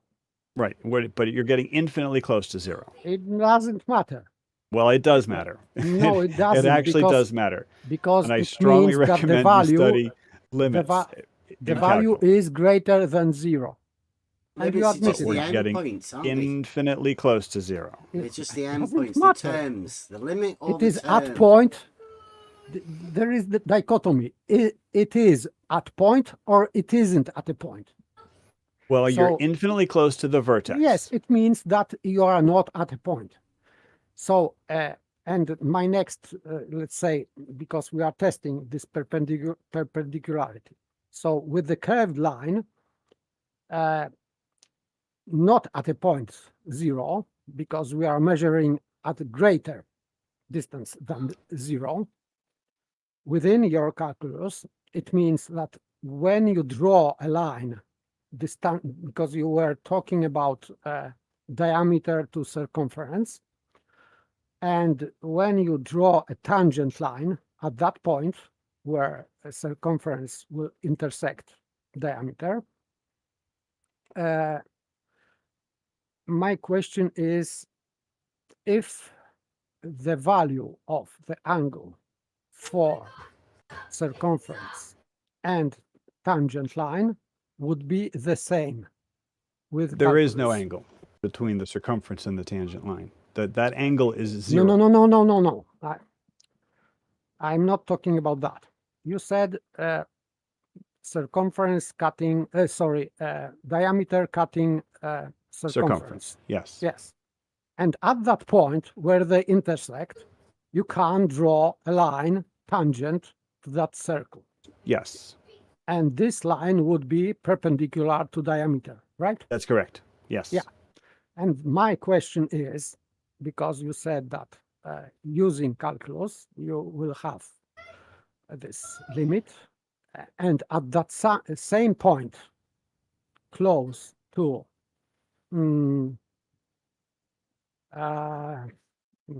zero, you can calculate with calculus both lines, circumference. I understand. Calculate what? You said that when you are using this perpendicularity to circumference, you will use calculus and you will use this value close to zero to measure angle. And you can do that with calculus with measuring angle to tangent. Well, the angle between the circumference and the tangent is 0. The angle between the diameter and the tangent is 90. No. So I'm a little unclear as to what you're measuring, what exactly you're measuring. You have simple thing. You have circle, diameter, and tangent. Yes. So my question is, at the same point where you are measuring this angle between diameter and circumference, at the same point, because you say that that would be the same for a tangent. Well, the angle is the same. The angle between the diameter and the circumference is the same as the angle between the diameter and the tangent. They're both 90. But it means that if you have value close to zero, but not zero, it means that this tangent has to be on the circumference, not only at tangent point, but only at this point at which we are measuring this new angle. No, it doesn't mean that at all. Yes, it means, because it means that tangent is not tangent at one point, but also at this point that you are measuring to circumference, because to have the same angle, you have to bend this tangent line. No, the tangent is a straight line, so it's not bent, and it comes into contact with the circle at exactly one point. But I think what you're missing, and there's another point in calculus, that I think it's called the squeeze theorem, and I'm probably butchering it because I haven't done calculus in a while, but that's that if you've got a number that's greater than 1, and then if you and that number is also, less than 2, at some point you're going to pass, if you go smoothly from 1 to 2, at some point you're going to pass 1.5. Again, I'm kind of butchering it, but let's say you have a line tangent to the circle that is above the diameter, and then you slide that tangent around so that it's below the diameter. At some point, that tangent line will intersect that diameter, and so it's just a matter of measuring. It's just a matter of measuring that angle. It's analogous to measuring the slope as well. Slope of a line at a point. I think that's what Rumpus said. I think I can remember him saying that, yeah. I think you might be sort of misinterpreting what he was saying. No, that's calculus for you. That's the notion of the limit. It's the slope or a term. It's the slope of a curve at a point, and what that means is slope draw of a a tangent curve at a point. That's even better. Yes. Yes, the slope of a curve at a point. That means draw a tangent So to a how curve much- at that point and measure the slope of that tangent line. And that's the definition of the slope of the curve at that point. Yes, but this point would be not the same point where circumference meets diameter in our example. No, it is. That's the No. point we were trying to get to, which is, you know, It the cannot angle be. It is cannot 90. be because there is no slope between this diameter and circumference. You are measuring the slope from different point. Well, what I was trying to illustrate, because you said that the tangent would have to be wrapping around the circle or being in contact with the circle at multiple points, and that is not the case. Yes, it is. It has to be because otherwise you cannot have the same angle.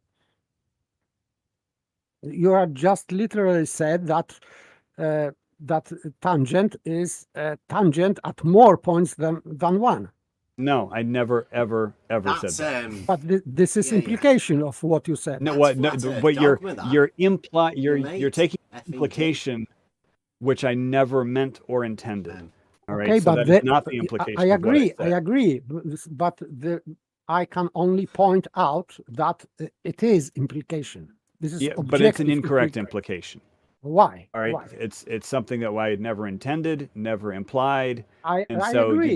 you can't say, oh well, you just implied that. No, I did not imply anything of the sort. Okay. I don't say that you implied this Well, implication. no, that is not the implication of this situation. Yes, it is objective statement that it is implication. No, it absolutely is not. You cannot have. And again, I think what you're having a hard time getting your mind around is the concept of a limit. And the concept of a limit, especially the limit as something approaches zero, is you're getting infinitesimally close to zero, which the human mind can't even wrap its mind. It can't even conceptualize something being infinitely close to zero. It's essentially zero, but it's infinitely close to zero. It's not, it's not mathematically the same as zero, but it's infinitely close to zero. And that's where you measure the angle, where the infinitely close to the vertex. That's where you measure the angle. We are not measuring. And I didn't. And again, Bev, I did not make any of this up. It's calculus. You are literally making it up, Charles. You're talking shit. So you didn't see my reference that I posted into chat and that was not even angle to a curve. That was just a normal to a surface. I don't even know what you're trying to do, Charles. You're just trying to be a sophist with no purpose. It's embarrassing. Do you think Charles. Wolfram Math World is sophistry? Because it's literally one of the world's preeminent mathematics resources. My point is that we are not measuring anything. Calculus is calculating. It's not measuring anything. Well, I mean, you have like real world measurements with, I am not talking about real world measurements. I am talking about mathematics, geometry, and calculus. Okay, but the thing is, in the real world, you have limitations of our tools. Right? So, for example, you can't take a wooden ruler and measure the thickness of a sheet of paper, right? That is simply, not possible to hold up a sheet of paper and accurately measure its thickness with a wooden ruler. So, one conclusion that you can draw is that the thickness of a sheet of paper is zero. Another conclusion you could draw is that it is impossible to measure the thickness of a sheet of paper. And both of these are not true. Both of these are false. That's why it's just because the limitation of the tools at hand. Yes. All right. Yes, or your technique. That's why we are talking about geometry. We are talking about ideal situation, not right. But problems with measurement. But one of the beautiful things about math and paper, you seem to definitely have a mathematical mind, is that mathematics can be abstracted. We can go beyond the concrete. And you guys were talking about, arguing about zero. Are you all right? Yes, you can go beyond the concrete. That was the whole thing about Einstein.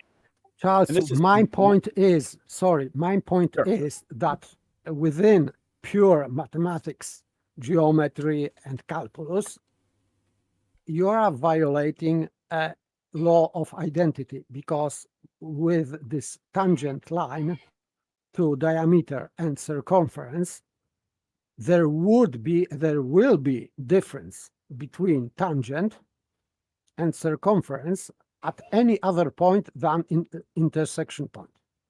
And you say that it is infinitely small distance. It doesn't matter because we not bother with measuring anything in real life. We are just calculating. So according to geometry, calculus, and logic, there is only one tangent point. And if you are measuring not at that point, very close to that point, but not at that point, 0, it means that would be difference between tangent, measuring a tangent line and circumference. That's my point. You skipped the limit part. No, I'm not. I am including this part. I'm including. No, because the limit says as you approach 0. Okay, as you approach 0. It doesn't say a point that's not at that point. It's the limit as you get infinitesimally close to 0. I've got here, Charles. Check this out. Check this out, Charles.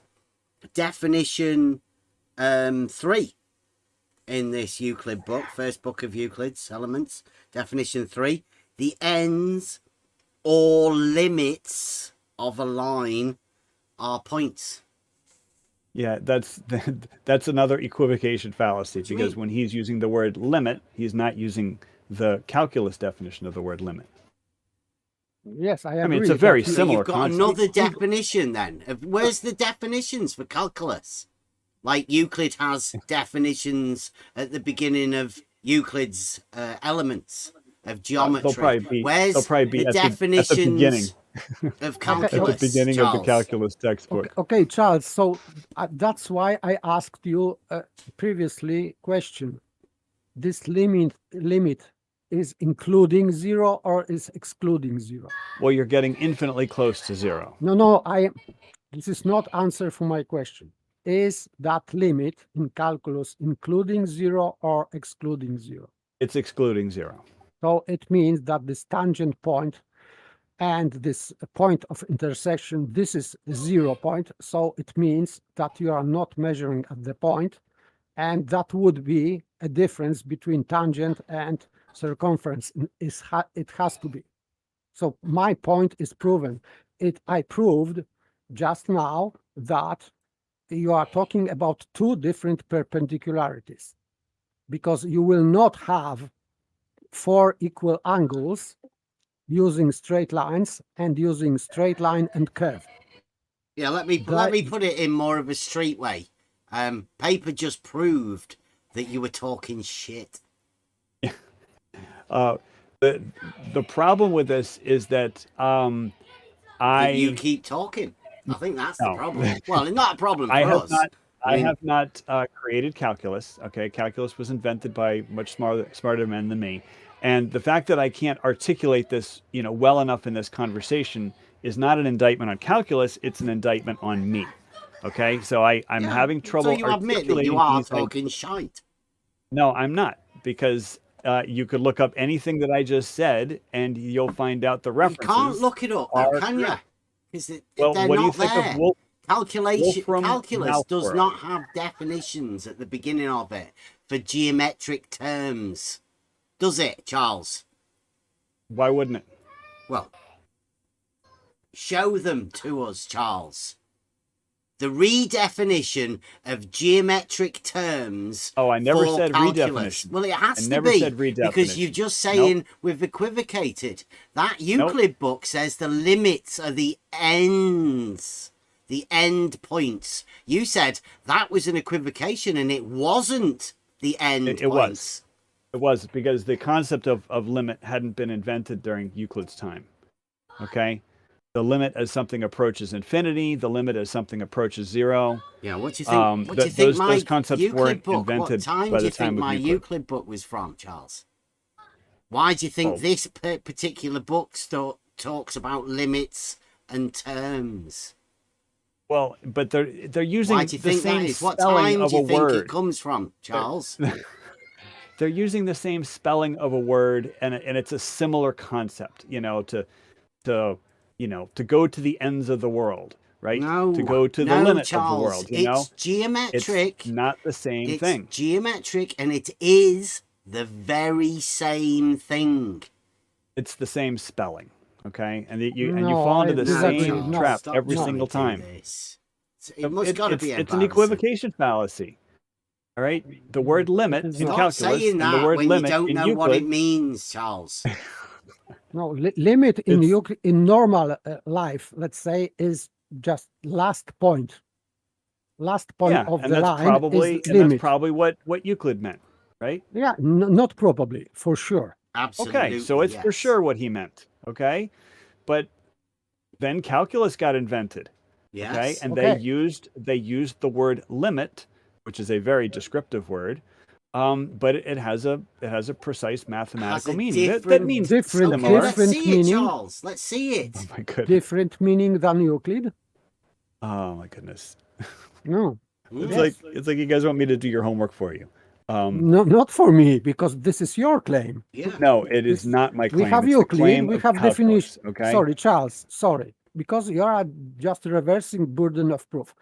We Oh my have a goodness. definition in Euclid, which, and there are statements in Euclid, and we are using that statements. You are changing meaning of that statement. You are trying to do that. And No. now you are trying to put burden of proof that this change is already there or not, or in calculus. This is not our claim. We don't need to prove to you anything because it is in Euclid, and you admitted that this is the meaning of this end. End point is limit in Euclid. And now you are saying that in calculus there is a different meaning. So please give us this definition, different definition. This is not our claim. We don't need to prove that in calculus there is different, because we don't claim calculus. This is your claim. You are using calculus, not we. But you do realize the folly of taking an entire branch of mathematics and pretending that this entire branch of mathematics doesn't exist and that it's just me, some guy on Discord, making some crazy claims. These are not my claims. They are from a branch of mathematics that has been developed over hundreds and hundreds of years, building upon the foundation that Euclid himself made. Okay, but and it's not my claim. It's calculus. You and the just word limit made the claim, Charles. Calculus didn't come in here and make that claim for you. You calculus made does not have a the Discord claim, account. Charles. All right. It was nobody else. Don't imagine that somebody else made the claim. It wasn't. It was you. And by the way, you said that it is built on Euclid. So Yes. it means that it has to be not contradictory to Euclid. And Absolutely. I have just proved that these four angles are not equal with circumference, and they are equal with straight lines, which means that your calculus is or would be contradictory to Euclid. So no, because even Euclid himself doesn't define perpendicular as being straight lines. Of course he does. Describes. No, he doesn't. yes. In definition 10. Yes. In definition 10 says no. straight lines. No. Yes, it does. Of course it says straight lines, but that is not limiting the definition of perpendicular. Yes, it because is. he It then is. goes on to use the word perpendicular to describe planes. All right. Now, yes, you can have lines in those planes. All right. But it he is the defining lines within the planes, Charles. But he is defining perpendicular planes, which means you can have perpendicular objects that are other than straight lines. In No, the Euclid. straight lines are within the plane, Charles. The perpendiculars are straight lines. No, You the perpendiculars are planes. You can okay? use the straight lines within a plane to develop perpendiculars to the plane. That's a definition. But perpendicular does not get redefined. It is the relationship of two straight lines to one another. Yes. No.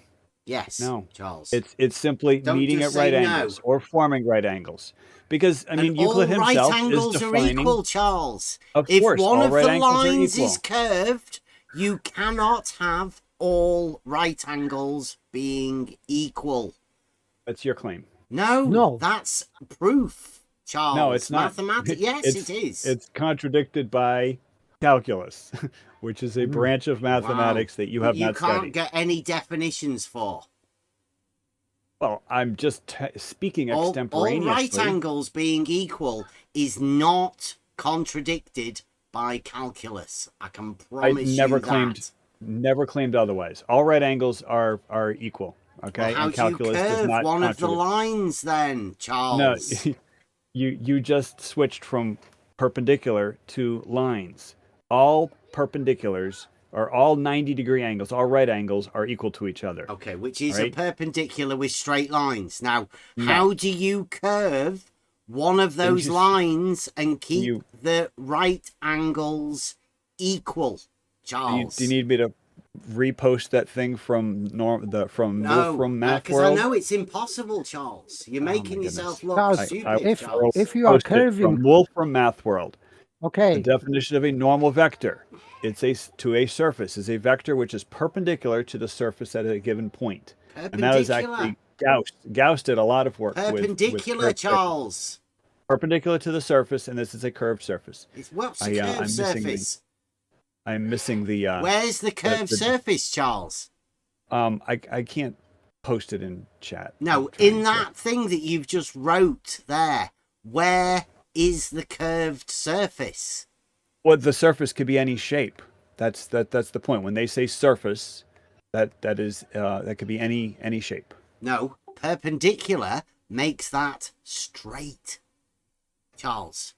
No, it doesn't. Yes, oh, here it it is. does. I'm now able to. I'm There it sorry. is. There it is. Okay, I was able to post the image that is accompanying that. Okay, so again, I did not invent this. I did not invent calculus. I did not invent normal to the surface.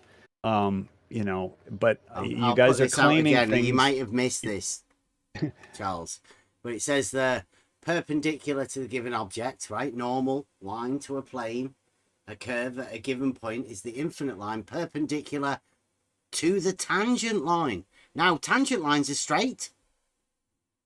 Sure, as tangent are lines are straight. perpendiculars. Okay, and what you'll find is they both make the same angle. They both make a right angle. So you can have a line tangent to a surface. I'm sorry, you can have a line perpendicular to a surface, and you can have a line also perpendicular to the tangent at that point on that surface. They are synonymous. That's right. The angles are both 90 degrees, but it does not mean that the tangent is a curve. That was my point. That you have tangent and surface being the same. Which is impossible. No, it's not. It's the same. The angle is the same. Paper. The angle is the same. No, don't. It's not the same. No, the angle is the same. It's a 90-degree angle. It's a 90-degree angle. So you are debunking yourself because you said that that would be the same angle with curve and the straight line. So you can have an angle to a curve. So curving line doesn't change anything. It means it is another impossibility. You are curving straight line. We have two straight lines perpendicular to each other with equal angles, 90 degrees, and now you are starting to curve one of lines without changing angle. This is just impossible. Right, it's like the diameter, where the diameter meets the circumference. It's 490 degrees. This is, sorry. Two straight lines, Charles. Where are you getting a diameter and a circumference from? I'm just saying that forms 4 right angles. Or, I'm sorry, it forms 2 right angles. If you extend the diameter, make it but all 3 lines. Charles, no. Charles, all 3 lines, circumference, diameter, and tangent meets at one point, one single point. Right, and this point is out of limit in your calculus. No, it is. Yes. You're glossing over the definition of I'm limit. sorry, but this is what you said. It is outside of this limit. Sorry. No. No, This that's is not what what I you've said. just said. You must have misunderstood what I said. We have this recorded. Sorry. Okay, I have to go to bed. Good night. Okay, all. Thank paper. you very It's much. always good talking with you. But check out what I just posted in chat, because it seems like you guys are Not denying now. This mathematics. is 2 a.m. here. Okay. So have to go to bed. Good Okay. night. all. Good night, All right, paper. Always see good you talking later. with you.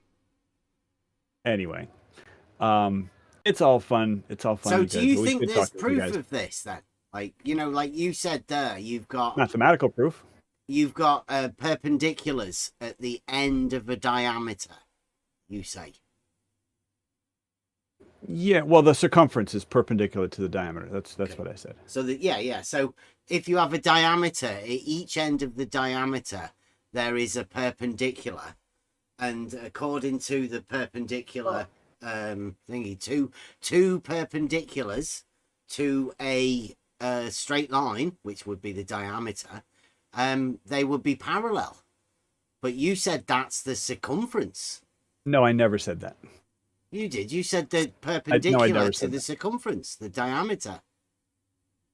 So what you said just now is you have the ends of the diameter and you form two perpendiculars. Now, Yeah, you've just got by a that language, perpendicular at each end of the diameter. yes, that would be two tangents. That would be two straight line Okay, tangents so at not the the ends of the diameter. circumference then. Well, no, if you are starting with the diameter and you say form two perpendiculars, Yeah. that language means write two straight lines. Okay? When you say a perpendicular, Yeah. just the language means form a straight line. Okay? A straight line known as a perpendicular. Okay? That's the language. Perpendicular being a noun. Okay? Form a perpendicular. That means form a line. Okay? However, what I said was not form a perpendicular. I said the circumference is perpendicular to the diameter. Yeah. Okay? Well, see that So there. I've now, just put in now I'm definition using 21. People can I'm see using that. perpendicular as an adjective, Okay. not as a noun. Okay, so can Right. we have, although those lines A, C, B, right? That's a right angle. So you could say AC and CB are perpendicular. Right, to each other. Yes. Okay. Now you have at A perpendicular between that and the circumference, That's correct. and Because AB is a perpendicular diameter. at the other end as well. Yes. Between because that and the circumference. AB is a diameter of the circle, or in this case, it's not a circle, but it's a semicircle. Yeah. So AB makes a 90-degree angle with the arc. That's correct. Okay, and at B, one at A and one at B. That's correct. Okay. That's correct. Yes. So, although if we were to do a perpendicular at A and B, they would be parallel.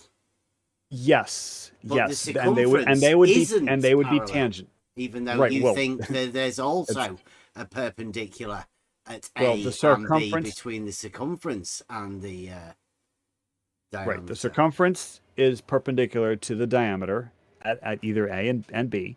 But you could also make, if you formed a perpendicular, again, the word perpendicular being used as a noun, that implies a straight line at A and B, perpendicular to AB, those would be tangent to the curve, tangent to the semicircle. Okay.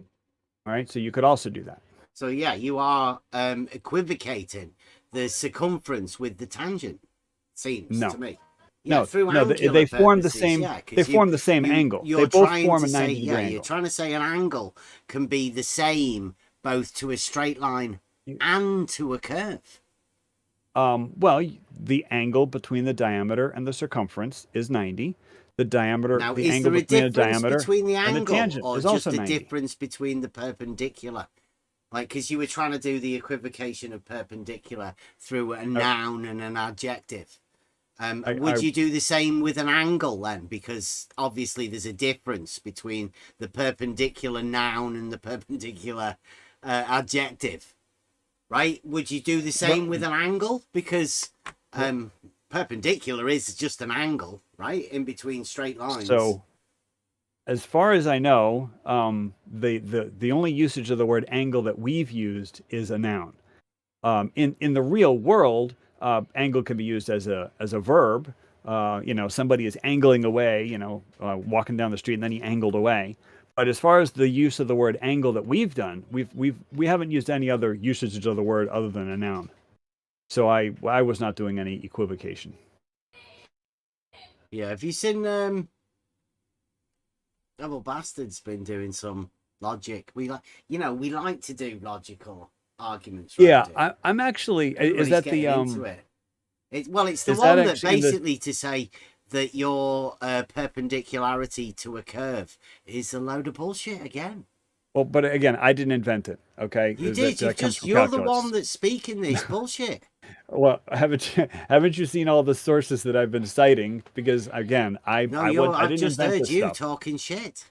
All right, so you don't have Discord chat. You've been posting a Discord chat. Have you just been ignoring the stuff that I've been posting? Looking at all of the stuff that says that you're talking shite. Oh my goodness! Yes. So all the stuff from Wolf from Math World, and then there is like a tutorial guy. It's a normal is just calculus. A perpendicular.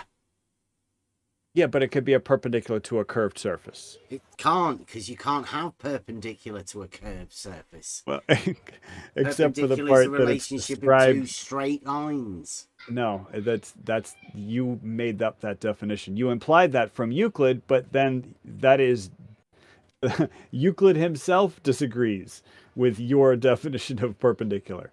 What? Because he then goes on to describe perpendicular planes. Yes, you can have lines in those planes. When he adds in the third dimension. Yes. So therefore, he's using the word perpendicular to not just be straight lines. No, he's applying them to the other straight things. Lines within the plane, Charles. That is helpful in defining perpendicular planes. But the key fact is he's defining perpendicular planes. No, that's the part you're missing. Perpendicular to a plane first. He's literally Charles, defining perpendicular planes. Okay? He does perpendicular planes after he's done perpendicular to a plane. Okay, so then again, perpendicular to a plane when it meets every straight line, meeting it in that plane perpendicularly. But he is defining perpendicular to a plane. As straight lines within the planes, Charles. I don't know. That is part of the definition. You keep forgetting, Charles. Your sophistry is meant to be to a fucking curve. Yet you keep going to planes. No, all I'm saying is that you're trying to claim that I'm not trying to claim anything. You're the one that's saying perpendicular can be to a curve. Well, I'm saying perpendicular. It's an impossibility, Charles. You cannot keep all right angles being equal if you curve one or both of the lines. You can't do it. That's a blind it's spot, an impossibility. Bev. It's not a blind spot, Charles. It is, because you haven't studied calculus. I would love for you to study calculus. As a math teacher, I would love for you to learn more mathematics. I really would. That's my hope for all of my students, is that they learn as much math as they can. Expand your mind. I would love for you to learn this stuff, Bev, because I did not make up any of this stuff. I'm just simply quoting people who are much smarter than me. Now, I don't necessarily have all the sources and the citations at hand. I mean, I can Google some stuff, but I did not make up the concept of a normal to a curved surface. Are you hoping that some white knight's going to come and rush in and save you with some sort of definition from somewhere? Because it's not going to happen. No, I'm just talking. I'm just a guy. I'm just talking. Falsify Euclid. I never claimed it did. Yes, never, you did. Never claimed it did. Nope. Yes, you did. Nope. Yes, you did. Euclid says that perpendicular is the relationship between two straight lines because that makes all right angles equal. It's obvious, Charles, to anybody with an inkling of reasoning ability to see that. That's not what he says. That's not what he says. You are misquoting Euclid.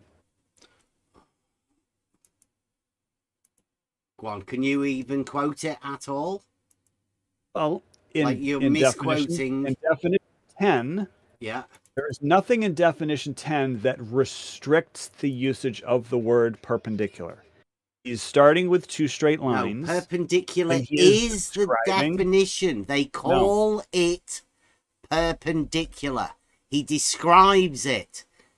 Right, A straight but you line could also standing describe on other another things. straight line makes the adjacent angles equal to one another. Each of the angles is a right angle, and the straight line which stands on the other is called perpendicular to it. They call it you just left out a word. perpendicular, Charles. Just misquoted It's the him. definition of Misquoted perpendicular. You were trying to read and you misquoted him. He says a perpendicular. That's a noun.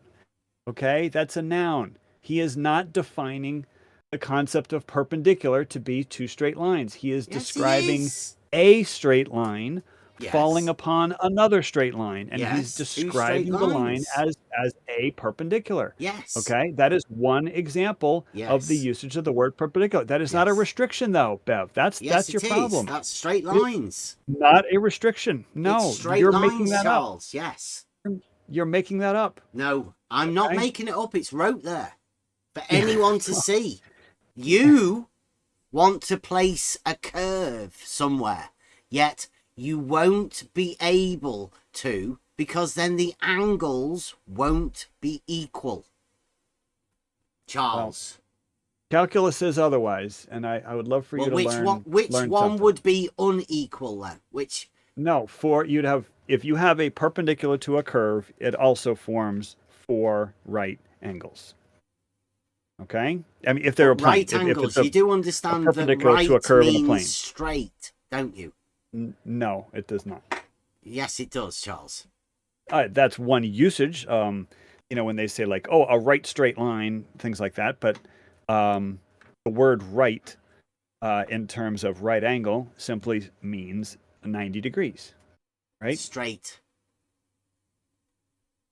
Notice that is not the definition of the word right. It's the definition of the phrase right line. So again, lots of equivocation. Well, a right angle is straight lines, like No, we've just it's not. explained. So right meaning straight would make the same sense because it's a right angle, straight lines. That's the way you're interpreting it, but that's not. Well, you're the one that seems to be interpreting it in an impossible way. You want to curve one of the straight lines, but I'm keep not the curving any right straight line. angles equal. That's impossible. You have to have yes, it is straight impossible to curve a straight line. lines. All right, it's impossible to curve a straight line because then No. it would not be a straight line. 4 right. So, Just yes, that imagine part- 2 straight that lines part with is- 4 right angles. 2 Yes, 2 perpendiculars, straight lines. 4 right Okay. angles. Right? Okay. How are you going to curve one of those lines and keep those Yeah. right angles equal? Well, you can't because Well, there a you curved go, line because or a straight line it's cannot be curved. required to have straight lines. No, it's not. Oh, I'm sorry. Yes, it is required to have straight lines. That the straight lines are straight. Yes, you have no argument with me there. But that does not restrict the definition of perpendicular. That's the problem you keep coming up with. This must be embarrassing, Charles. Is this the best Well- they've got? Seriously, they send a flat Earth man Flat Earth. in Flat Earth to come and help them with Who's they? perpendiculars. I don't Who's know. they? I'm just a guy in my basement. I'm playing jigsaw puzzle in one window while I'm talking to you in the other. But what's and really funny is you're that like all the embarrassing references, yourself because you that's need all, to all the have references straight that I'm lines. posting, you can very conveniently fail to see. You're not posting any references, or you're not watching all of the things that we're posting. The definitions. Oh, I'm seeing everything from that the you're posting. Yeah, foundations of definitions. mathematics, Charles. That Right, you right. want And to you're curve misquoting. lines.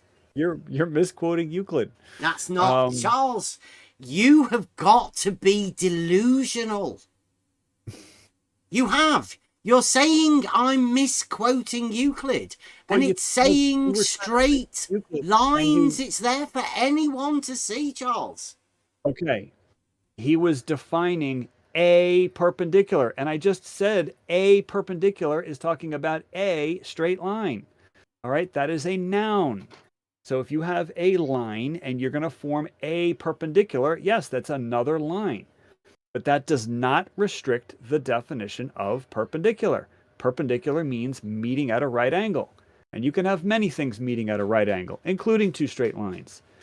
You're trying to just two make straight these lines, things because up. that's what it is.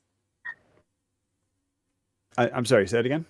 A right angle is two straight lines meeting at 90 degrees, Charles. Well, if you have two straight lines meeting at 90 degrees, that will form four right angles. But that doesn't restrict the definition of right angles. That's the part that you keep stumbling over.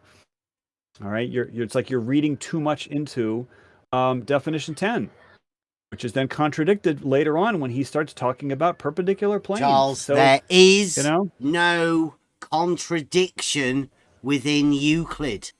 I never claimed there was. There is a law. No, you There's just only a said it was contradiction, but- contradicted. No, Charles, you're well, I think it's You're about time we should contradicting it. finish this. No, you just said it was contradicted later in Euclid.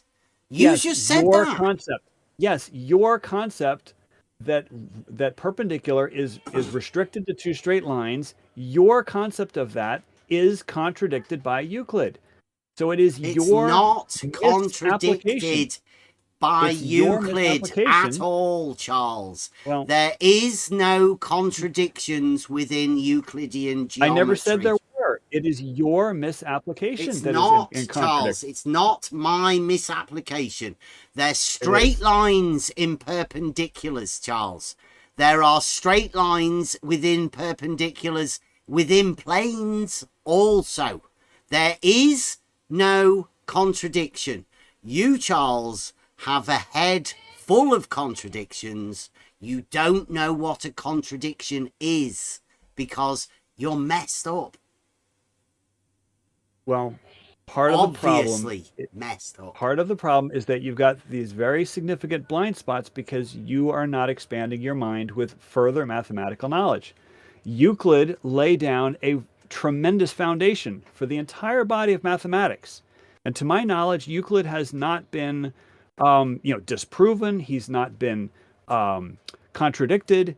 The foundation that Euclid laid down is a tremendous foundation for the rest of the study of mathematics. Okay, so that's why I keep talking about shoulders of giants. Okay, because Euclid's shoulders are tremendous. It's a foundation.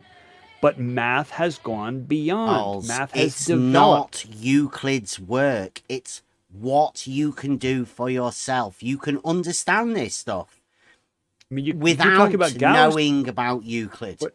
Why do you keep talking about Gauss if you're not going to talk about what Gauss wrote? I mean, Gauss was building upon Euclidean foundations, absolutely. Well, yeah, we And know. Gauss, We've said it. helped to develop some tremendous parts of Yeah, math. it is Euclidean entirely. All right, but yes, the everything development that of Gauss math did went was Euclidean, beyond- Charles. Okay, Euclidean in foundation, and then he went beyond it. I mean, What do you could talk about a when you say Gaussian surface. beyond it? What do you imagine you're talking about beyond? Are you talking like a Penrose stepping beyond the bounds of the axioms? Or are you just saying he just measured a bit more? Like, what are you saying? What I'm saying is that the development of math is a continuous process. Okay? Euclid was a giant, but the development of math did not stop with his death. That's what I'm saying. And to claim otherwise is folly. All right? Euclid was a tremendous mathematician, but math has been developed from his foundations. Yes. All right? That's what I'm And trying to convince in you. nowhere has anyone other than you attempted to curve a perpendicular. That's Again, a you're recent saying development by perpendicular. flat Earth math. A perpendicular implies straight lines. So I am not trying to curve a perpendicular. Okay. Because a perpendicular, that many phrase, of them. Are you just going to do that a few phrase, at once? Perpendiculars. that phrase, a perpendicular, indicates a straight line, or at least by common usage. Well, it's two, isn't it? Because a perpendicular is the relationship of one straight line to an other straight line. No, that's your claim. Did you just say no? That's correct.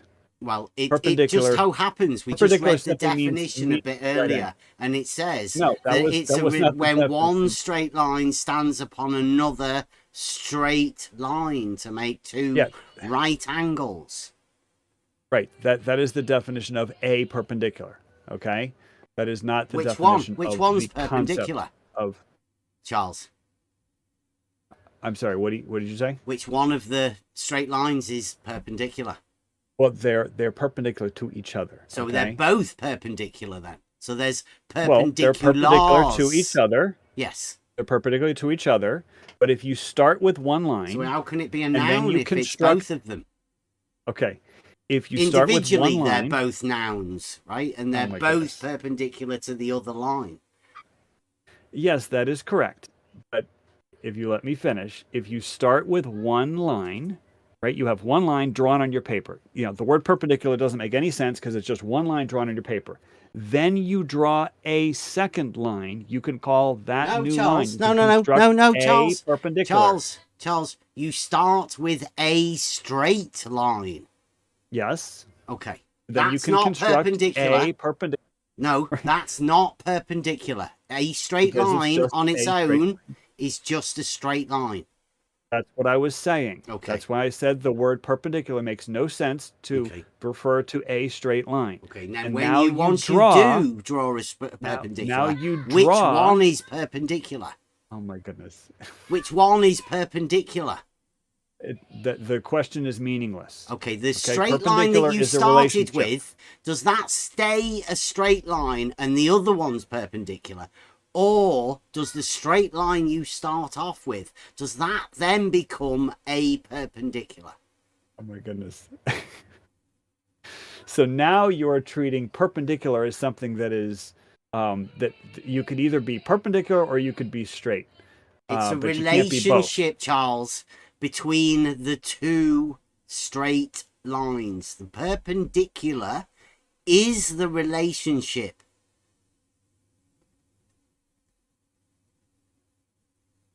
Is this you keep getting confused between the noun and the I'm not getting confused at all. I'm telling you that perpendicular is the relationship between the two straight lines. I know you're going to have some sort of obfuscation tactic to be able to say something. As an adjective, you're correct. All right, perpendicular is the relationship between those two straight lines. But if you talk about a perpendicular, then that by definition, a perpendicular is a straight line that is forming a right angle with another thing. You can have a perpendicular to a surface, just like I was showing you. That's called a normal to a surface. You can have a curved surface with lots of lines perpendicular to it. I did not create that. That's why I gave you the citation from Wolfram Math World, because you keep saying how I'm talking stuff, you know, I'm just making up stuff, and I'm not making up any of this. I'm just quoting experts. Well, right? Yeah, I didn't make any of this stuff up. Just run something past you, right? You've got a straight line. Now you've got a compass, right? You place the compass point on the straight line. Yes. Can you just open and close that? Draw circles that are perpendicular to the line? Any circle?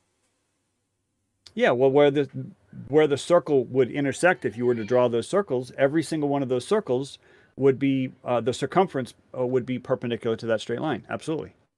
And then would the right angles on either side of that circle be equal?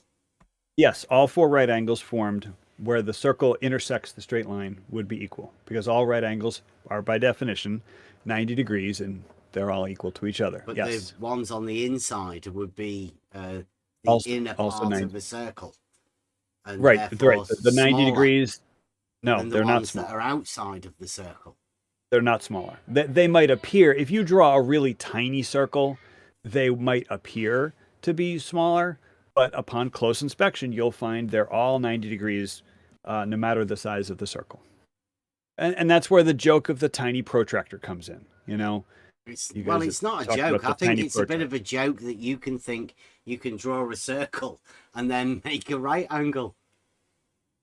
Well, I didn't create it. It's called a normal. You know, a normal to a surface, a normal to a curve, a normal to a... perpendicular. It's a straight line. Right. The normal is definitely a straight line. Yeah. But the normal would be the tangent, normal wouldn't to it? No, it's perpendicular to the tangent. All right, so I'm trying a normal. You to mean a like circle. the radius? Well, if you extend I mean the radius meets the circumference at a 90-degree angle, and if you extend the radius, then that's usually what we call. Well, I mean I didn't make this stuff up. Sounds like you are making it up, right? Who told you then? If you didn't make it up, who told you this bullshit? Because it certainly sounds to me, I've never heard anybody else say this other than you. You're the only person I've ever heard say this. That's because you are lacking a calculus background. Okay, so it was your calculus teacher that taught you that perpendiculars can be to a curved line. No, perpendicular is not defined by exclusively by straight lines. Don't say right? that because it is defined no, it's not. as straight lines. Yes, literally. No, defined literally not. as being straight lines. Again, you are contradicting Euclid. Okay? No, I can read the definition from Euclid. I don't see why I should need to, because everybody knows that perpendiculars are straight lines, right? Okay, and anyone can look up what a normal is. It's a perpendicular. Perpendiculars are straight lines. It doesn't matter whether you want to imagine some sort of a curve. Give yourself a monad or whatever. I mean, that's up to you. But the definition within Euclid is literally straight lines. It's literally not. Did you see what I just posted in chat? It's a guide describing how to form a normal to a circle. Okay, and the definition, the word normal, you know, in common usage, it means forms a right angle with. Yeah, okay? Which is straight lines. Oh my goodness, normal to a circle. All right, normal to a circle. So you have one straight line, which is the normal, and then you have a curve, which is the circle. Normal to a circle, which is one straight line and one curve. Okay, now it meets the tangent. Also forms a right angle. I don't know how you could get this so badly wrong.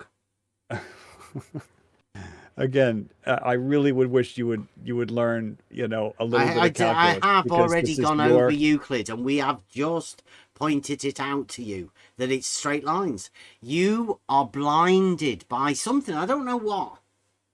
And I don't know why you want to curve one of these straight lines. Do you have an aversion to straight lines?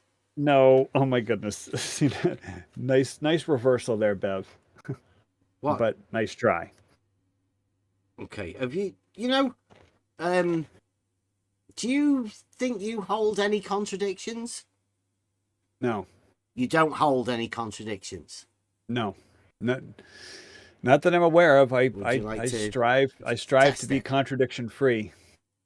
You want to try something I gave to Jared the other day? Sure. Let me get these for you.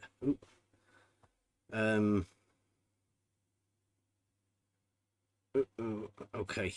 You know cardinal directions? Yes. I think you've already gone through this with me. Have we? Right? And you tried to show you went through the whole thing where it's like is there a point where all points are south? You know? Yes, it's the north. Yeah. You've gone through that with me. Yeah. Okay. There's no contradiction there because cardinal directions are based upon the surface of a sphere, and specifically the two poles of that sphere. You know, in this case, it's the north and south pole, which is the axis of rotation of the Earth. Yeah, well, this is the way planet. I went with it with Jaren, right? You've got a compass, and the cardinal directions have a point in the middle, and you've got a needle, let's say, that swings, and it can rotate about the central point.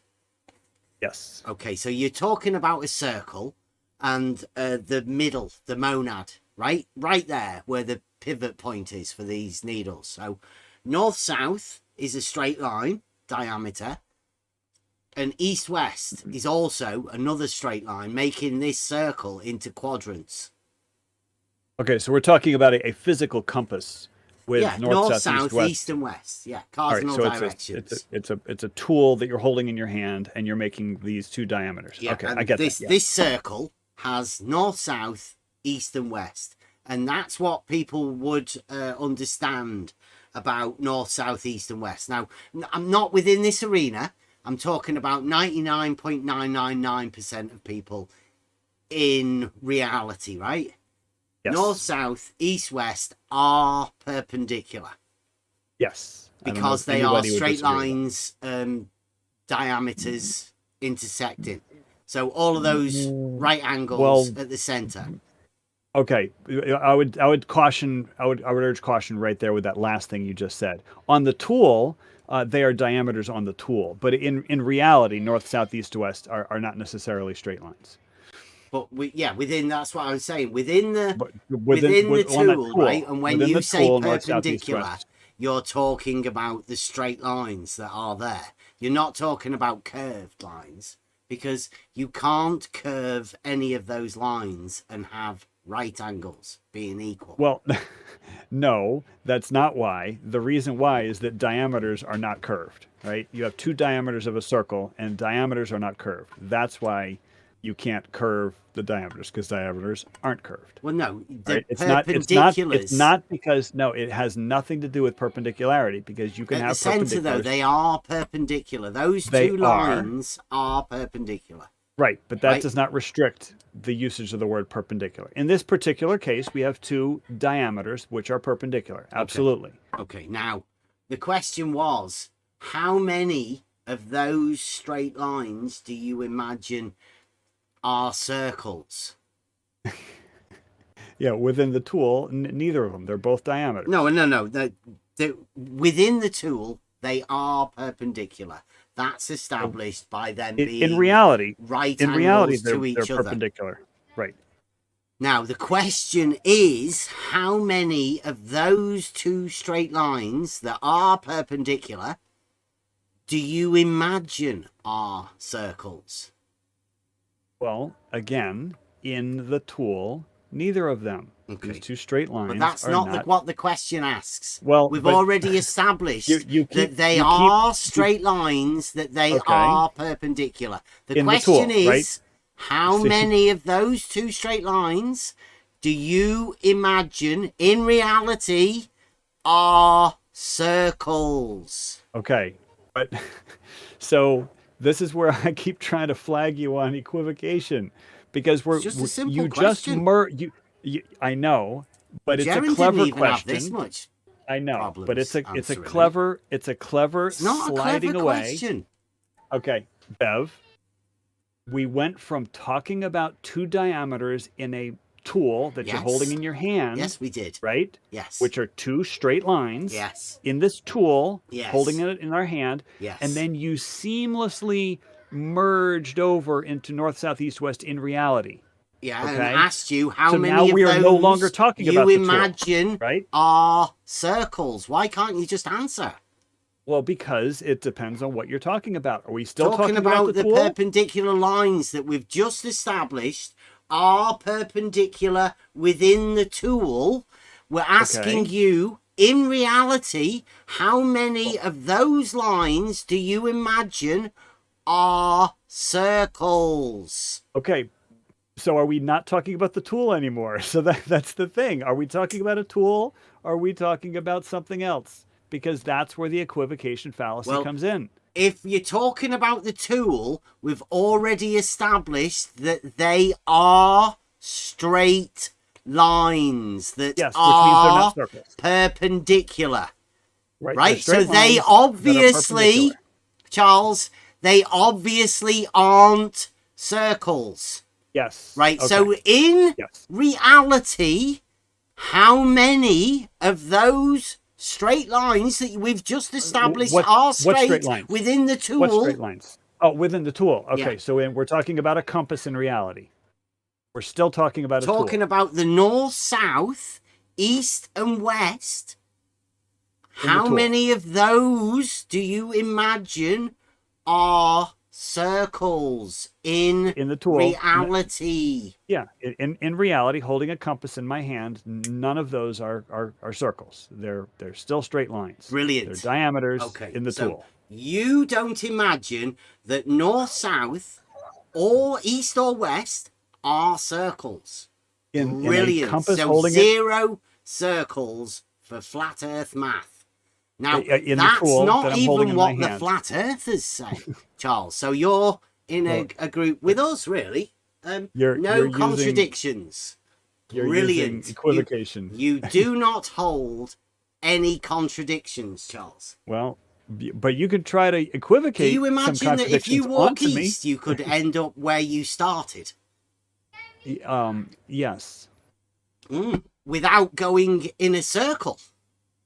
Yes, That's you would have to weird, go that, in. isn't it? You'd have to go in a circle. Well, you've just said that you don't imagine them as I don't- circles. The So how diameter in a do you tool end up is where not a you circle. started from if Because it's I'm not not- a circle, Charles? Like Um, magic? Have you got a The warp diameter in a compass in a tool is not a circle. Okay. Okay. Well, It's really what about in reality, Charles? North, south, reality- east, and west. How many In- of those do you imagine are circles, Charles? Okay, so again, I'm just going to ask you, are we talking about a tool now, or are we talking about something else? What about in reality, Charles? Like reality So- that we live in? Are you still there? Yeah, I can hold a compass. In reality, I could hold a compass in my hand. So Mhm. in reality, holding a compass in my hand, it's got two diameters, and those are not circles. Those are diameters. Those So are they're straight lines. perpendicular. And they are perpendicular Right, so in this perpendiculars tool are straight in my lines. hand. No. Right?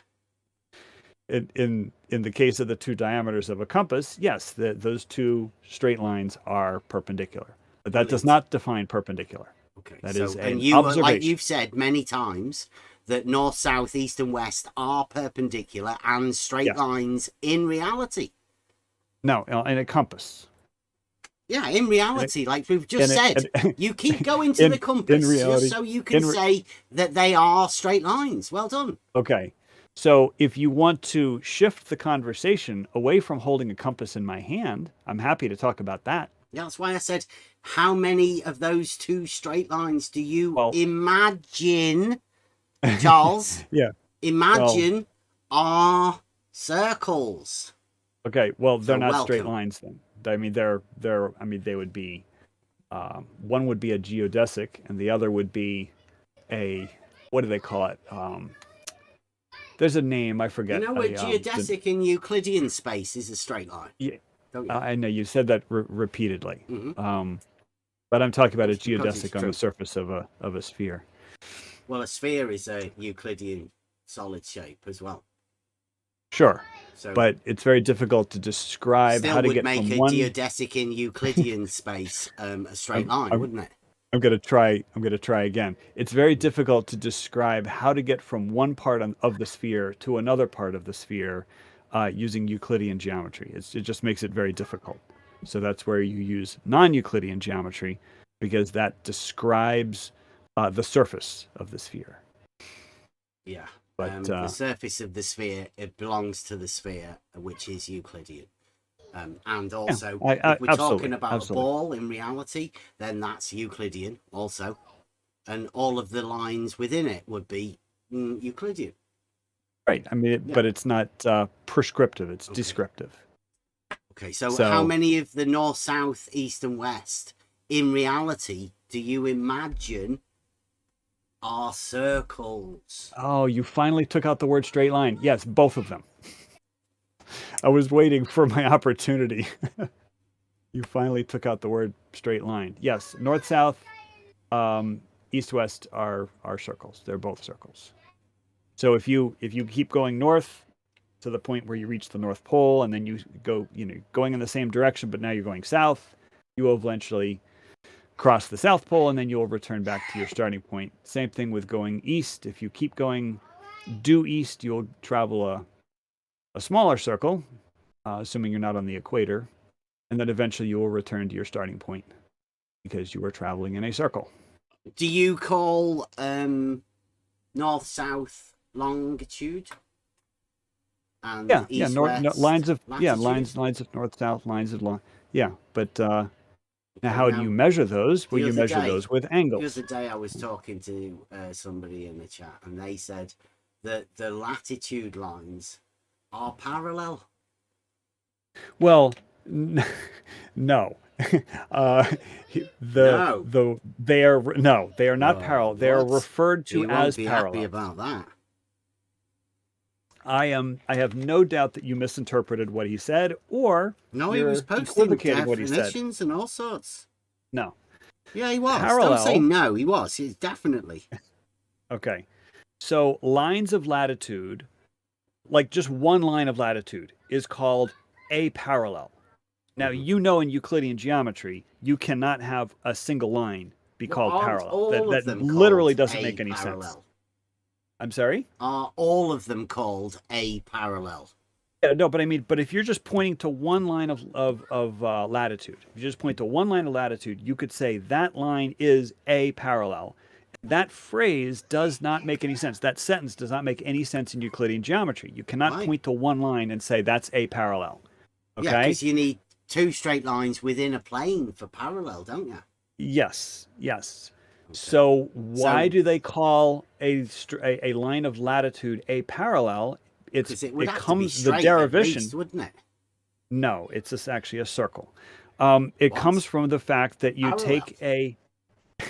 It comes from the fact that you take a circle, and you draw an axis through the circle, which we'll arbitrarily call the North Pole and the South Pole, and then if you construct a bunch of parallel planes to that axis, where those planes intersect the circle will be more circles, and each one of those circles is called a line of latitude. They would be skew.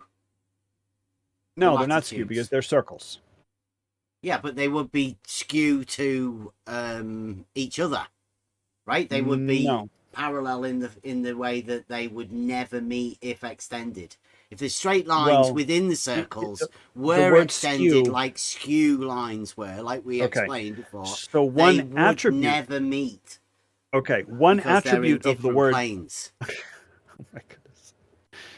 One attribute of the concept of skew is never meeting, if extended.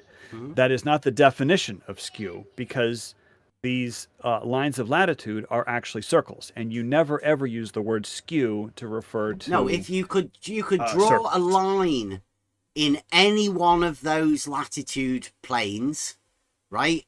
Any direction, and they would be classed as being skew, being but the lines that of they are in themselves. planes but not parallel, wouldn't they? Yeah, but singular. Like when you said to... a parallel. That would be a skew line, wouldn't it? If you were to draw a line.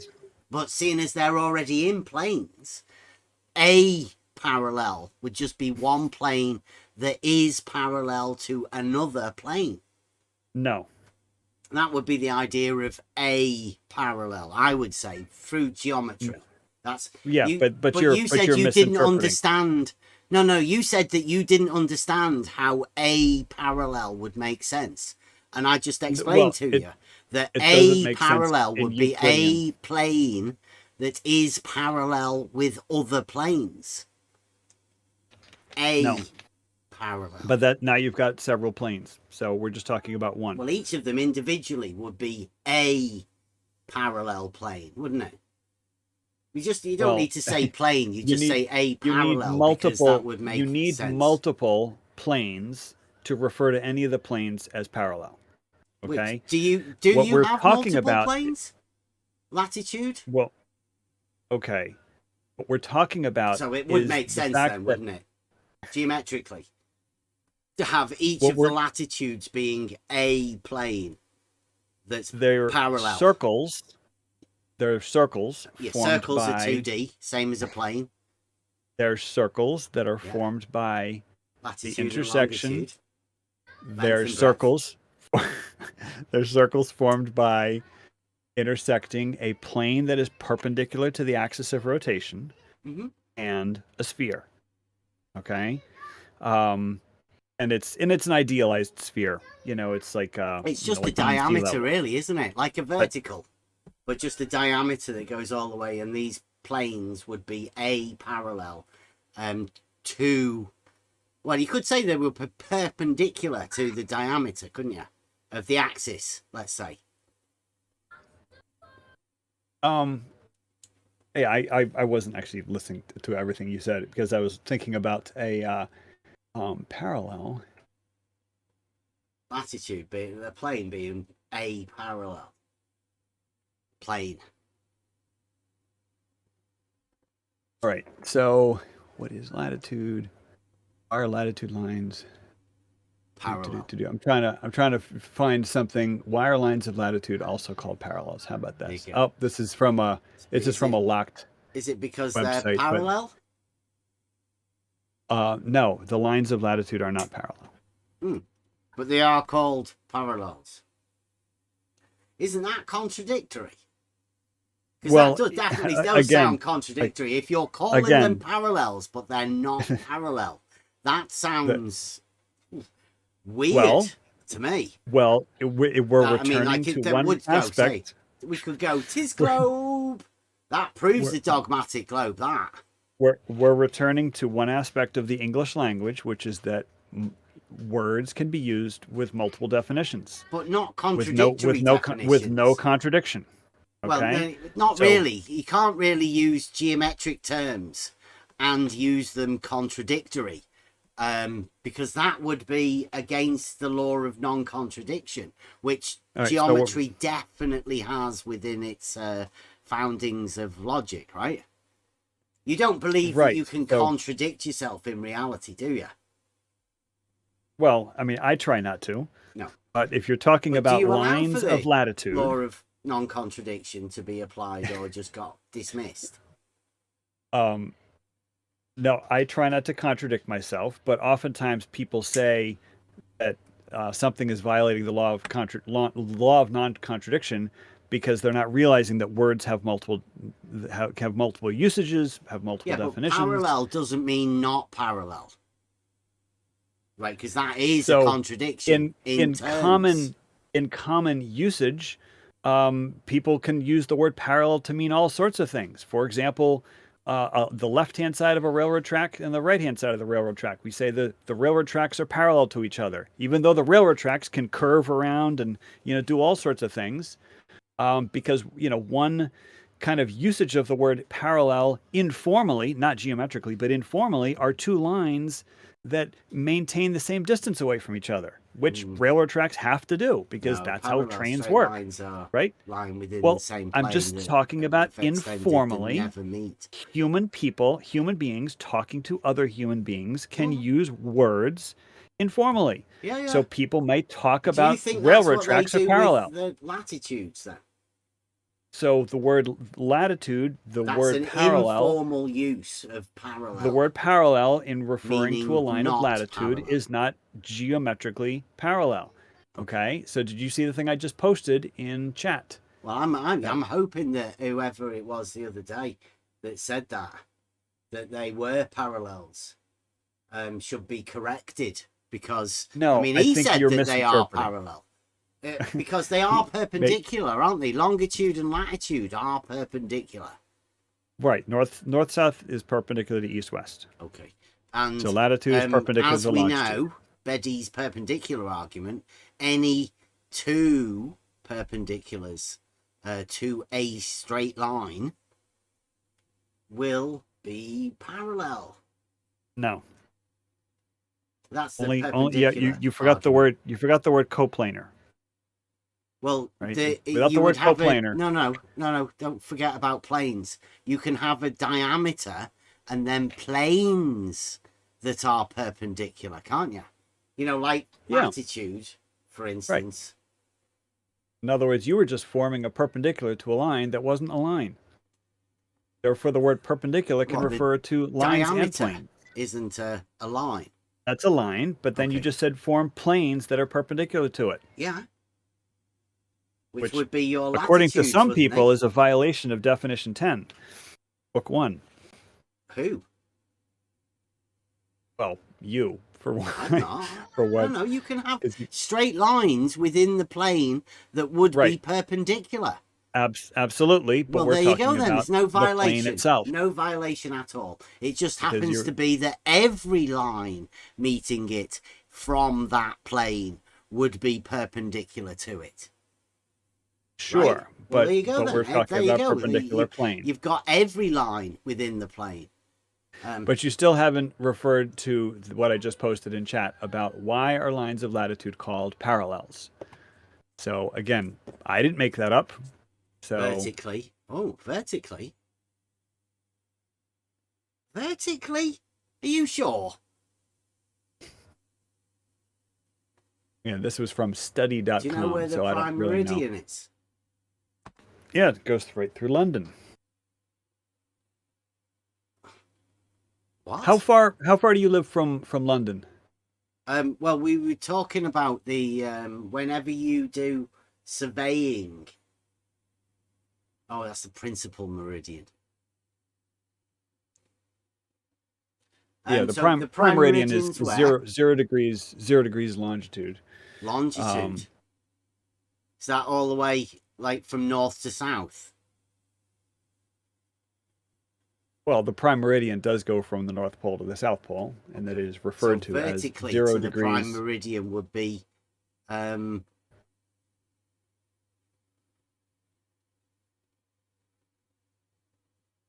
Are you sure? Vertically. Am I sure? Am I sure of what? I mean, you were kind of in the mid sentence. Well, we're talking about north, south, east, and west. Yeah? Yes. Now they're on the azimuthal. Everyone Another knows reference. that. Yeah. Yeah. And this thing that you've posted says, latitude lines measure distance between North and South Pole, while longitude lines measure distances that run vertically to the prime meridian.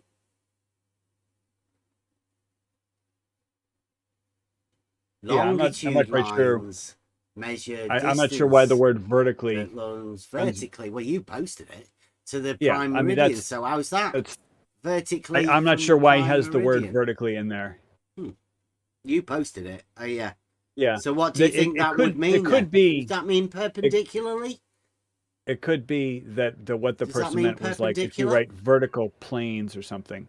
And again, I got that from a website called study.com, and so I don't, there's no source to that. Doesn't really but make this sense, other that, one, does it? Doesn't make any sense at all, really. I don't know what that word vertically means in there. Can you place something in there that you think that they should have placed in there instead of vertically? Go on, mate, try and make it make sense for us. Oh, I don't know. Like I said, I just got that off of study.com. I'm speaking extemporaneously, and I'm also Googling extemporaneously. So it's like not like I've got this. It's difficult, isn't it? Curated Finding stuff like this. I know. Curated You're source just trying of. to make this stuff up off the top of your head. I am absolutely not making this up off the top of my head. They're perpendicular, We can add though. latitude. Latitude. The Wikipedia. I know you probably don't did like. you see Betty's argument? Did you see that? Which one? The one where he used latitude and longitude. Yeah, I mean, ultimately, the latitude and longitude are the perpendicular, angles to planes. Because latitude and longitude are measured with degrees, and so why do you measure them with degrees? It's because it's the angles between planes. So, was that the one you were talking about? It says latitude lines measure distances between the North and South Pole, while longitude lines measure distance that runs vertically. So that says distance. Did you just say angle? Yeah. I don't know. I mean, always thought that they were angles measured. Right. Well, they're as well, measured in but- degrees. So they're lines, though. I mean, I've got Euclid book here. Do you want to, like, I thought this was great. What do you think about this? This says the definitions. It says a line is longitude without latitude. A line is longitude without latitude. Mm-hmm. And it says the superficies is that which hath only longitude and latitude. So it sounds like they're using longitude and latitude to be like length and breadth. Straight lines, dimensions. Isn't that weird? Interesting. They are So perpendicular. in that context, though, Bev, lines, what I want to point out is in that context where you just use longitude and latitude, that is not the same usage that we use longitude and latitude on Earth. Oh, another one. Another definitional change. It's exactly the same words, but different. Yes, absolutely. Yeah. Contradictory. No, not contradictory. Not contradictory. No, they're defined as being one thing, and then they're not. You change them to be something else, but keeping the same we're not name. changing them. We're using the same spelling. Yeah. Okay, and it's a different, But when like you say square, they are perpendicular, that would lean to them being straight lines also. No, because you can have curves being perpendicular to each other. Okay, oh my goodness. So we've got a new definition of perpendicular to fit the similar meanings of the similar words. Perpendicular that seem to have the simply same means sort at of right thing, angles. except within the mind of flat Earth mathematics. You, Charles. There's no such thing as flat There's Earth a mathematics. curvature applied somehow to a straight line. Perpendicular simply means meeting at a right angle, right? Which is in fact, right the very angle, first it's thing, straight. right? The very first definition. This is like this is a definition from Oxford Languages. Let me see if I'm just post this, and it says at an angle of 90 degrees to a given line, plane, or surface. And the word surface does not necessarily mean. I mean, why would they say plane if surface was just another name for plane? So surface can be a curved, a curved surface. Oh wow, well done. Right? No. So no, if it's perpendicular, it's straight. No, not according to this definition. No, it just means forming a 90-degree angle. Something. Yes, 90-degree No, angle. It's it straight just lines, it just says Charles. forming it just says at an angle. Perpendicular is at an angle. It doesn't even say a line at an angle. It just says an at angle an requires two straight lines. It does not. Yes, it does. No, it doesn't. All right, so I'm going to try posting something else. This is bad, Charles. Are you Why sure is this that bad? have you not got anybody else? Have you not got any help? Have you not got a geometric helper? Like a Robin to your Batman? Like, you not got somebody I'm just a guy. Post all of your stuff for you. I'm just a guy.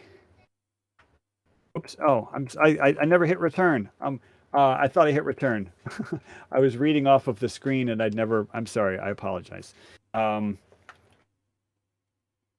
how about this? So an angle of intersection between two curves. Now, how can you find an angle between two curves? Oh, You draw that's two interesting. straight lines and then measure the Yeah, angle between the two straight lines. So, in other words, you can find the angle between two curves. You just simply No, you will draw require the, you two draw the straight tangent. lines to measure the angle, Charles. They're definitionally the same. The angle is definitionally the same. All right, but you can find the angle between two curves without drawing any straight lines. All right, they've got the definitions on that page, which is Bijou's. I think that is I don't know. It's an academic website. I forget what Bijou's means, but anyway, so I'm giving you lots and lots of sources to indicate that I'm not making this stuff up. I'm simply quoting people smarter than me. Well, you're just making up the fact that you think you can measure an angle to a curve, when in actual fact you have to draw straight lines in order to measure the angle. And you know that. Well, they're definitionally the same. The angle is the same. The angle between a line and a curve. Lines. The angle between a line and the curve. That's why you draw straight lines, because the angle is needed to be measured between two straight lines. It's actually not. Why do you have to draw two straight lines to measure the angle then? You don't. Mathematically, you could find the angle, just using formulas, with no straight lines involved, no tangents required. The angle to what? Like the angle to a surface. Like you can I'm just going to post another image of the formulas can get very complicated. I mean, the link that I just gave you, if you click on that, the angle of intersection between two curves, solved example. If you click on that, you'll see some of the formulas. Right? You need the straight lines for the angle, Charles. So, do you see the image that I just posted where it was that fantastic orange formula? But you're gonna have to admit at some point you require two straight lines for an angle. Charles. No, you do not. You are not required two straight lines for an angle. Do you see the image I just posted, the orange one? I'm gonna nip to the toilet. If anybody else wants to have a word with Charles, I'll be back in a minute. All right, that's all right.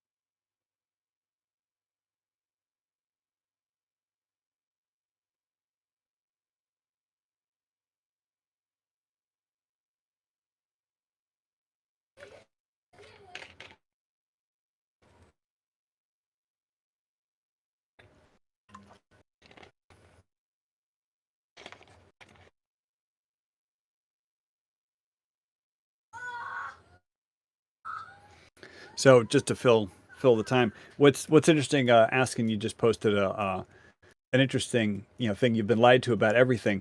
I don't know if you're American or I don't know where you're from, Askin, but here in the United States, we've entered a very interesting period where, because of recent behavior by folks who are, quote unquote, in charge, lying to the people and being caught lying to the people.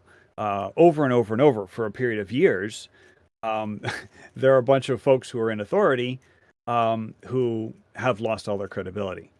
And so that's, so we're going to be entering a very interesting age in the coming years where you'll have, folks in authority proclaiming things, and the people are going to say, fool me once, shame on me, or shame on you, fool me twice, shame on me. So they're just not going to believe the proclamations of these authority figures, and I'm trying to keep the words vague, so I'm not going to get into trouble talking about the something authority specific. figures that say that you can measure angles to curves?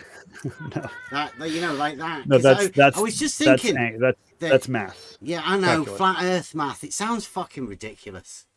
Yeah, that's because you haven't studied calculus. Study calculus, Bev, and then I don't need to your study mind will get calculus. expanded. I think people who go against obvious fact of reality, right, are delusional. And it does tend to be at the minute of flat Earth people.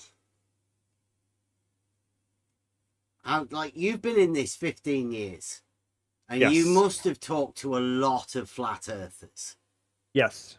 Right? That's got to affect you, right? In a way that your contradictions have been ingrained within you, haven't they? I don't know of any contradictions that I'm holding. Well, perpendiculars. Is that the noun? Well, or perpendicularity? Yeah, perpendicularity. Two straight lines that are perpendicular to another straight line or plane or whatever are within geometry, Euclidean geometry, they're parallel. But that's troublesome to you, isn't it? No, it's not. It's not. And again, two straight lines perpendicular to a third straight line, all being coplanar, are parallel to each other. Absolutely. So let's start with a horizontal plane. No. Well, there you go. So why is that a problem? Because the word horizontal is not defined in Euclidean geometry. But you can have a plane that's positioned horizontally. No. No. I mean, only defined locally. Well, a locally defined but horizontal the word plane. horizontal. The word horizontal implies perpendicular to plumb. And plumbs diverge across the earth. So that's where you run into trouble. Why? Because we live on a planet, all right? Okay, so we've got a We live on horizontal planet. plane. Oh, Bev, I got to tell you, In I went to the reality. beach. I went to the beach with my family a couple weeks ago. Yeah. And there was this railing, like a railing to help people not fall off the boardwalk. All right, Yeah. you guys, I'm sure you guys have boardwalks, near the beach. So there was this railing, and it was parallel to the beach, and it was a horizontal railing, and I kind of sighted along it. I was able to get my eyeball down next to the railing, so it was a straight shot railing, and I crouched down so that the railing was at the same eye level as the horizon. And I visually could see the curvature. It was so amazing. The horizon intersected the railing in my left field of view, and then it rose up just a smidge, and then it intersected with the railing in my right field of view. Mm-hmm. And it was literally the first time, Bev, that I've ever seen with my own eyes the curvature of the Earth. Right. But it was very, very subtle. Could be very subtle. Curvature of the railing. No, the railing was straight. You definitely proved that the railing was straight. Because I sighted along it. Like you sight along a piece of lumber or a pool cue. I sighted along the railing to show that to prove to myself that the railing was straight. Okay. Yes. And you then proved that the horizon wasn't horizontal?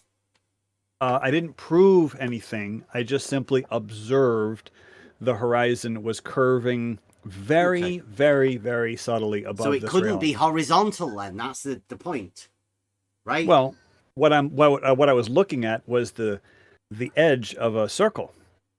All right, and my eye was above the circle, so therefore it looked curved. Yeah, that's weird, because the horizon is defined as being horizontal. Well, all horizontals are parallel with the plane of the horizon. Plane of the horizon. That's the key. It's the plane of the horizon. All right, Yeah, the horizon is actually a circle, and that circle lies in a plane, and that plane is defined as horizontal from the observer. Absolutely. Plane from the observer. Yeah, my observer, To the horizon. because if I were to move, my drop? horizon would move. Does it drop? The horizon is below eye level. Yes. Okay. So this plane that you have from where you are to the horizon, it's on a plane, is it? The plane is on a plane. Okay. Yes. Okay. And it's about 6 feet below my feet if I were standing at the water's 6 edge. feet below your feet.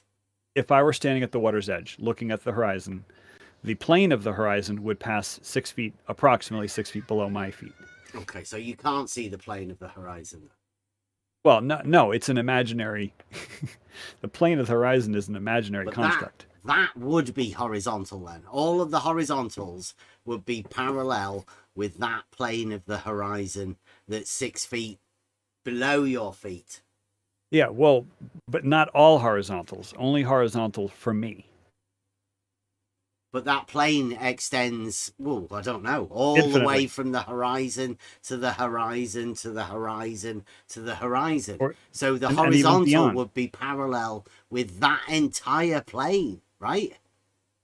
Yes, but only from where I'm standing. Perpendiculars to that plane would all Well, be parallel. Right, perpendicular to that plane would all be parallel, but only one of them would be vertical. Well, perpendicular, horizontal, and vertical are perpendicular. And like Euclid says, all perpendiculars to the plane will be parallel. This is true, but If it's a vertical is horizontal plane, like defined. we've just decided. Vertical is although you said defined it was as 6 feet below your feet. right. Vertical is defined as matching plumb. You could also have a different definition of vertical, one that is like on graph paper, where you can have an infinite number of parallel verticals on graph paper, but that has nothing to do with plumb. You could put a graph paper on a sheet of paper. That's a vertical that also has a different definition with a different meaning.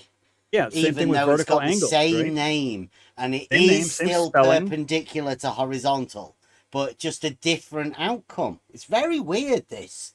You've never New opened a modern dictionary? flat earth math. You've never Yeah, opened a dictionary and fantastic, seen haven't definition 1 and definition 2 and definition 3? You've never seen that? There are very few words in the dictionary that have exactly, one definition. There are many words that have multiple definitions. Yeah, mathematics isn't like that, is it?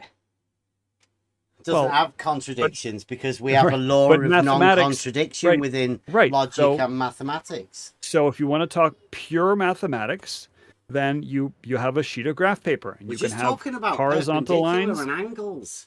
horizontal lines all parallel, and vertical lines all Horizontal and parallel on a vertical, sheet of graph paper. That's perpendicular. pure mathematics, and there's In no reality, plumb they're involved. perpendicular as well, Charles. No. Yes. No. Horizontal and vertical Oh, I'm sorry. in reality right. are But they're not all perpendicular. right. One horizontal parallel to or perpendicular to one vertical. You start with plumb, and then you can form perpendiculars to that are horizontal. Right. But that is defined by the gravity vector, and the gravity vector diverges across It's the planet. vertical. The gravity vector we can call vertical. Yes. And it's perpendicular but to horizontal. But it diverges. Well, horizontal is perpendicular to the gravity vector. You gotta get the order correct. No, you don't start with horizontal. Perpendicular, Charles. I'm sorry? It doesn't matter with perpendicular because It they're does. both perpendicular to each other. Right, but vertical It's is the not relationship defined of as two perpendicular straight to lines horizontal. or planes, or a straight line and a plane, or a plane and a straight line. Oh, you just have to make up your means mind. the exact same thing. Right, but you have to make up your mind what you're talking about. Are you talking about pure mathematics? Or are you talking We're about talking about reality? vertical and horizontal, Charles. So you're not. There so this is where is- your equivocation comes in. Charles, there is no difference. Yes, there is. What, between horizontal and vertical?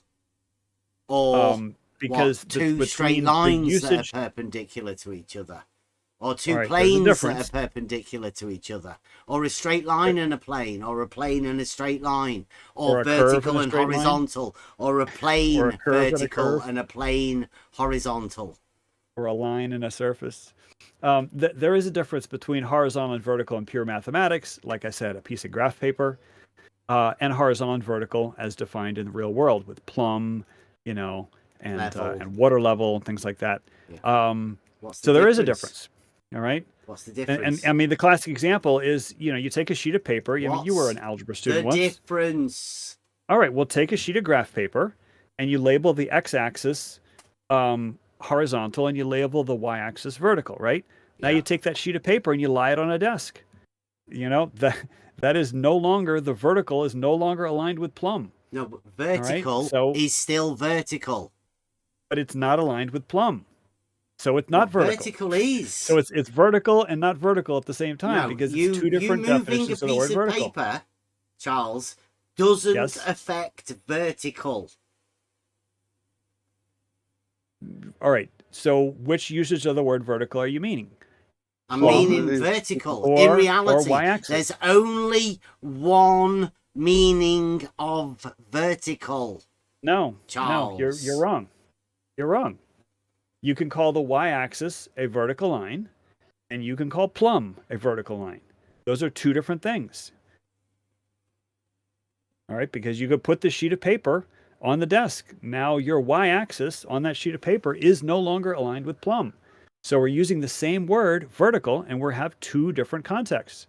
One is a purely mathematical context. You have your Cartesian plane, your X and Y axes on a sheet of They graph paper. represent vertical and horizontal. Right, but we're using it in two different contexts. The What? vertical What that are we're the two calling the different y-axis. contexts? Well, the y-axis on the sheet of paper, Yeah. you can call vertical. Being and algebra perpendicular students do to it. the horizontal, It's a and then you have, representation yes, of on vertical the sheet and of paper. horizontal. Yes. Okay, but they have nothing to do with plumb or level Well, in the vertical real is world. plumb. On the sheet of graph paper, it's not. I mean, unless you hung it up on a wall, right? So vertical is still plumb, right? Whether you put a piece of paper on a desk or on a wall, right? You labeling a piece of paper X and Y has zero understanding of anything to do with vertical or plumb. You cannot control vertical. Well, okay. So Right. again, let's we're go. using Let's the go with word vertical. Yes. So we're using the word vertical in two different contexts, because if you're an algebra student, the word vertical can refer to the y-axis or anything parallel to the y-axis. Those lines are all called vertical on a sheet of graph paper for a math student. And that has nothing to do with plumb. That's what I'm saying. It's the same word. It's the same word, two different contexts. They are perpendicular to horizontal. So you have horizontal also on a sheet of graph paper. Okay, right now, The how, x-axis Charles, or anything parallel to it.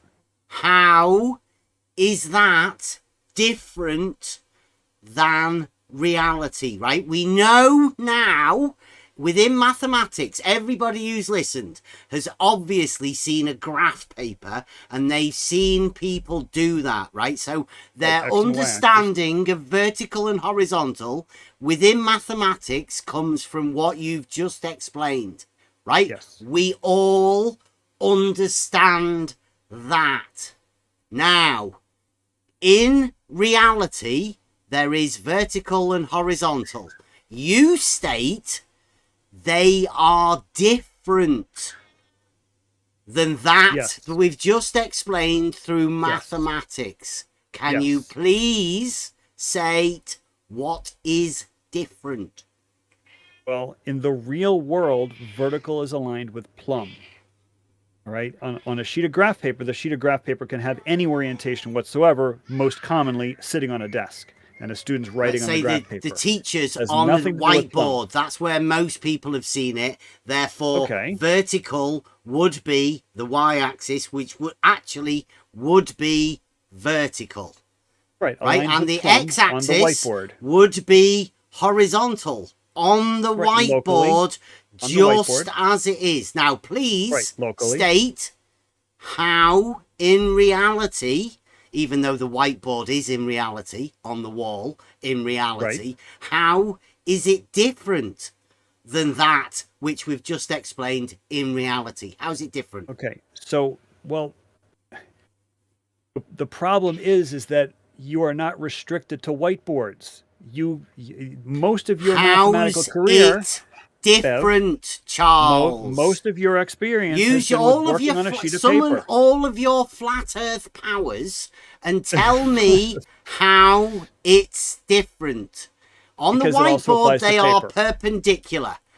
Oh, on graph paper They they're are straight perpendicular also, lines. right?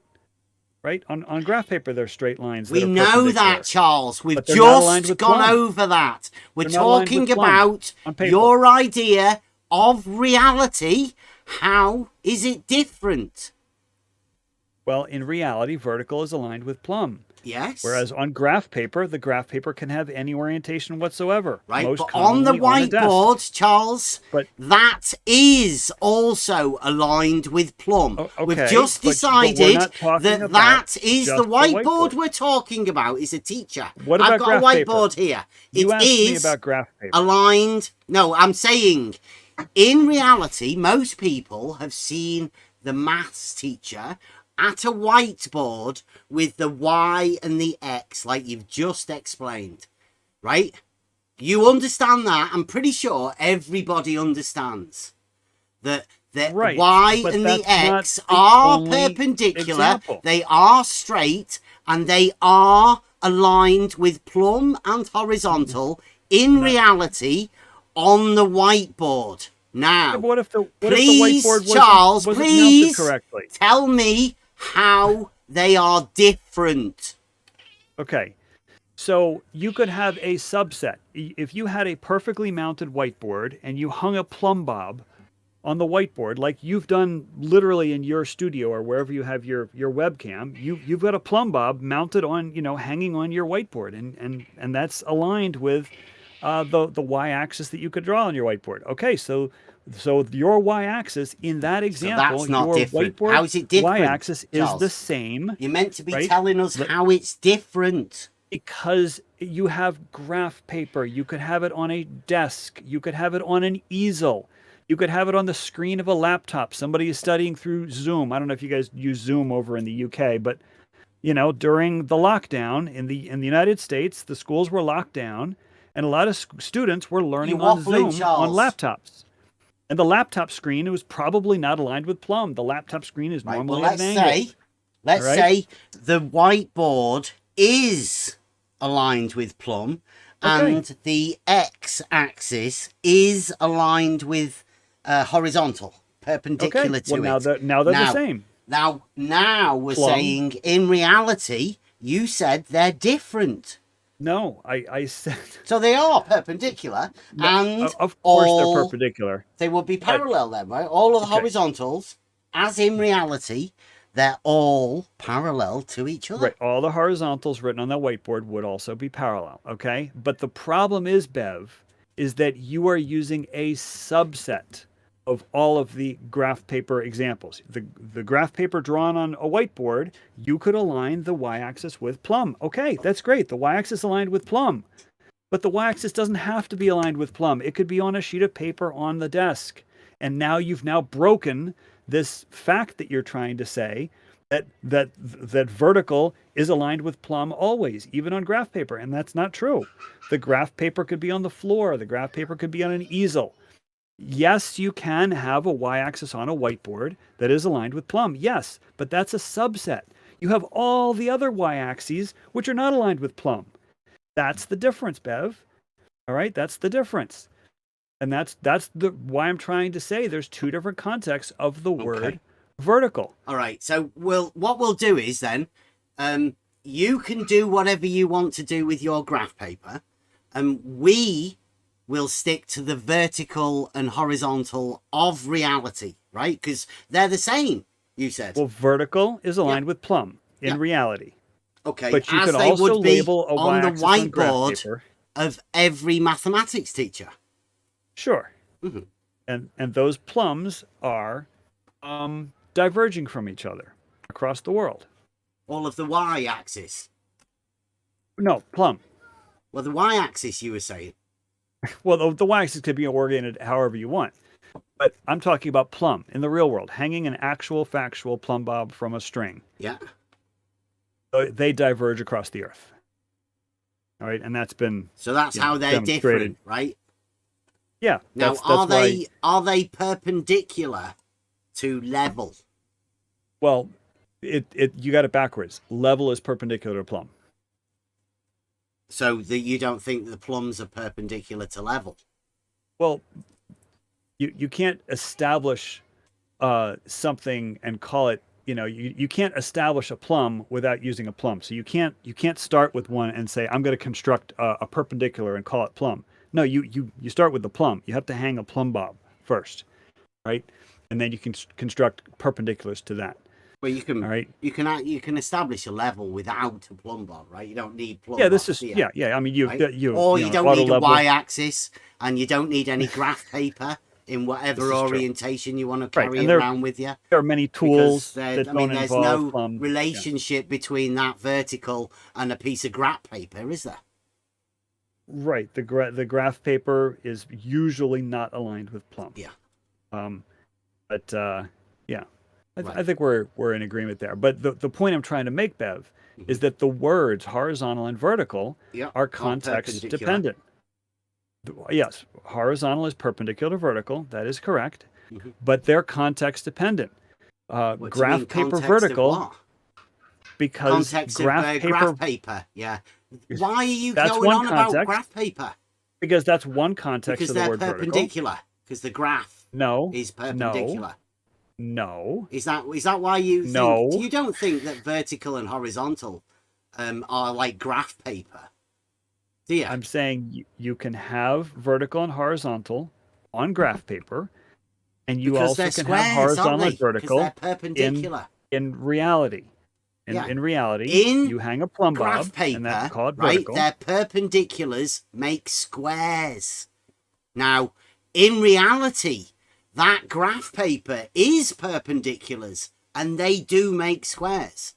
In reality, when maths teachers use the X and the Y, they are perpendicular and they make squares. Now, you're saying vertical and horizontal, in reality, don't make squares, even though they are perpendicular. Aren't you? Locally, they would appear Isn't to that be what you're squares. saying, Charles? Because you're taking Well, a what I'm fucking saying- long time to get around saying it. No, I say it Just repeatedly. go along Plums with it. It's diverge. your model. Your Plums dogma diverge with states it distance. for you, Charles. Okay, plums diverge with distance. All right. So the perpendicularity that goes and applies for all of the grids, the X and the Y, for some reason, doesn't apply for you with vertical and horizontal that are perpendicular, exactly the same. Yes, that is correct. With distance. Yeah. Right? I mean, you go 60 nautical miles and you will have a 1 degree divergence of your plums. All right. So locally, if you're building a building, all the vertical columns will all be parallel to each other. They'll all be perpendicular to the horizontal You're not allowed floors. to say that. Yeah, oh my goodness, I've said this repeatedly. Locally, you'll have no problem because it's an infinitesimal difference. All right, so you're not talking about diverging plumb bobs on a building site. That's a ridiculous concept. Well, you were. You but were if just you go, talking about it before. If you go 60 nautical miles away, your plumb bobs will have diverged 1 degree, which is completely impractical. No one cares on a building site when building a skyscraper about diverging plumb bobs. All right, it's a non-issue. Are you saying that they don't, or that just people aren't clever enough to measure it? The second part, not that they're not clever enough, it's just that the angle of divergence of plumb bobs. Right? No, the angle of divergence of 2 plumb bobs on a building site is going to be infinitesimally small. Oh, okay, which means is that right? A horizontal will change in elevation.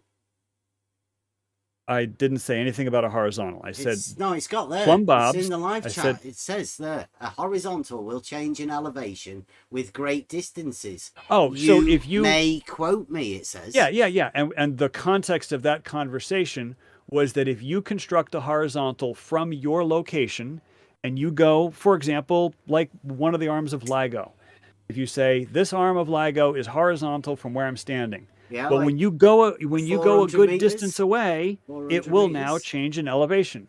400 meters. Well, it'll change in elevation, less than an inch in 400 meters. Okay. Change in elevation, though. Yes.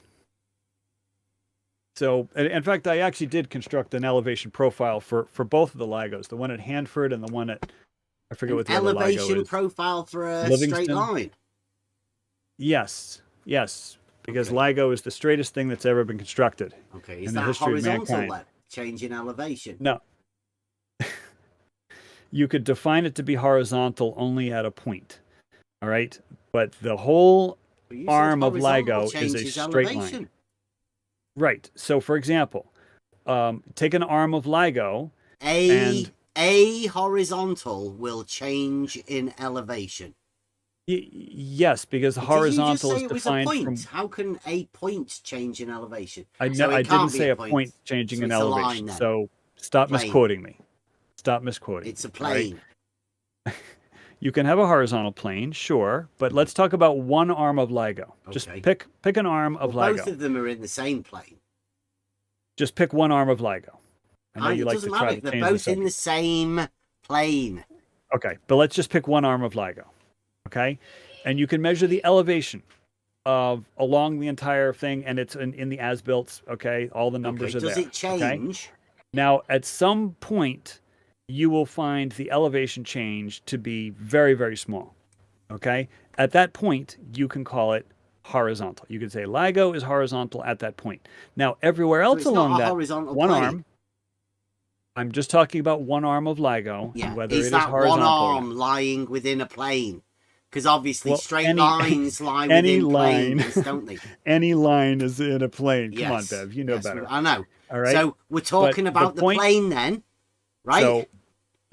No, we're talking about one arm of LIGO, a Yeah. line. We're talking Yeah. about a line. Okay. Yes. Now, as that line goes great distance, and you defined it as horizontal, where the elevation change was near zero. That line of LIGO is going to have a change of elevation, as shown by Which the as-built. line? The line of LIGO, From one of the arms where? of LIGO. From where? Well, you're Like starting the actual you're starting your concrete measuring. pad. Is that what we're Yes, talking the about? actual- That line. Yes. Right. Yes. Okay. That That will changes change in in elevation. elevation. That's With why distance. I asked you: is that Yes. line horizontal, and It's only is that a horizontal at one place. horizontal that changes elevation? Like you say, That- horizontals change It's elevation. only. Let me hell. say it a different way. That line of LIGO is only perpendicular to plumb at one location. Okay, so the whole part of LIGO is a straight line because it has to be because of the laser beams, right? But it's only going to be perpendicular to plumb at one location. Okay, exactly perpendicular to plumb, right? So we can call it horizontal, but it's only where it's perpendicular to plumb at that one location. The Well, whole you've line, wrote you can call the whole a line horizontal. Yes. You can call the whole thing horizontal, but it's defined horizontal only where it's perpendicular to plumb. But you've said All right? it will change in elevation. So It does let's change in elevation. let's say the plane that you're going to draw your elevation profile on is a vertical plane. Now, let's say the straight line is perpendicular to that vertical plane. Right? The straight no, line the of straight line would LIGO, be as within the in vertical would be plane. an elevation profile, the paper, right? Yeah, it's not going to be perpendicular to the vertical plane. It's going to be within the vertical plane. Okay, but it's a straight A line. straight line. If you're drawing an elevation profile of one of the arms of LIGO, Yes. that arm of LIGO will be within the vertical plane. Yes. On which you're going to be drawing the elevation Okay, now, profile. so Yes. the elevation profile that you're going to draw, is that a straight line? No. No. But it No, is it would a be straight curved. line. The LIGO is a straight line. Yes. But the elevation profile will be a curve. Okay.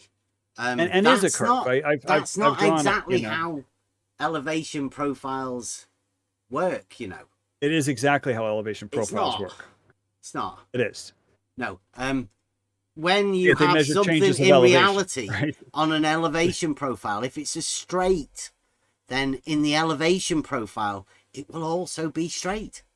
Well, no. Not with That's great the- distance. in the construction that I did when I went to college to do when I did surveying and concrete and building construction, Sure. architecture, all of that sort of stuff. Yes. When we did elevation profiles of a straight line, it was actually a straight line. Yeah, locally, absolutely. You'll be infinitesimally, Well, you're infinitesimal only going change for in 2 elevation. miles, aren't you? I mean, isn't that local to that Well, part? two- Isn't that 2.5 locally within LIGO? 2.5 miles, you've got quite a few inches change in elevation, but it's But not it's local. not zero. though. It's entirely local to where you're Well, measuring. When you were doing your building construction, did you ever build a building that was 2 miles long? No, did you ever build a building that was 2 miles long? I'm assuming no. Okay. No. So but we they did. built We LIGO did do with 2.5 architecture miles long. plans and stuff that were for things over that, right? Yeah, we use scale. You can use scale rulers. You could do projects but you of probably any size did by not, using scale. But the thing you was, probably, whenever it was a straight line, on the elevation profile, it was also a straight line. There was no difference between the straight line in reality and the straight line on the elevation profile. Right, and it's an infinitesimal difference locally. Okay, so if you're talking about building a building, you've got no argument with me there. But we're not talking about building a building. We're talking about LIGO, which is a straight line that goes for 2.5 miles, and there is measurable elevation change. And you know on this. A horizontal. You've seen the as-built. You've looked at a the level numbers. is a tool that establishes a horizontal plane of reference. You sound like an NPC. It's like you're repeating the same lines of dialogue over and over again. You're saying that changes in elevation. You saying yes, a tool, LIGO does change in a elevation. level that establishes a horizontal plane of reference. You're saying that horizontal plane changes in elevation. Yes, with distance. Yes, level is a tool for establishing an equal altitude. Equal elevation, sure, because it simulates a body of water. You've just said like it changes in elevation, Charles. Yes, you have. So, you're getting mixed up, Charles. So are you talking about a water level? Because if you have a water level simulates a body of water without having the body of water, okay? But if you're talking about a horizontal plane is not the same as a body of water, okay? So those are two different things. You kind of switched it up. You switched it up on. Yeah, so you have an auto level. That establishes a horizontal plane. I would love for you to take an auto level to the old, what is it? The old Bedford. What's it called? The Bedford. What's that canal called? Is it called the Bedford level? We've already done it, Charles. No, you took photos. Focus. You took photos at the Bedford level. You Charles. zoomed in. Focus. I want you to take an auto level to the Bedford level, to the whatever that canal is called. Isn't it called the old Bedford level? Focus, Charles. Okay. Because you're going to auto level establishes a horizontal plane of reference. Yes, and that horizontal plane will. Do you imagine that's elevation. Different than a water level? Yes, because the water level, you're physically carrying the end of the hose, around different places on your building site. I know it's a different tool. Right. What I'm asking you, Charles, is do you imagine that an auto level establishing a horizontal plane of reference is any different to a water level establishing a horizontal plane of reference? Yes. There's a difference. Yes. What's the difference? Well, the difference is that the auto level, you're defining horizontal from where you are. Whereas the water level, the horizontal is at the midpoint between the two ends of the hose. That's the difference.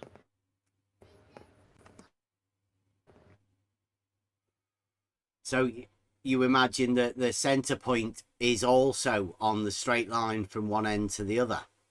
Yeah, that would be horizontal at that midpoint. For a water and that level. Midpoint would also be on the same straight line from one end to the other?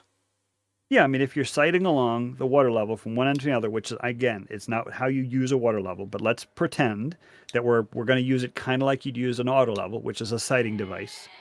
So if you have this hose, and then you sight from one end of the hose to the other end of the hose, the midpoint of that straight line will be horizontal. Now, again, it's an infinitesimal difference over the small scale. So you're not going to notice any difference on a building site.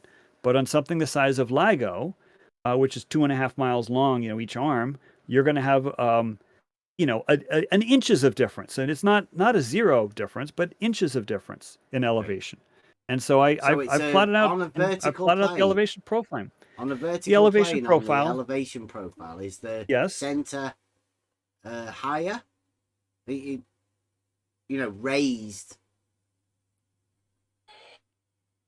I'm sorry, what do you mean by center point? The center point that you were talking about just then.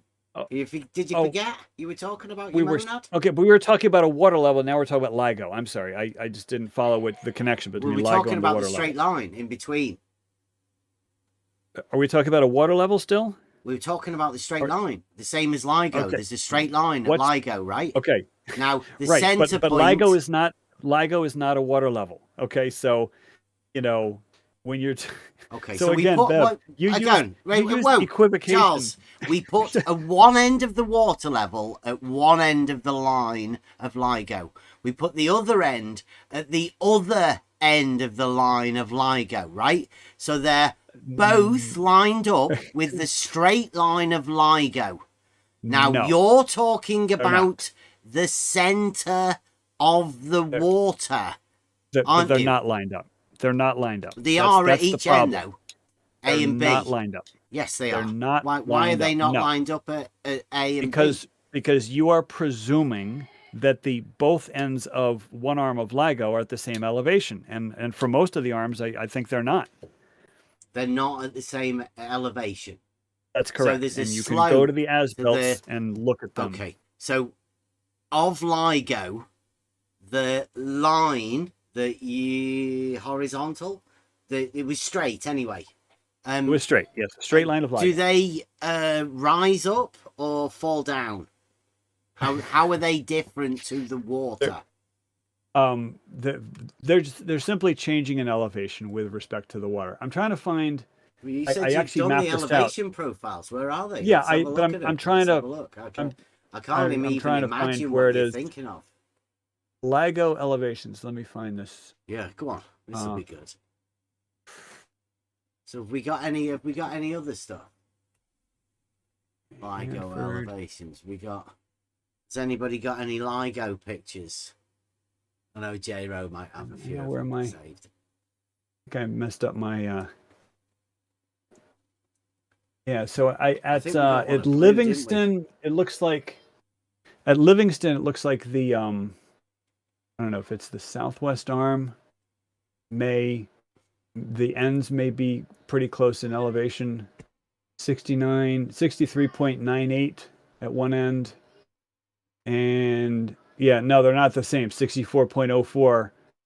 They're a couple hundredths of an inch off, right? Or yeah, a hundredths of a foot. They're a couple hundredths of a foot off.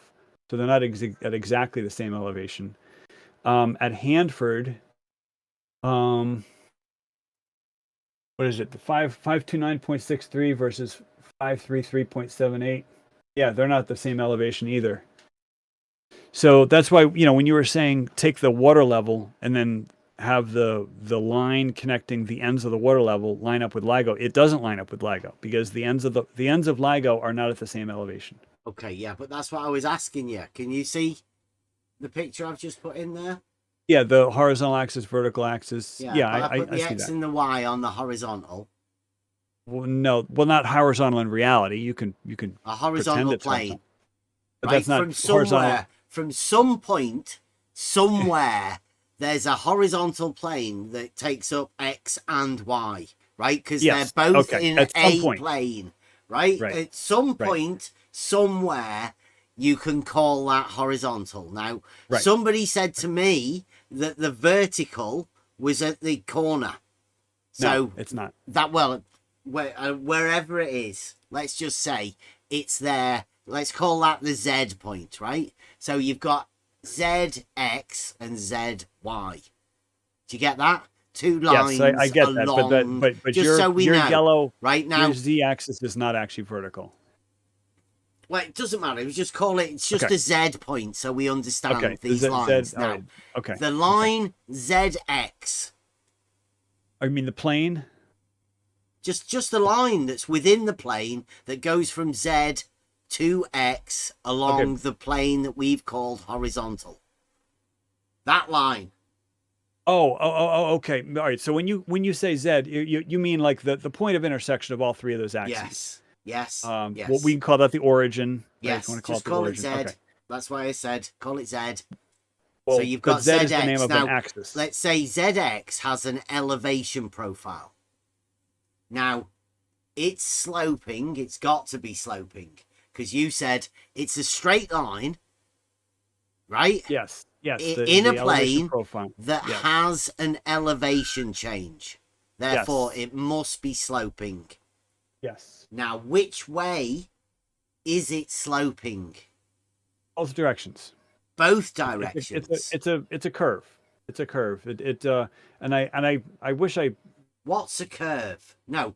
Sorry. The elevation profile. ZX, right, is a straight line.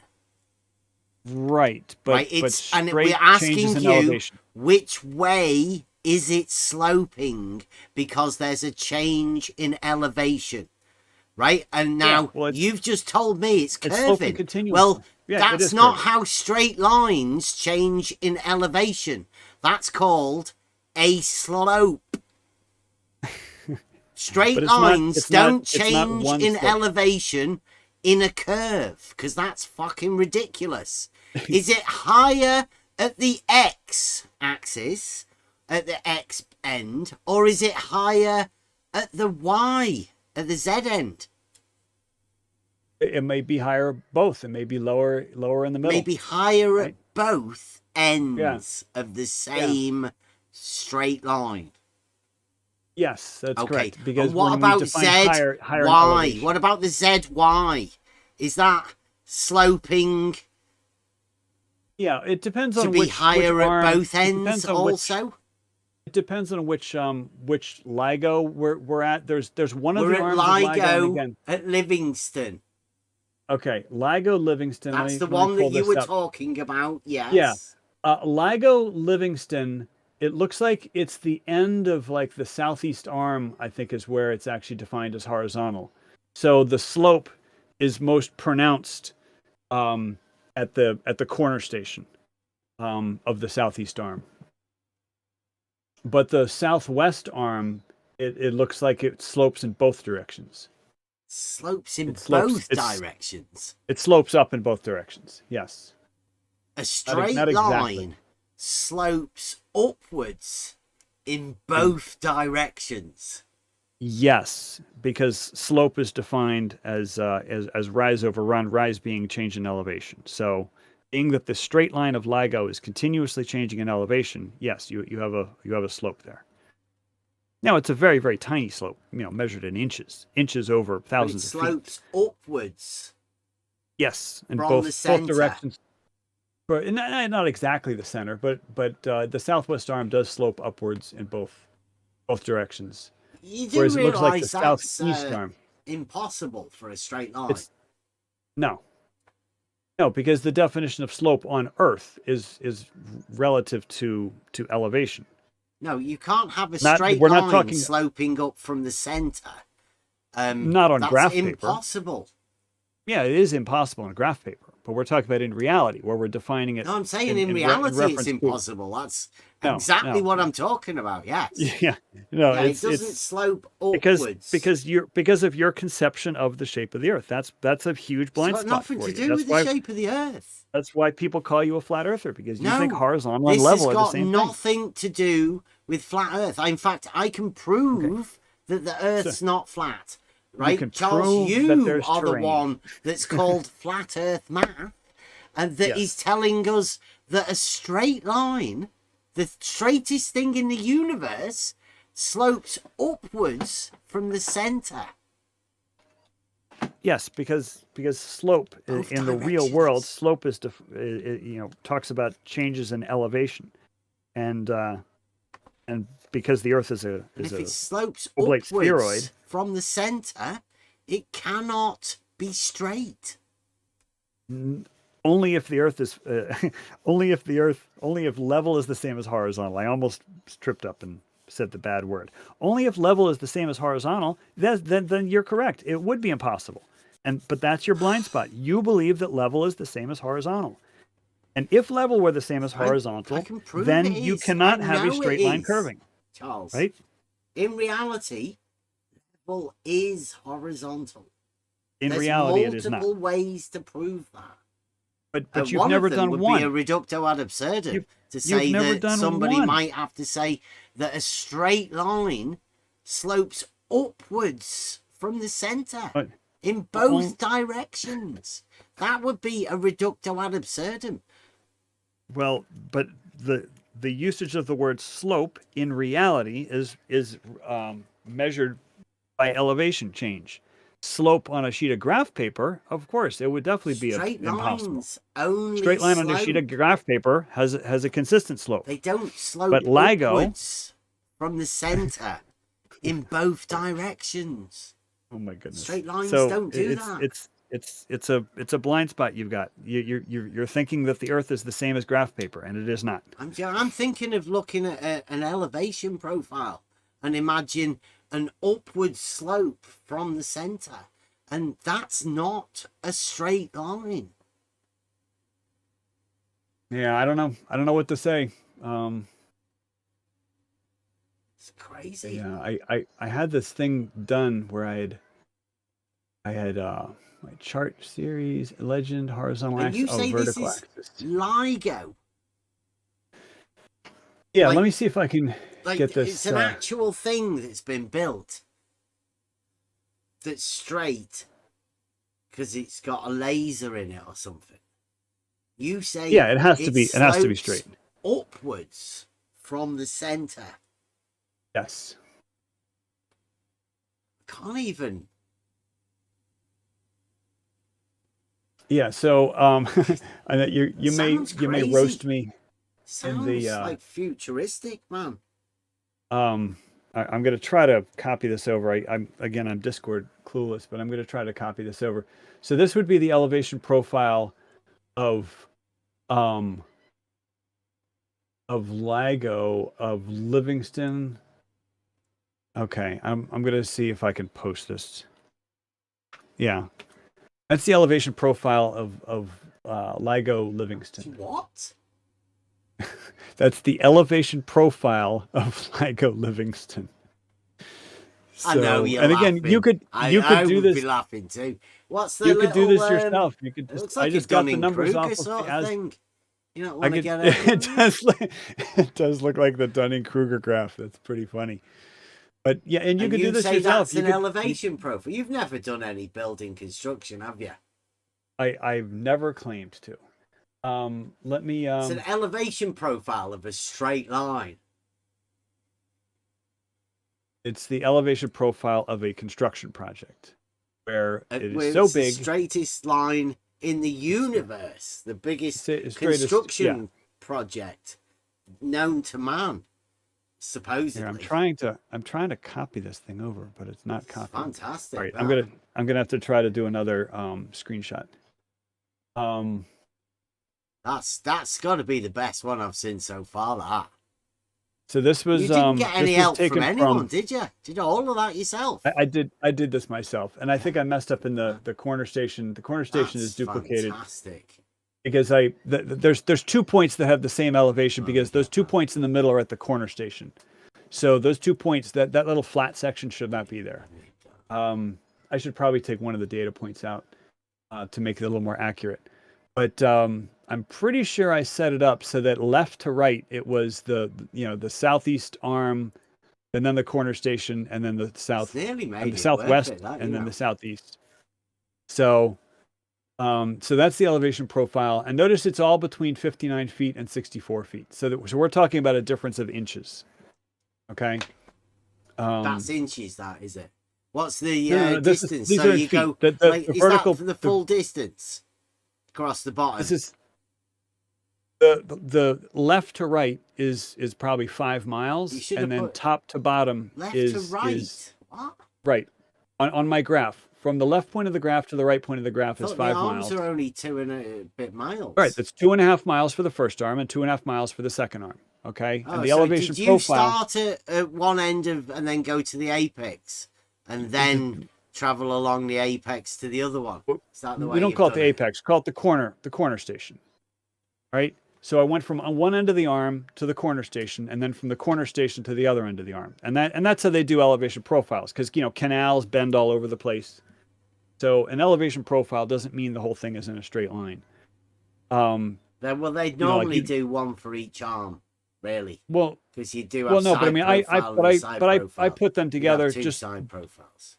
just like if we had a canal. The canal can be twisting and turning all over the place, and you would make one elevation profile, and the elevation profile would follow the path of the canal. So from start to finish on my on my diagram, it's approximately 5 miles. Top to bottom, it's what? A difference of 4 feet. Okay, so again, we're talking about very, very, very small changes in elevation over great distances. Okay, and I could do the same thing for the Hanford one. So, one arm seems to like drop away, and the other arm drops away and then comes back again.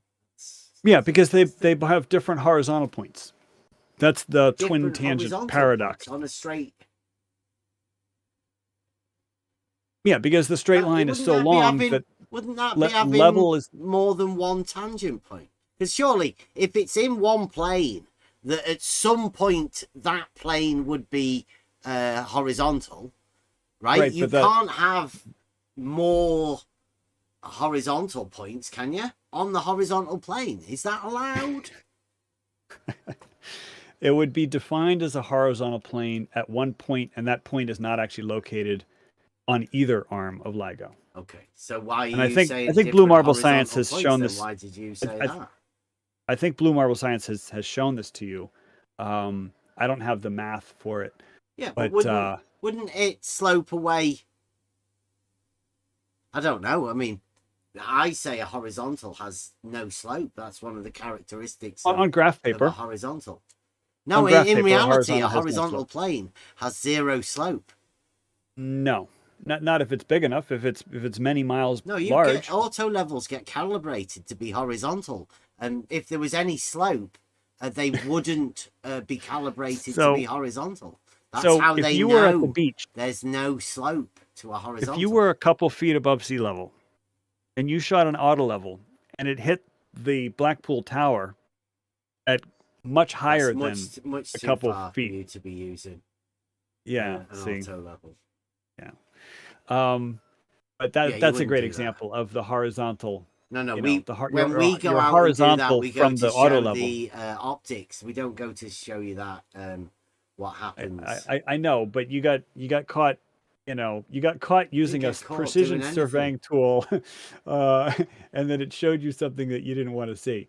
No, but that's an example. The No, auto it's level something was that- established in something a that horizontal. you're using right now but to your distract horizontal- yourself from the situation you're in. We've got a horizontal plane, That's right? a classic projection. From somewhere that you've now decided you want to place a couple of tangents on.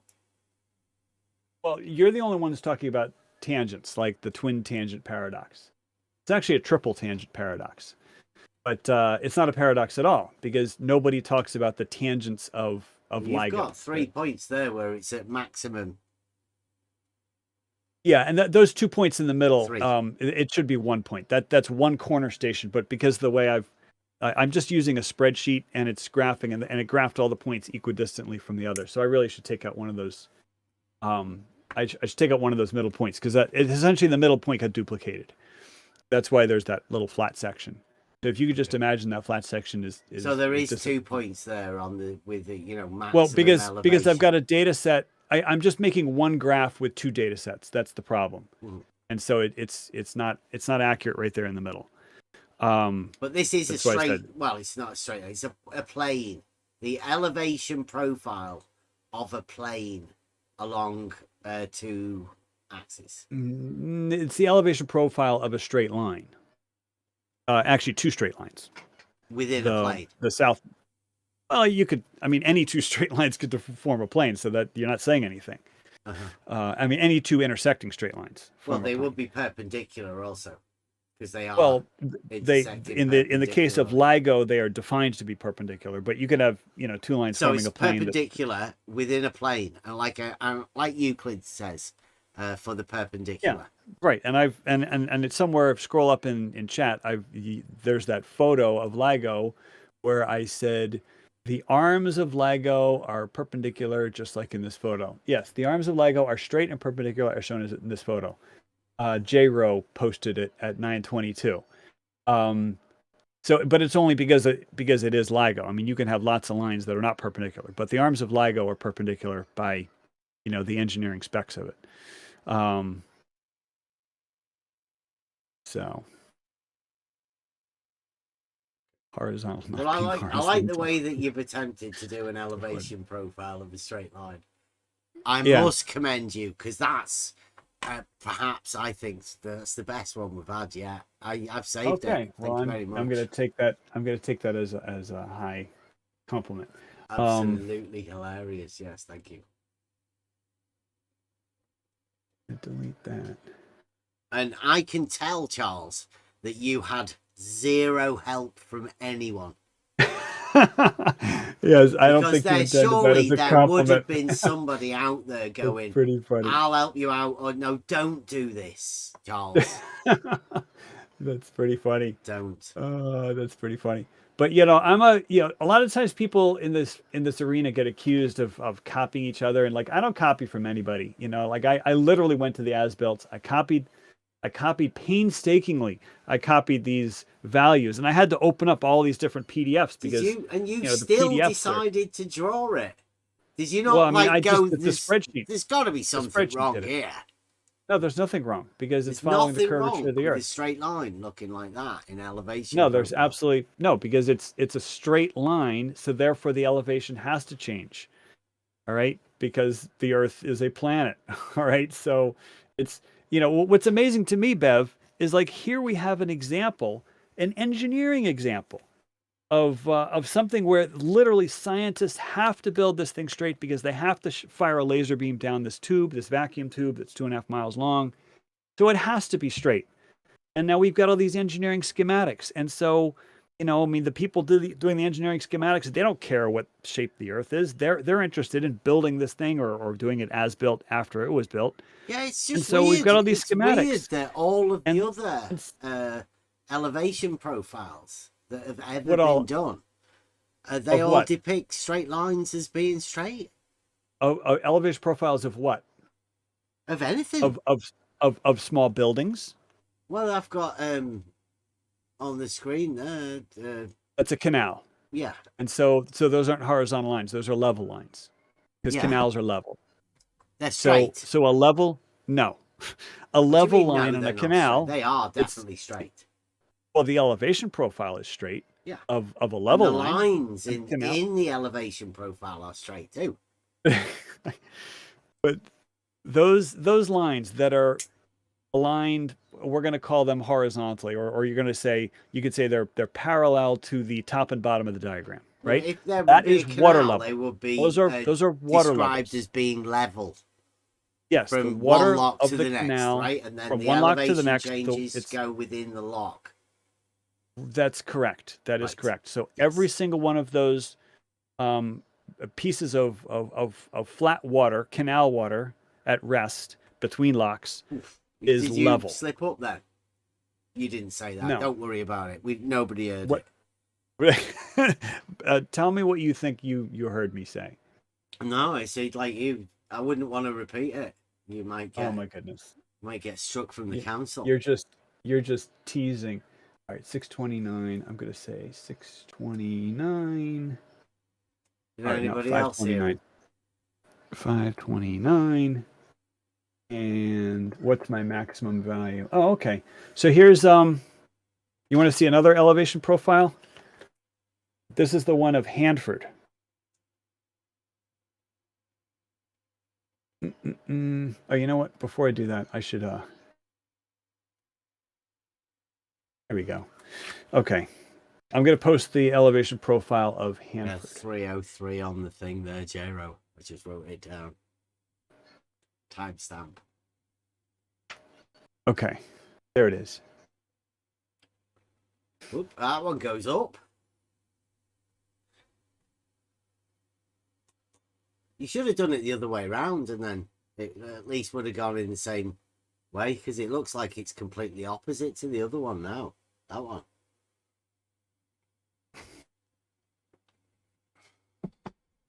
But this goes back to the point that I was saying, is that if you put a water level from one end of LIGO to, one end of one arm of LIGO to the other end, they wouldn't be aligned, because the both ends of the arms are not at the same elevation as shown by this elevation profile. Wow, so that would be proof that a horizontal has a slope whereas a water level that establishes a horizontal plane doesn't.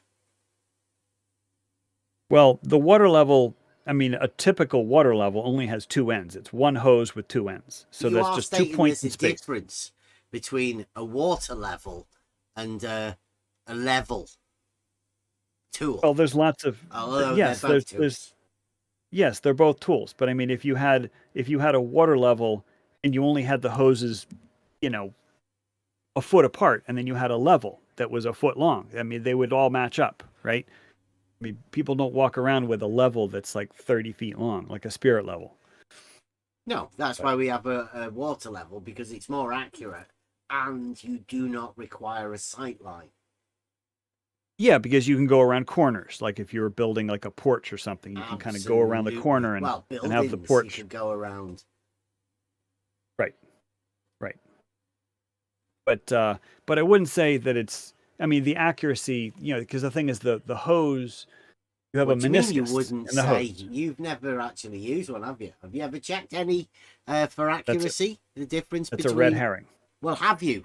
Because you That's a red said herring. you wouldn't say, but I'm saying Right. that you wouldn't Because- say because that it's water you know in a fuck hose. all about it.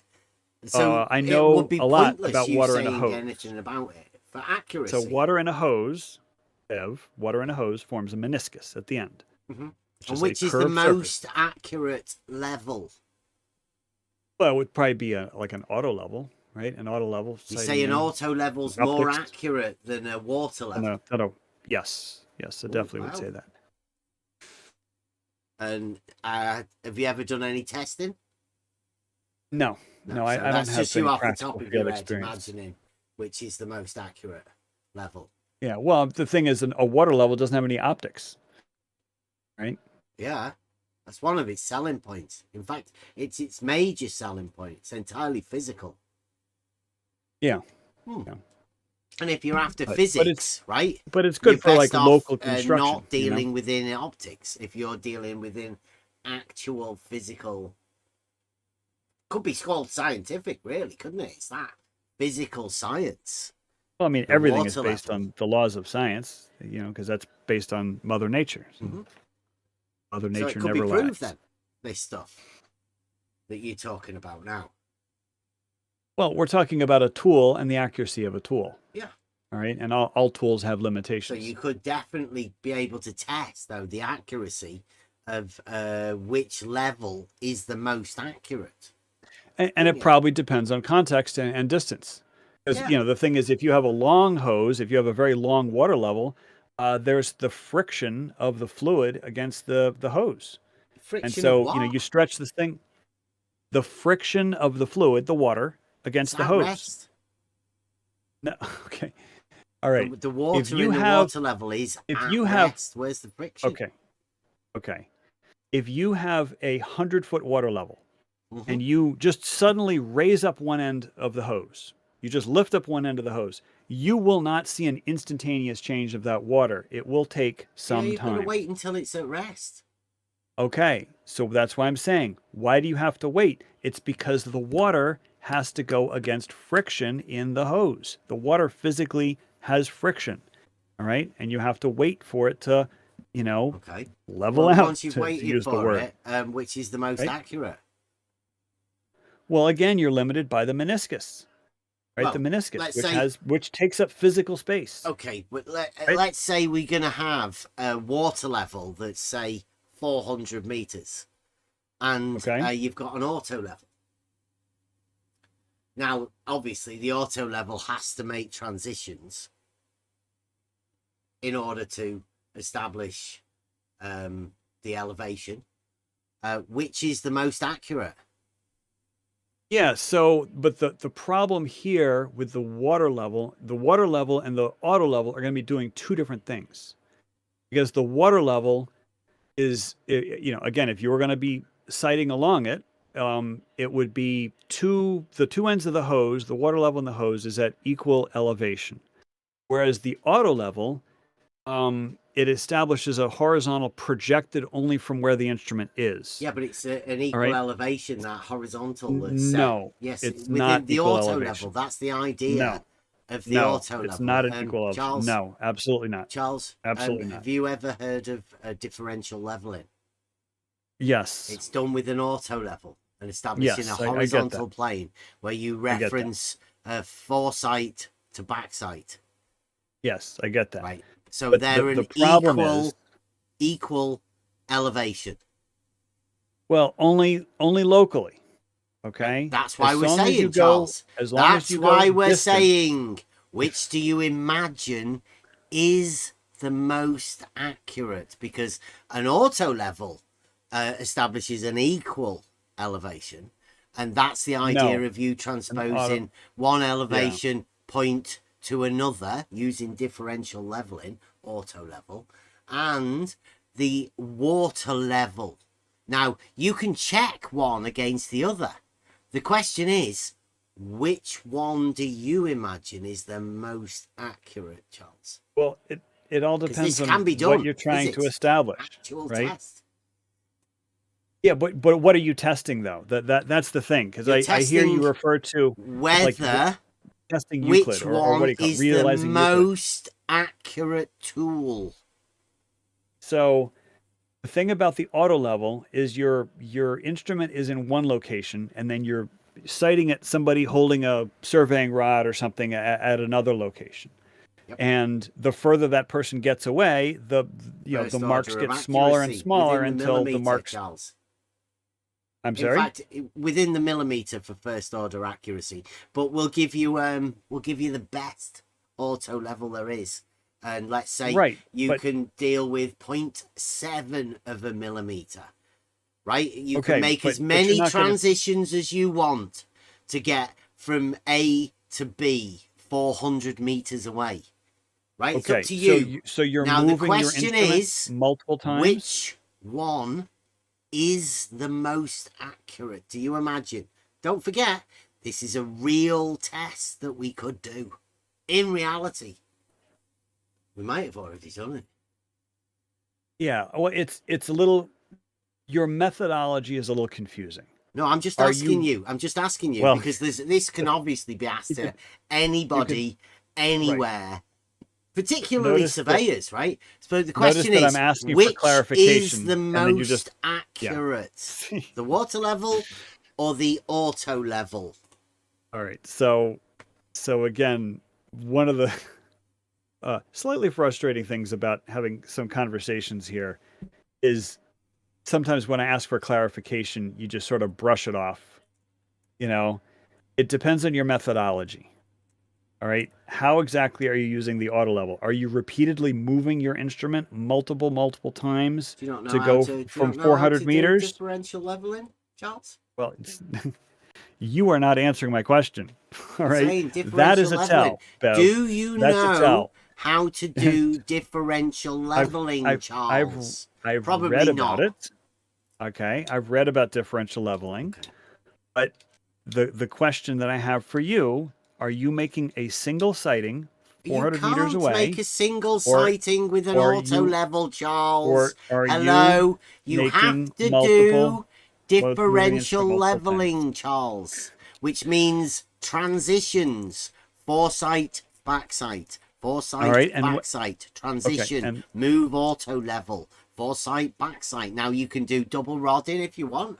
You can do however you want to do it.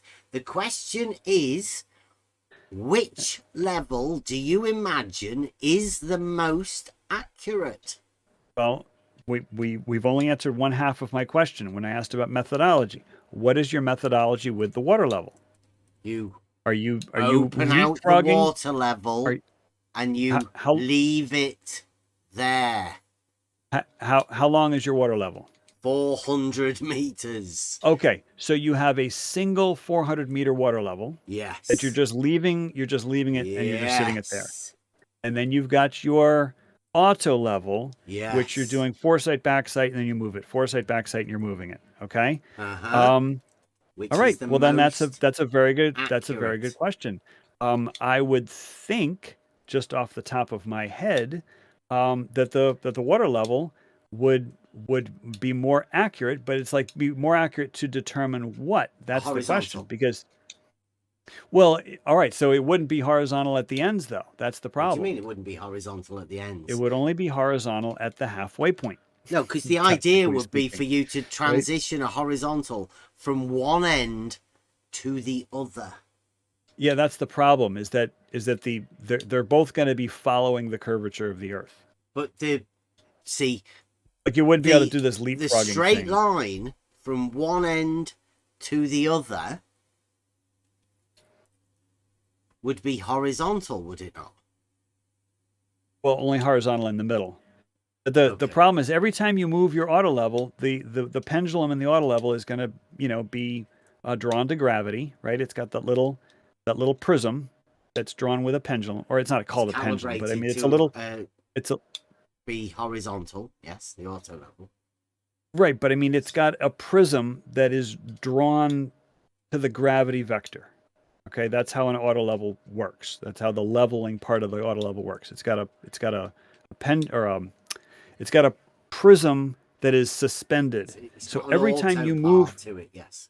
There's a but I mean auto. every time you move your instrument, it's going to again be drawn to your local gravity vector. It's still going to establish a horizontal, yes. So Like, if you that's why I said you could do double rodding if you wanted you could to leapfrog establish this to thing make all sure day, you have a shared straight line segment in the center. So you're not. I don't think you're really going to establish much of anything, because you are ultimately going to be following essentially level, not horizontal, but you'll be following level. The level is a tool for establishing a horizontal. No, the auto level. that's not what I was talking about. I didn't talk about the tool called level. I'm talking about the concept of level, which is equal elevation. Have you ever heard of I don't want to do this, but yeah, have you ever heard of double rodding? Right? Yes. The technique where you have two foresights. Yes, I've heard of that. Two backsights. Yes. Right, so the shared straight line in the center means that you have a shared straight line segment. Yeah, but the problem is when you move your instrument is extended. Yeah, but it is, but it isn't. Okay, because as long as you're like within a couple square miles, you're not going to find much deflection. That's why plane surveying. You do double rodding specifically though to check for errors, to make sure you are not making any errors. And since we're talking about to the millimeter accuracy first order measurements, we can be pretty much guaranteed that it's the same horizontal. That's the idea. Yeah, I would say it's the same level. I wouldn't say it's the same horizontal. Well, it is the same level that you keep using, but that level has been calibrated to establish a horizontal plane. Right, so you can say it's a level as much as you it over want. distance. The horizontal is still a horizontal.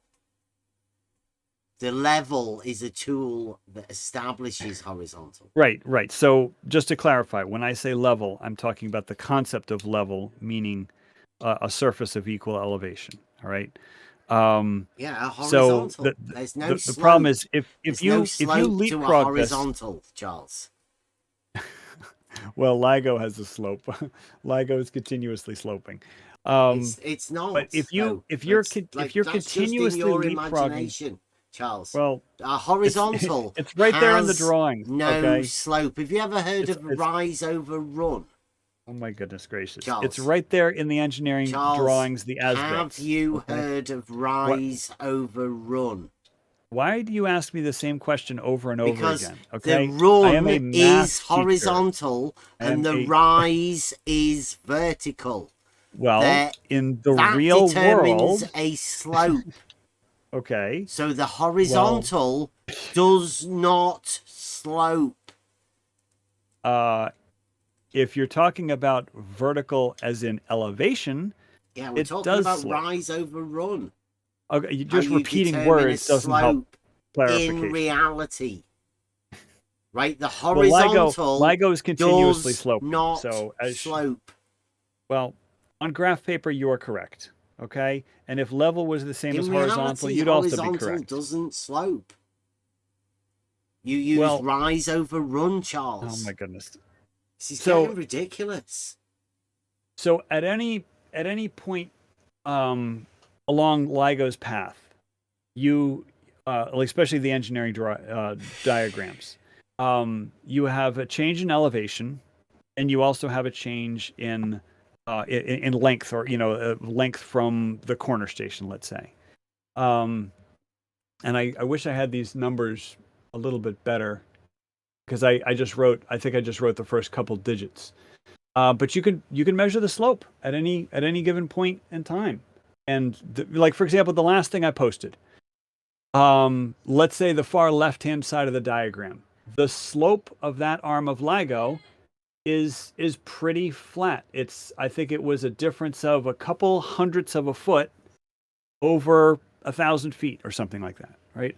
A couple hundredths of a foot over 1,000 feet. That's a very, very small slope. It's such a small slope that it's almost horizontal. Do you follow me? Are you looking at the left-hand side of the diagram that I posted? It's got different slopes. It's a straight line. And then if you look, different slopes on it. Right. But then if you look at the middle part of the diagram, you'll see the slope.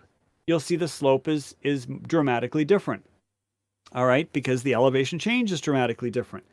And there, the slope is what is the slope of? It's like a half of a foot over 1,000 feet, right? Yeah, horizontals So don't slope, we're going Charles. from hundredths of a foot Horizontals over 1,000 feet slope, to a Charles. half of a foot over 1,000 feet. Okay, Horizontals that's a don't significant. slope, Charles. Oh my goodness gracious! It's a straight line that is 2.5 miles long. It has to change in slope. It doesn't Okay? slope. The thing is, Bev, what I can't figure out about you is, where do you think the error is coming in? Do you think that the guys who made the as-built drawings, those engineering schematics, I think it's you, Charles. do you think that they just it's made you up and your like flat random earth numbers? Crazies. No, It's getting Bev, mad. Bev, did you hear my question? Yeah, I said, Charles, I think it's you. You're mad. You've got an exploded mind. No, it's Bev, filled. It's riddled with contradictions. There are no and how contradictions. you I haven't managed said a to single get away with contradiction. being a teacher. Well, I mean, it's hardly surprising. It is 2023, right? Yeah. And the situation Bev, we're in, it's not surprising that they have teachers who are riddled with contradictions. I haven't said a single contradiction this entire evening. Wow. So I think Bev, everybody's been so documenting you that. have They're on page you have the same 3 or 4 at the minute, I think. Bev, you have the same access to these engineering specs, these engineering schematics. You know, it's a public website. I think it was partially paid for with public funds. Charles, right? I did. And LIGO. I thought, I'm okay, not but like, going to put that out there and bring that out into the public. That they've messed up trying to work out how they could sort this. They've handed it to somebody who hasn't got a clue. You've got two different tangent points. But how do you think they messed up? Somebody seriously messed up, Charles, and you're not bright enough to notice it. Bev, you're not answering my question. How do you think they messed up with those elevation values? People like you draw an elevation profile of a straight line that looks like a silly slide at the fucking fun fair. Okay, they didn't make me do anything. The only person who was strongly recommending that I do an elevation profile was you. Oh, there's so I nothing. made you do there's this. nothing anywhere. Woo, everyone, No, and I'm not saying you made me do it. The credit. Bev. Flat Earth. Bev. I made Flat Earth math. Charles, draw an elevation profile of a straight line like a fucking whoopee slide at the Okay, fucking Bev. fun fair? Hi, That was Bev. me. Oh my Thank goodness, you. Bev. Are you done? Well, I don't know. I'm Bev. pretty proud of myself. Bev, I have free agency, so I was in full control of my faculties about whether Yeah, I but you did still or did it, did right? not draw. You still did it.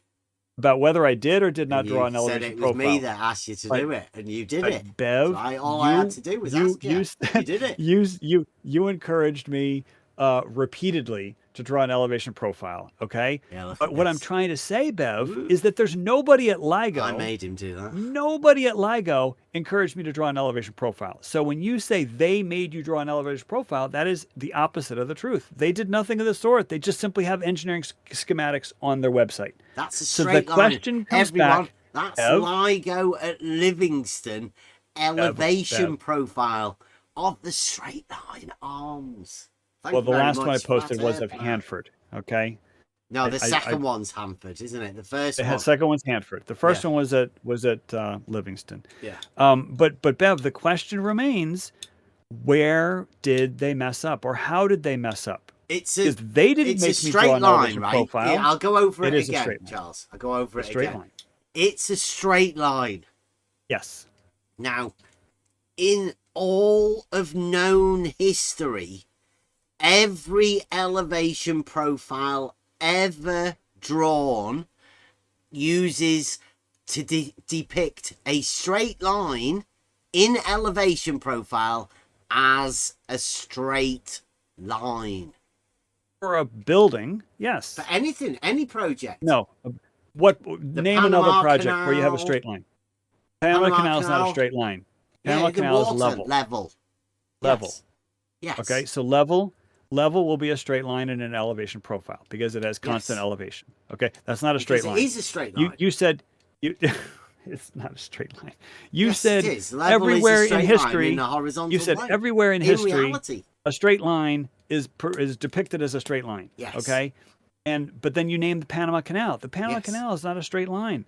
The canal level. in elevation The water they level are is straight level. lines, yes. Oh my goodness. So what you've got is a circular argument, Bev.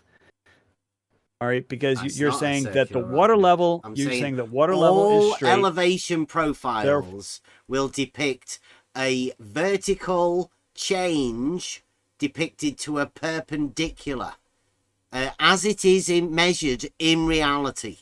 The vertical it's measuring change is elevation, measured, yes. referenced to a tool, To- a level that right. sets up a horizontal plane of equal elevation, no slope. And then they put that information on an elevation profile to scale after it's been measured 1-to-1, and then they depict straight lines as straight lines. No, that's the part where you're messing up. Who says you have to depict straight lines in reality as a straight line on an elevation profile? Well, There's no rule that says that. The only rule about elevation profiles is that it has to indicate accurate elevation changes specifically. Zero Now, if you have just a elevation building, changes, it's right? perpendicular. If you have just a single building, well, the scale of the building, is so small that a straight line on the building is going to look like a straight line on the elevation profile. All right, because the scale is so small, you're going to be off.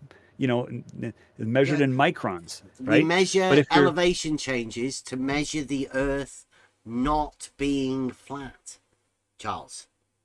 When we do this, people have obviously done it.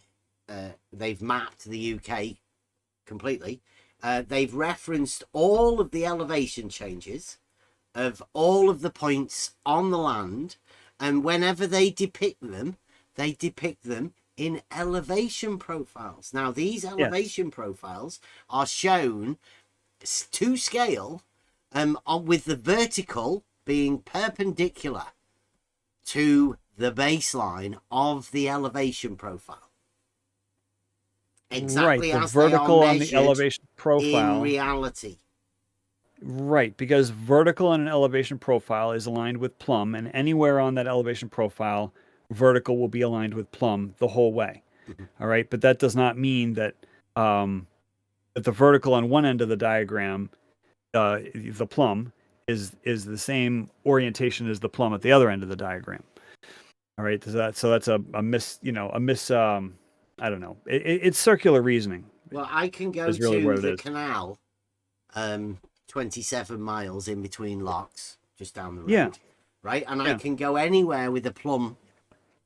And right, and plumb is always gonna go to the canal, the water level, and it will be perpendicular to it at every point. As it has to be. As it has to be, and no one's ever claimed otherwise. So all these canal postings are really so exactly funny. the same as it would be depicted in an elevation profile. All of those elevations profile are level depicted as being measured on the vertical datum.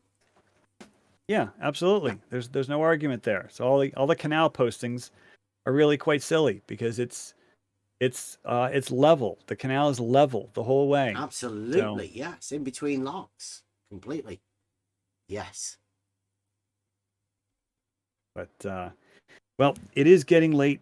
It's I don't know, it's probably in the morning. Is it like 2:30 in the morning where you are? Oh, it's 3:30. Okay. So 3:30. Okay.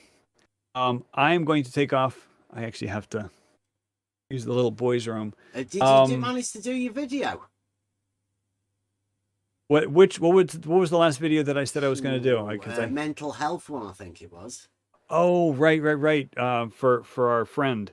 No, I was still compiling screenshots, but then I got caught up. I got caught up in the start of the school year. So my video posting is going to really be strongly concentrate curtailed. more on the teaching methods, and don't take it out on the kids if they happen to bring up anything that you may associate with thingy. Just know, right?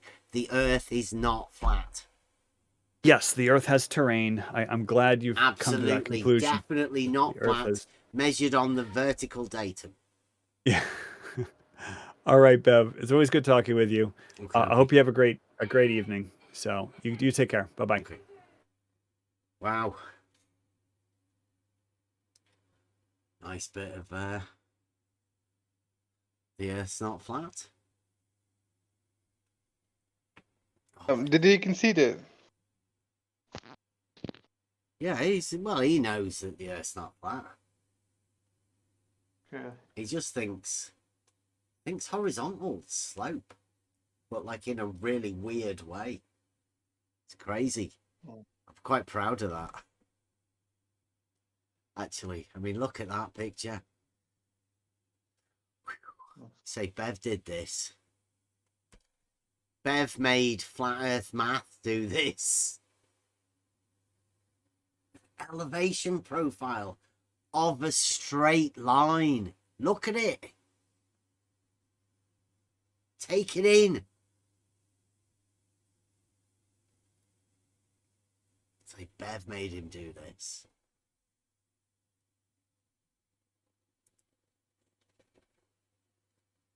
Right. Crazy times. Let's see. What time is it? Right, I'm gonna have to end this.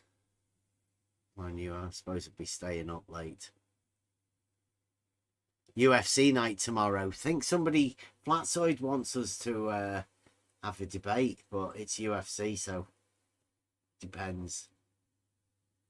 See what's going on. Get some Buster ready. I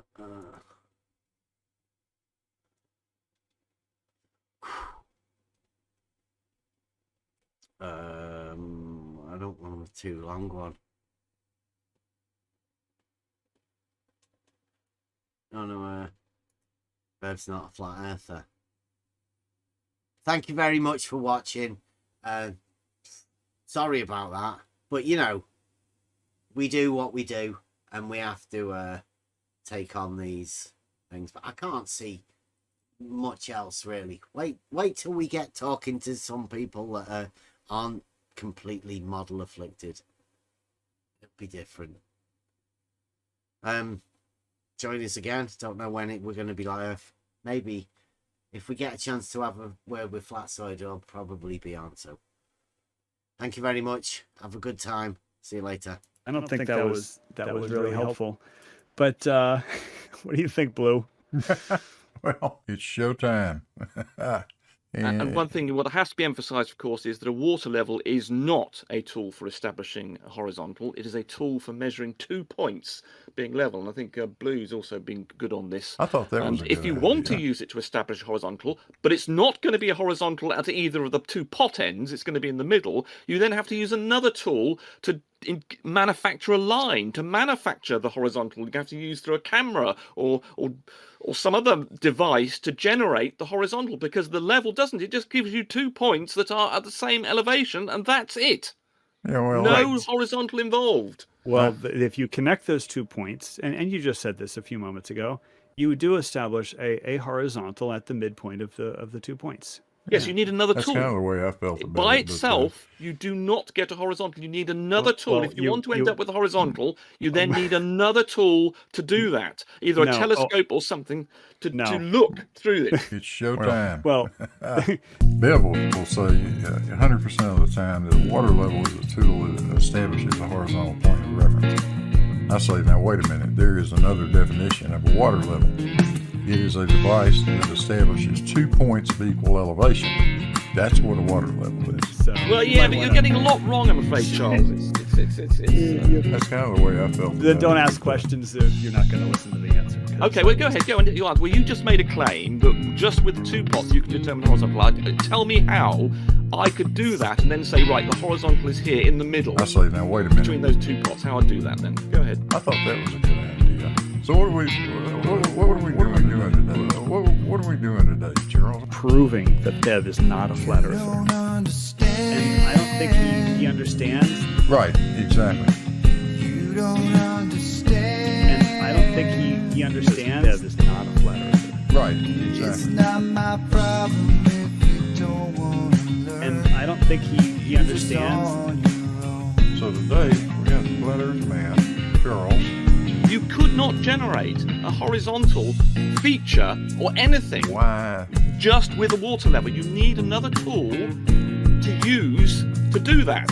So by itself, it cannot generate a horizontal plane. Right, but then I need a straight thing, don't I? Okay, I chose to put. Okay, I chose a. I let you get out of it by having a straight. Okay, let's not say a shelf. Let's suppose I wanted to put a football. That was midpoint and horizontal between the 2 things. You couldn't do it. I chose a shelf, which of course is a horizontal, is a straight line thing. So if I pick a non-straight line thing, you can't do it. You know, using water to make a horizontal plane. Right. That's not possible. Right. Because Bev is not a flat earther. Right, exactly. You don't understand. I want to put a shelf that's horizontal to those 2 things. How would I do that with just those 2 pots? You can't do it. They constantly force themselves into denying the idea that you can have an angle between a curve and a straight line, or between 2 curves. Of course you can. That's fundamental in mathematics. There's no fundamental error. We're just simply avoiding being a pedantic prick. That's all. Oh my goodness. Yeah, sure. And over distance, you see some really strange things. You end up looking down to see something that is at an elevation higher than you are. Yes, that's exactly what happened in California. Right, sure, exactly. Lining the tops of the water up in 2 vessels that are 60 feet apart gives you a line which we know is technically horizontal at its that line of sight is technically horizontal. It's showtime.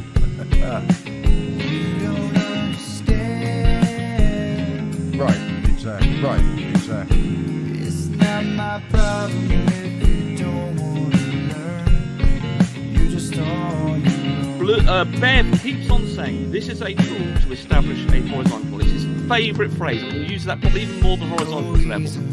No logic, no wisdom, no worry. The horizontal level. I think it's important to point out that this is wrong. It's not that. No reason, no logic, no answers to the question. You're just on your own.